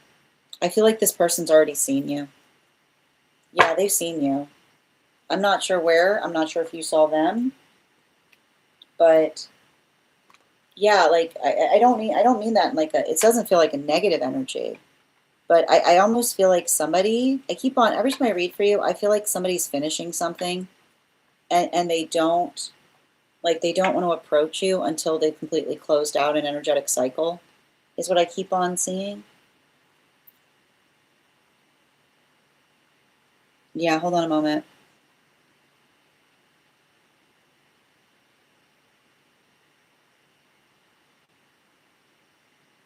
I just asked him what he wanted. He disappointed. A lot of creepy way to look at someone. He disappeared. Yeah, I mean, like, I don't think, I feel like, again, like, I almost feel like somebody that might have been surprised that you attenuated that they were there. Like, it's giving me like somebody who used to reside there that's a little shy and was surprised. I keep on hearing like they were surprised that you noticed them. Mm-hmm. Yep. Oh, I got you, Bridget. Yeah, currently planning a trip because I'm unsure if this is the best path to take because it's so last minute. It feels like it feels like you're gonna. It feels positive, right? But I feel like there's something about. It feels like something that helps you do something again later, even better. Got you, Yaz. You're welcome, dear. Yeah, I'm curious. It's like the hamster hiding behind the Coca-Cola. Hi there, Astrid. These are one card readings for super fans. So if you'd like to have a one card pull, you just need to hit that button and become a super fan. Highest priority, guys, please pause on the one cards. We're gonna get started back into regular, into standard readings. I've got one more spot today before the list will be closed. Highest priority for Avatar. Yeah, this is interesting because like I feel like I see a situation where somebody, like I feel like in a way something I'm picking up upon is confirmation on what was coming through in that dream space, right? Someone that was confusing with you because they didn't want something with you immediately, but they were thinking about a time when they grew older and they might want to energetically settle down. Bottom of the deck, you are not a retirement home. You are not a retirement home for old energy. You are not a retirement home for old energy. And often when we see somebody's tendency of doing that, that's the last they ever see of us, right? Because that's the space by which another person, like, you often see somebody being like, I always knew it was you, being like, When you know it is somebody, you don't put hold music on the person you know that's for you, right? You don't, when you truly know that you want, like when you truly know that someone's your person, there's nothing worse on this earth than putting them on hold for the day that you're ready to energetically settle down. That's usually the sound of you losing them forever. Thank you so much, Avatar, and sending you so much support on that journey, and thank you for confirmation on that. All right, let's continue right now. The next person we're reading for today is Yasmin. Yasmin, if you're here, can you respond in all caps? Let me know if you'd like a general reading or if you have a specific question you'd like me to answer. And if anybody else would like to get on the list right now, we've got one more spot available before the list will be closed.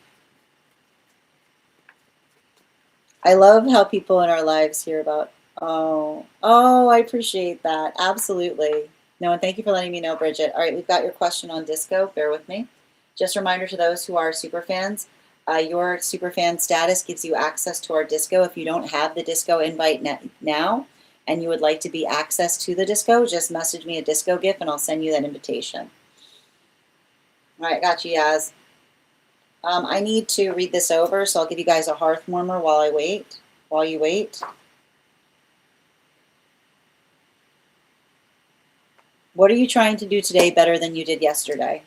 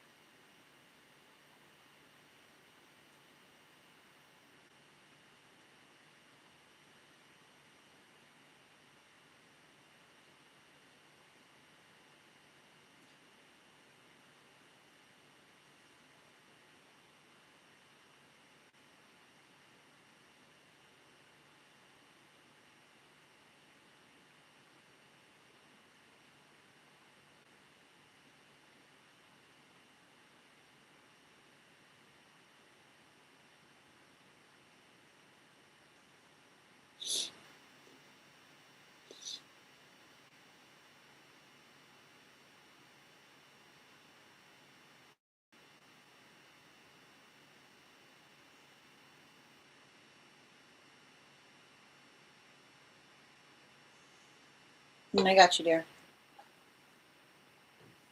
All right. And before we continue right now, let's warm up those intuition muscles with an intuition check. I've got the animal spirit guide card here. We're going to count back from 10, and when we get to 1, I'll reveal the card. 10, 9, 8, 7, 6, 5, 4, 3, 2, 1. You got the boar. We'll do it again after the next reading. 2 more.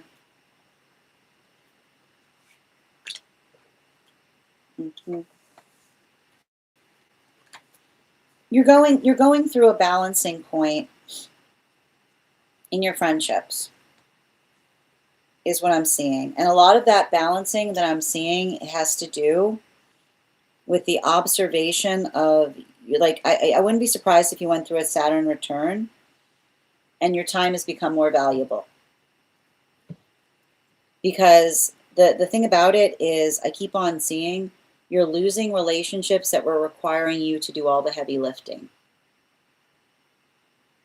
You're losing the relationships that were requiring you to do all the heavy lifting, which is the observation that friendships are reciprocal spaces. And the thing about it is, the older that we get, the more energetically reciprocal the relationship becomes. Because it's the understanding, right? It's the understanding that we have a lot of things that are happening, right? And you have to understand, and I wouldn't be surprised if some of these relationships that you're talking to me about that are fracturing are relationships that you have had or known since when you were earlier or childhood. Because the thing about it is there are friendships that deal with the trough of time. And friendships that deal with the trough of time is often the space by which others have all of this time. They got all this time, they don't know what to do with it. They're desperate to get rid of it, right? And so friendships that deal with the trough of time are often amplified by, they're amplified by excitement. They're amplified by adventure, right? They're amplified by the ability of feeling the eagerness by which one's able to navigate an energetic direction. Now, what's effectively happening is what happens with relationships that navigate the trough of time.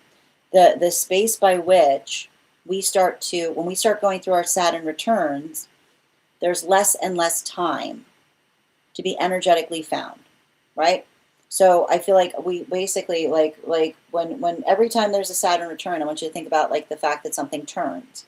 So that the Saturn return I see that you've gone through is the fact that you used to have all this time, and now your time, like now your time is at a premium, right? You've got something that you're doing, right? And it requires a lot of your time. I even see the fact that there's some kind of interest or something that you're putting your attention to by which you're throwing yourself into it, right? And so what is effectively happening? You're finding your purpose. And when we find our purpose, then we find like often our purpose is like as soon as we have time into the purpose it goes, right? Time into the purpose it goes. Time into the purpose it goes. So what happens in the modality by which we often have those younger relationships that are dealing in the trough of time, and then you've gone through a Saturn return, and now and to you, right, the time has become precious, into the purpose it goes, right? I wouldn't be surprised if you've got relationships around you saying you've lost your sense of priority, right? The energy that tries to articulate, right? Some of the energy that tries to articulate upon the fact that they feel that your priorities are out of whack, right? Because this is often what happens when when we mature. Now, not all relationships have this occur. When energy is maturing at the same rate as us, right? Then you'll often see that we don't hold it. Like we don't hold that personally. We hold it profoundly. So the time that we spend with each other, right? There's less of it, but becomes more precious because we understand that the time is precious and important, but we still hold it in a way that we can, but not getting angry at each other in relationality to it. So what we're potentially seeing that's happening here, and you've already described it as happening in one facet, right? The modality by which you haven't done anything to another, right? You've just been working purposefully, but it feels like somebody's angry at you because you have a sense of purpose and because you haven't been putting all of your attention towards them. That is a relationship that is potentially you're leaving in the past because they're still in the modality of navigating the trough of time, right? They're still in the space by which they're looking for spaces to expend their time when you are looking for spaces to find time. So that is potentially why we see that may be creating a moment of discord. Now, there might be the time by which that person respectfully finds their own sense of purpose, and you'll probably notate that that occurs when they bring an apology to you. But often, and this is what happens with Saturn return, sometimes the wound, right? Sometimes the wound that occurs during a Saturn return is so grievous that there's no energetic healing of it. And you kind of articulated the fact that there's a grievous wound that occurred there in the space by which somebody feels like they're trying to intentionally hurt you by making you feel intentionally left out of something and making it clear that you, like that is, again, they're not telling you, but they're indicating you through passive aggressiveness that is your punishment for not prioritizing giving them all of your energetic time. Now we see here with this relationship, this is different, right? You're identifying that there's something different here.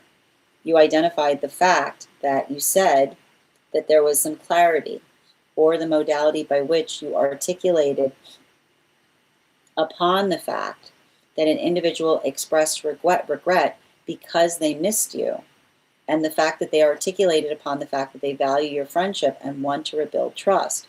But then you articulated the fact that you said that you were left feeling unsettled because many of their explanations felt vague or lacked clarity and didn't really fully feel reassured about the perspective or likelihood of real change. Now, what we effectively see that's happening in that circumstance or situation is the observation of being able to identify, and the way you can usually tell a healthy conversation is a healthy conversation has a point of progress attached to it. So we see that you and another person had a healthy conversation in terms of what needs to be done in order to make something energetically better, right? And you identified the fact that you stated that you're in the space by which you're not holding any energetic hard feelings. Now, I want to ask you, and I feel like this is important because it wasn't completely clear. And this is the thing you have to be energetically aware of, okay? When we're building into clarity, then we're giving each other clear instructions. So if this is the same energy that felt like they were leaving you out of something because you weren't putting all of your attention into figuring out what was going on with them, right?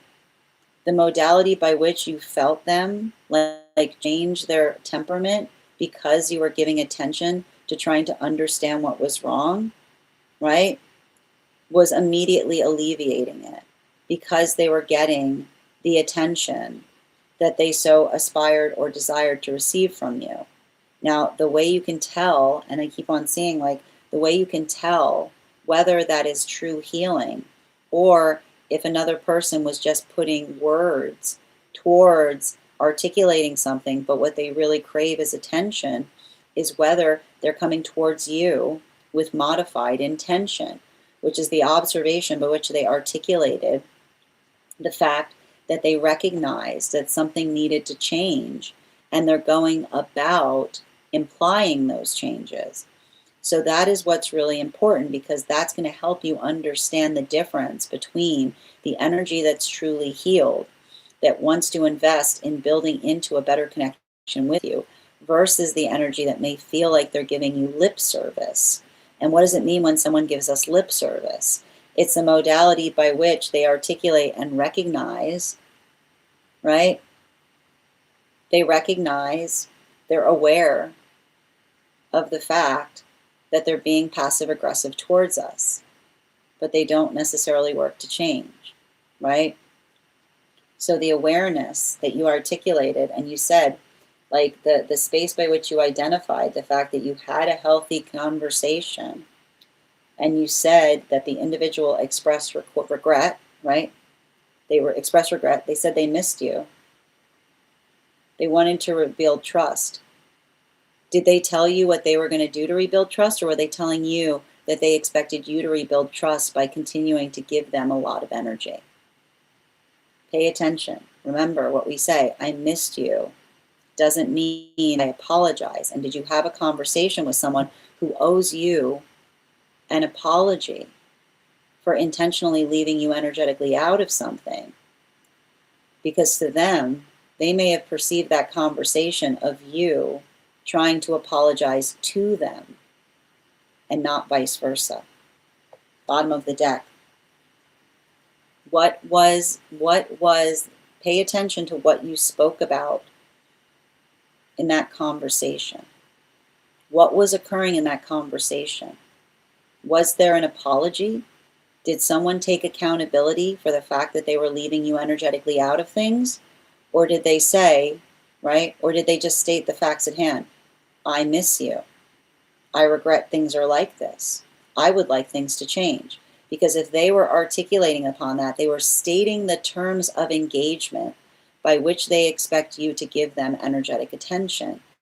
the modality by which they're not necessarily articulating the fact that they recognize that you're looking for something that feels energetically reciprocal, right? They're not articulating the reciprocity, but they're saying, aren't you ready to give me more attention now? Aren't you ready to reprioritize, right? So recognizing that could be an energy that says, if you're willing to put the effort in to try to heal it, right? Making sure you are having the same conversation, not somebody saying, you're right, I'll do better in terms of contacting you, versus someone saying, I'm waiting, right? Somebody saying, I'm waiting for you to bring towards me the energetic respect that they're energetic expecting. And that might be the sign that you've matured out of a relationship, because you have to understand, healthy relationships are not based upon energetic displays of respect, right? That's a power struggle. They're based on healthy reciprocity. They're based on a healthy give and take, not, right? Not the modality by which another person says, show me how bad you aspire to have me in your experience, right? That's often the sign by which we recognize that someone is maturing out of something, because, right, they're not articulating to you. There's no energy on the earth that says, I'm upset that you're not giving me enough attention, because that is often the sign of someone who realizes that what they're asking for is energetic, but reciprocity is the space by which we understand energetic accountability for one another's feelings that allow us to be able to further and more. Thank you so much for having that reading with me, dear. Message connected to you as well. It's very common for those who need these messages to be here to experience them. We are doing personal readings right now. If you would like to get on the list is open. I've got one more spot today before the list will be closed. 3 cards for a donation of $29 or more. 4 cards for a donation of $23 or more for my subscribers. Links in my bio. Please keep in mind there are 3 things I do not read for across these apps: pregnancy, medical, and legal. Happy to give insight on anything in private readings, and you can book private readings on my site. I'm going to take a moment to read over some of the comments that came through as I was reading. And Okan, thank you for the follow.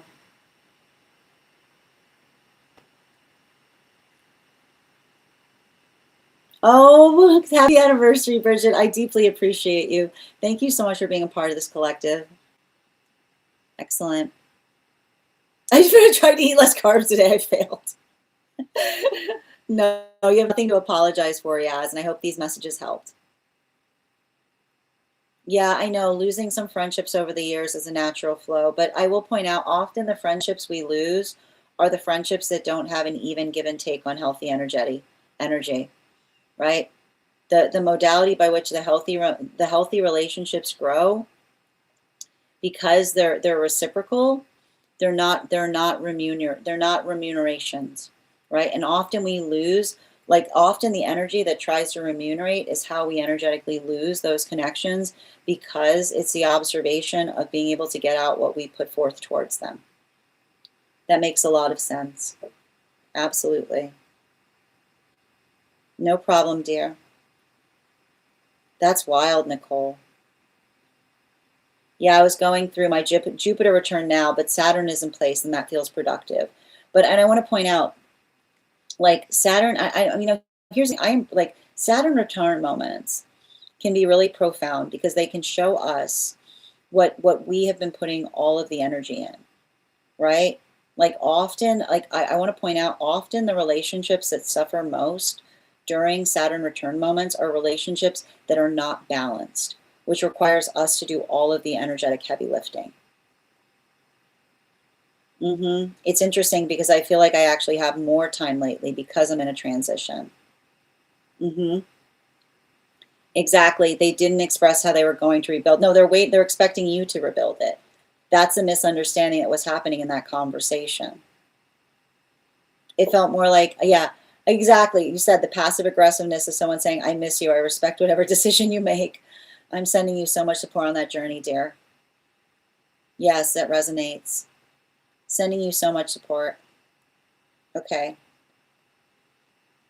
Yeah, I've definitely told my partner he's not but here's the thing, right? Like when it's a healthy space, then you just say it. Like it's okay to say to someone, you're not giving me enough attention when it feels like it's reciprocal. Julia, one card, highest and best, please. Uh, this is you. I feel like this is you going through a deep transition, you and another person. But I feel like a lot of the transition that you're going through is finding a relationship. I keep on hearing being prepared for a relationship that you've never experienced before, right? It's like you and another person are working to let go of cynicism, but it's hard, right? It's hard work. It feels like her words are not matching her actions. Well, I mean, again, I want to point out there's nothing that they stated in that conversation was actions, right? Like nothing that they stated and what you stated articulated the fact that they were going to do anything differently. They're waiting for you to do different by them, right? And that's what you have to pay attention to. You're welcome, Per.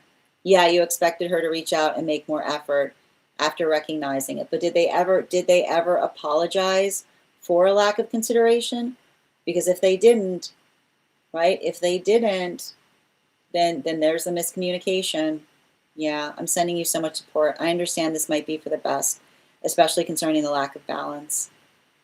Absolutely. And thank you, Kelly, for the follow. Yeah, but here I need to point out, if it was healthy, they would tell you directly, right? You're welcome, Julia. All right, let's continue right now. The next person on the list for today is Bridget. And also, friends, we've got one more spot available today if anybody would like to claim that spot. 3 cards for a donation of $29 or more. 4 cards for a donation of $23 or more for my subscribers. Links in my bio. Please keep in mind there are 3 things I do not read for across these apps: pregnancy, medical, and legal. Happy to give insight on anything in private readings. And you can book private readings on my site.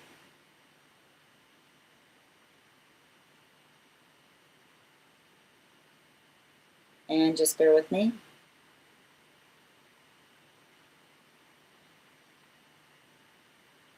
All right. And before we continue right now, let's warm up those intuition muscles with an intuition check. I've got the animal spirit guide cards here. We're going to count back from 10, and when we get to 1, I will reveal the card. 10, 9, 8, 7, 6, 5, 4, 3, 2, 1. We got the hind. Thank you. We'll do that again after the next reading. And I'm going to pin up Bridget here. Bridget, looks like we're doing a reading for a friend. Are they here? Excellent. It's for the Kelly that's in this room? Excellent. All right. Is this inside tea or outside tea? Hi, dear. How are you today? And thank you so much for recommending me, Bridget. All right, we're doing 2 pet energies. Okay, and it's outside tea? Excellent. Welcome.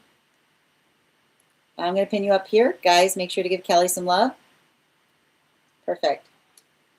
All right, can we do a read on 2 cats? I want to know how they are when I'm gone, if they feel safe and understand that I'll be back. They seem so anxious. I just want to know they're happy and feel secure. I got you, dear. One of them's really dizzy. 2 cards, please. Is one of them having an issue with equilibrium?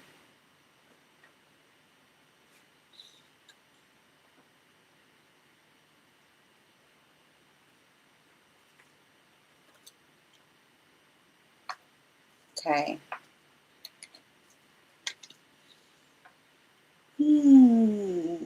Okay.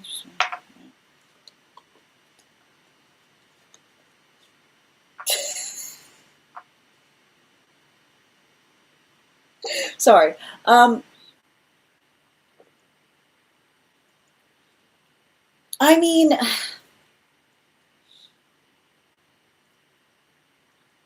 the thing that's they got a weird relationship is what I'm getting here. You know? Um, there's like there's something really important that I'm getting um, in terms of like very different personalities. Like like and I feel like you're like the thing is like when you're there, like you're the glue between them. Like this is you, you know? And it's funny too because like I'm just going to give you a little bit of indication on what I'm seeing here. Um, you know, the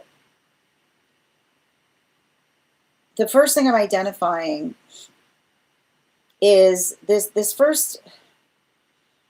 I'm just call this one the big one because they feel like they're bigger. Um, but the thing about it is they don't like not having something to do. And the thing about it is like I see them like they're like a big kid energy. You know, like this is like I keep on seeing like you couldn't tell the difference between like it's like big cat that acts like a kitten, right? And the thing about that is um you know, they have a tendency of get like when they don't have something to do, they're going to find something to do and it's probably not going to be something you want them to do. Is what I keep on hearing. Like when they like you've got to like you got to give you got to give them like you got to give them something to like occupy them because I just see them tearing the place apart. But they're tearing the place if they're tearing the place apart like it's because like they're bored. Is what I keep on they're bored. Like look what I did. You know what I mean? Like there it's actually funny. Like I don't know, it's like it feels like it almost feels like I've never like it feels like an artist kind of energy. Like they like to see the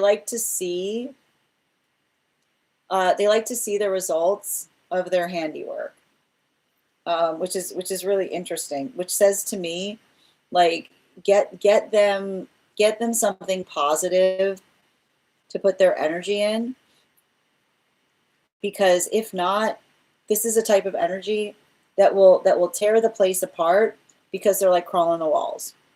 Um, and this one drives this one crazy.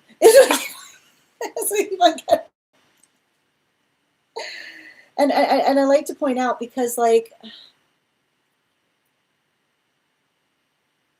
I see this energy here um, being much more reserved. Like I just see it, I just see an energy here, and I got to point out like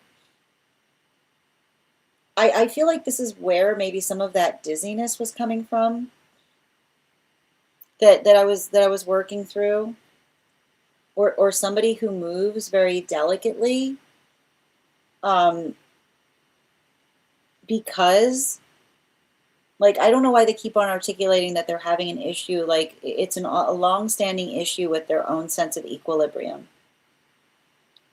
Um, and I want to point this out, like energy, like and sometimes when you notice energy that has equilibrium problems is they don't want to be picked up. Like it's interesting because I keep on getting the equilibrium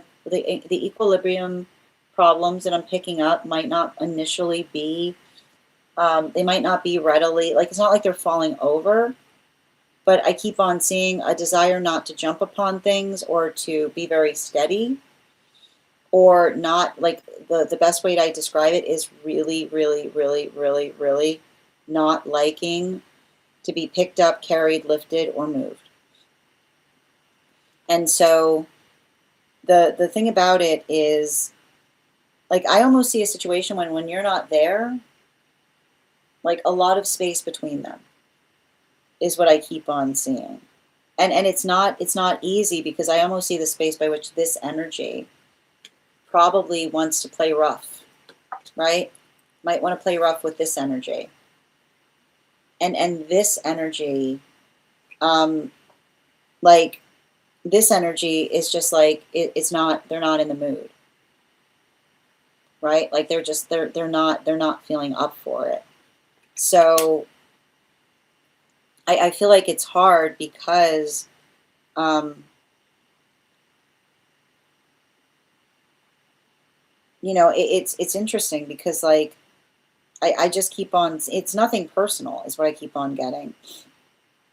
But I just keep on seeing that like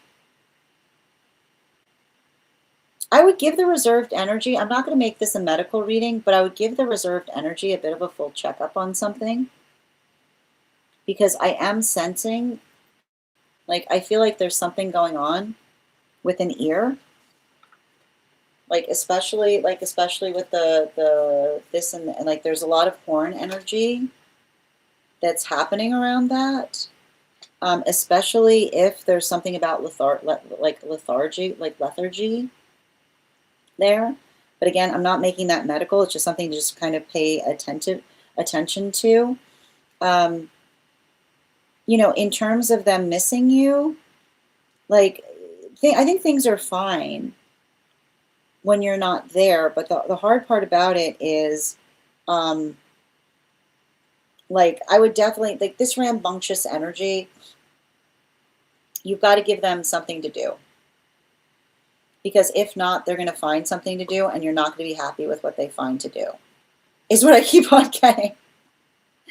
This energy, I feel like misses you more, right? Like this is the energy, I feel like this is energy that does get in a, like, I feel like this energy does get in a funk when you're not there. Specifically because I feel like this is someone who likes to be on top of you or likes to have that energy of reassurance is what I keep on seeing. I want to give you some bottom of the deck on this to keep in mind.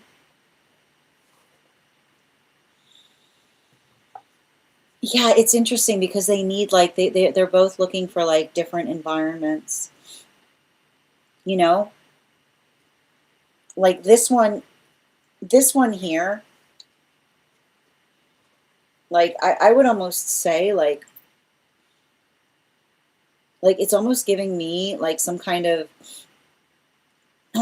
like you need to start doing some kind of scavenger hunt energy when you leave places, like the space by which you like leavings, like leave treats in weird places so that they I keep on hearing you can build into the context of them getting excited when you leave because they know that you've hidden something somewhere, so they'll spend more time searching for those things than tearing the place apart is what I keep on getting.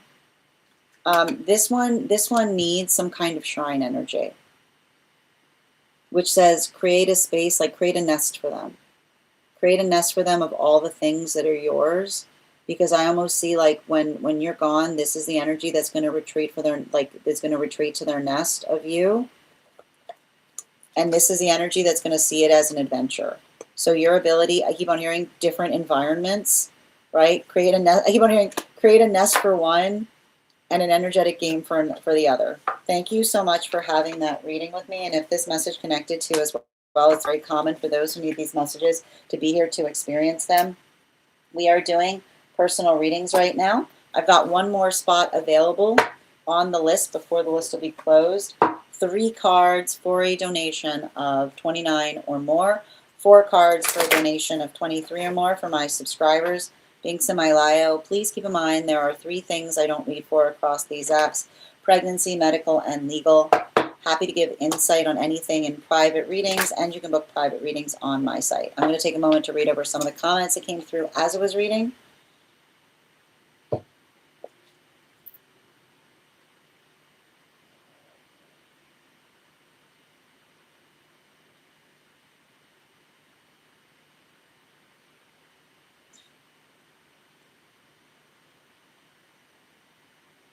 Yep, hold on a minute. You're so welcome, Yaz. Oh, no problem, dear. My little like a reading yesterday. I got you, dear. One seems more anxious. Yeah. One is an orange. Oh, one's an orange. That was the orange cat. Yeah, it's a love. I can see it. It's a love hate. Yeah. Oh my gosh. Thank you for confirming. Yeah, the big one is probably the little one. Yeah. I don't think there should be any context by which you feel like you have to suffer, Chris. Make sure that you're taking care of yourself. Thank you as well, Kelly. I'm bored in that. Yeah, exactly. Like there's a lot of that energy there, Bridget. Yeah. Cardboard hates to see them coming. No, I see it. Like I see somebody, like I see one of them trying to tear everything apart. I've tried, believe me. Yep, absolutely. Yeah, the big one is chill and lovey, and the little one, okay, thank you for confirming. No problem. Yeah, I keep on seeing there might be, I'm getting something about an equilibrium problem there. But it's not like it's always been there, right? It just, it feels like it has something to do with it. Oh, sending you support on that journey, Chris. But it's not, I don't see the fact, it's not like one, like I see that one is not, it's not anxious, they're stir crazy, is what I'm getting. And the other one, I see the other one does miss. Like the other one, that's why I keep on getting about the nest energy. Like I see another that misses, like that misses your company. Yeah. No, it is funny. I didn't pick up on that. The orange or the orange cat with the red. Yeah, that's too wild. That's a good point. Yeah, little toys like that too. Mm-hmm. Absolutely. Yeah, it does very much. I'm glad. Okay, you're so welcome, Bridget. And thank you, Kelly, for having that reading with me and sending you support in your journey. Yep. All right, my friends. Final call right now for anybody. We've got one more spot today before the list will be closed. If anybody else would like a full reading, 3 cards for a donation of 29 or more. 4 cards for a donation of 23 or more for my subscribers, Binks in my Lio. Please keep in mind there are 3 things I don't read for across these apps: pregnancy, medical, and legal. Happy to give insight on anything in private readings, and you can book private readings on my site. Also, final call right now for any of my super fans or my paid subscribers who have not had a card pulled today. If you have not had a card pulled and would like one pulled, all you need to do is put your question in the comments. I'll be happy to draw a card for you. If you are interested in becoming a super fan, just hit that button at the bottom of the screen, and that will activate your super fan and make you eligible for one card. We will be offline. If you became a super fan today, welcome. I would encourage you to head over to, hi there, Nikki. Good to see you today. Oh, okay, no problem. I missed that. Thank you for letting me know, Nikki. Safety is not the issue. I didn't see any issue about there being a lack of safety there.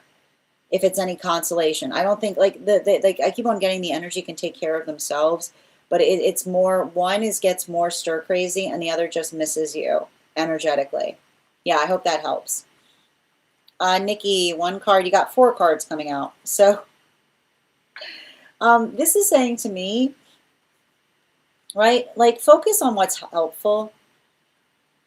I keep on hearing, make sure that you're having conversations that are solution focused, not overly concentrating on hurdles, bottom of the deck. Yeah, like we don't have a conversation. Like closure happens when someone says, I'll never get over that, right? Like, I'll never get over that is the end of a relationship, because the modality by which we don't build into the context of saying, like, we never use superlatives in relationship because it creates hopelessness. So it's not the modality by which we say, I'll never get over that, but the space one says, I'm working to get over it, right? Like the modality, and I want to point this out, superlatives are the death knell of relationships, because it's a modality by which when we're being superlative, another person can't tell when we're being serious or not, right? So we honor our words by removing superlatives, because it doesn't allow, when we utilize too many superlatives, it doesn't allow us the context of being able to take each other seriously. Oh, that's wild. Trust yourself in that, right? And help another person see, like make sure you and another person understand why, right? Like why it's not silly to overstress on superlatives is actually absolutely necessary, right? Our words are blessed, and when we realize our words are blessed, we're careful with what we say. Thank you so much, dear, for having that reading with me. Again, if you became a super fan today, make sure to message me directly. You can message me with a disco gift, and I will give you an access to the disco. You can introduce yourself to the collective, and there you'll find in the perks section a special coupon code that will give you a discount to our tarot class subscription program. Our next class is going to be on Friday, April 17th at 6 p.m. PST, 9 p.m. Eastern. We're going to be focusing our studies on the court cards in the wand suit. For anybody who's joining us today, I will be offline tomorrow, but returning back on Saturday at our usual time, 7:15 a.m. PST, 10:15 a.m. Eastern. If you would like to get on the list for Saturday, if you get on today, you'll have priority before we start reading, which means you'll be read for before we start the Daily Collective. I want to thank you guys so much for being here today and sharing in these messages. Huge thank you to my followers, old and new. Thank you for being here today and receiving these messages. Huge thank you to my subscribers. Your ongoing support means the absolute world to me, and the biggest thank you to my mods. I hope you guys have, oh, I got you, Dada, absolutely. One card general message for Dada, please. Make sure that you're having a hopeful perspective as it relates to what the future holds, right? The future is unwritten, right? We are the call for the future to be better than the past that we've experienced. So don't look to the future with dread, but with hope, and allow your actions to be that hope in action. Animal spirit guide, please. Yeah, the fire dragon, right? The ability to articulate and to build into the context of what feels stabilizing is how we are supportive to one another. So don't get frustrated. Allow that frustration to move you towards inspiration. You're so welcome, dear, and thank you for all that you do here, and thank you for always supporting the live. I deeply appreciate you. I want to thank you guys so much for being here today and sharing in these messages. Huge thank you to my followers, old and new. Thank you for being here and receiving these messages. Huge thank you to my subscribers. Your ongoing support means the absolute world to me.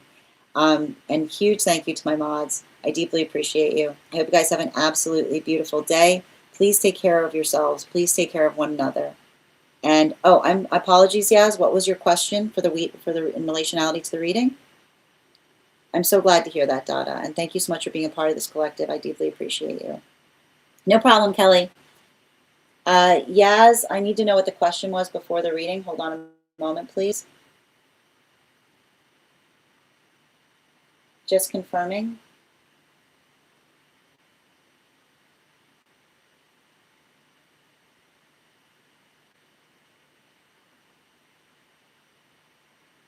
Ah, yes. Yeah, I can try to relate that to you as well, dear. Yeah, thank you for reminding me. I'll be sure to include that as well. Thank you so much. All right, my friends, I appreciate that.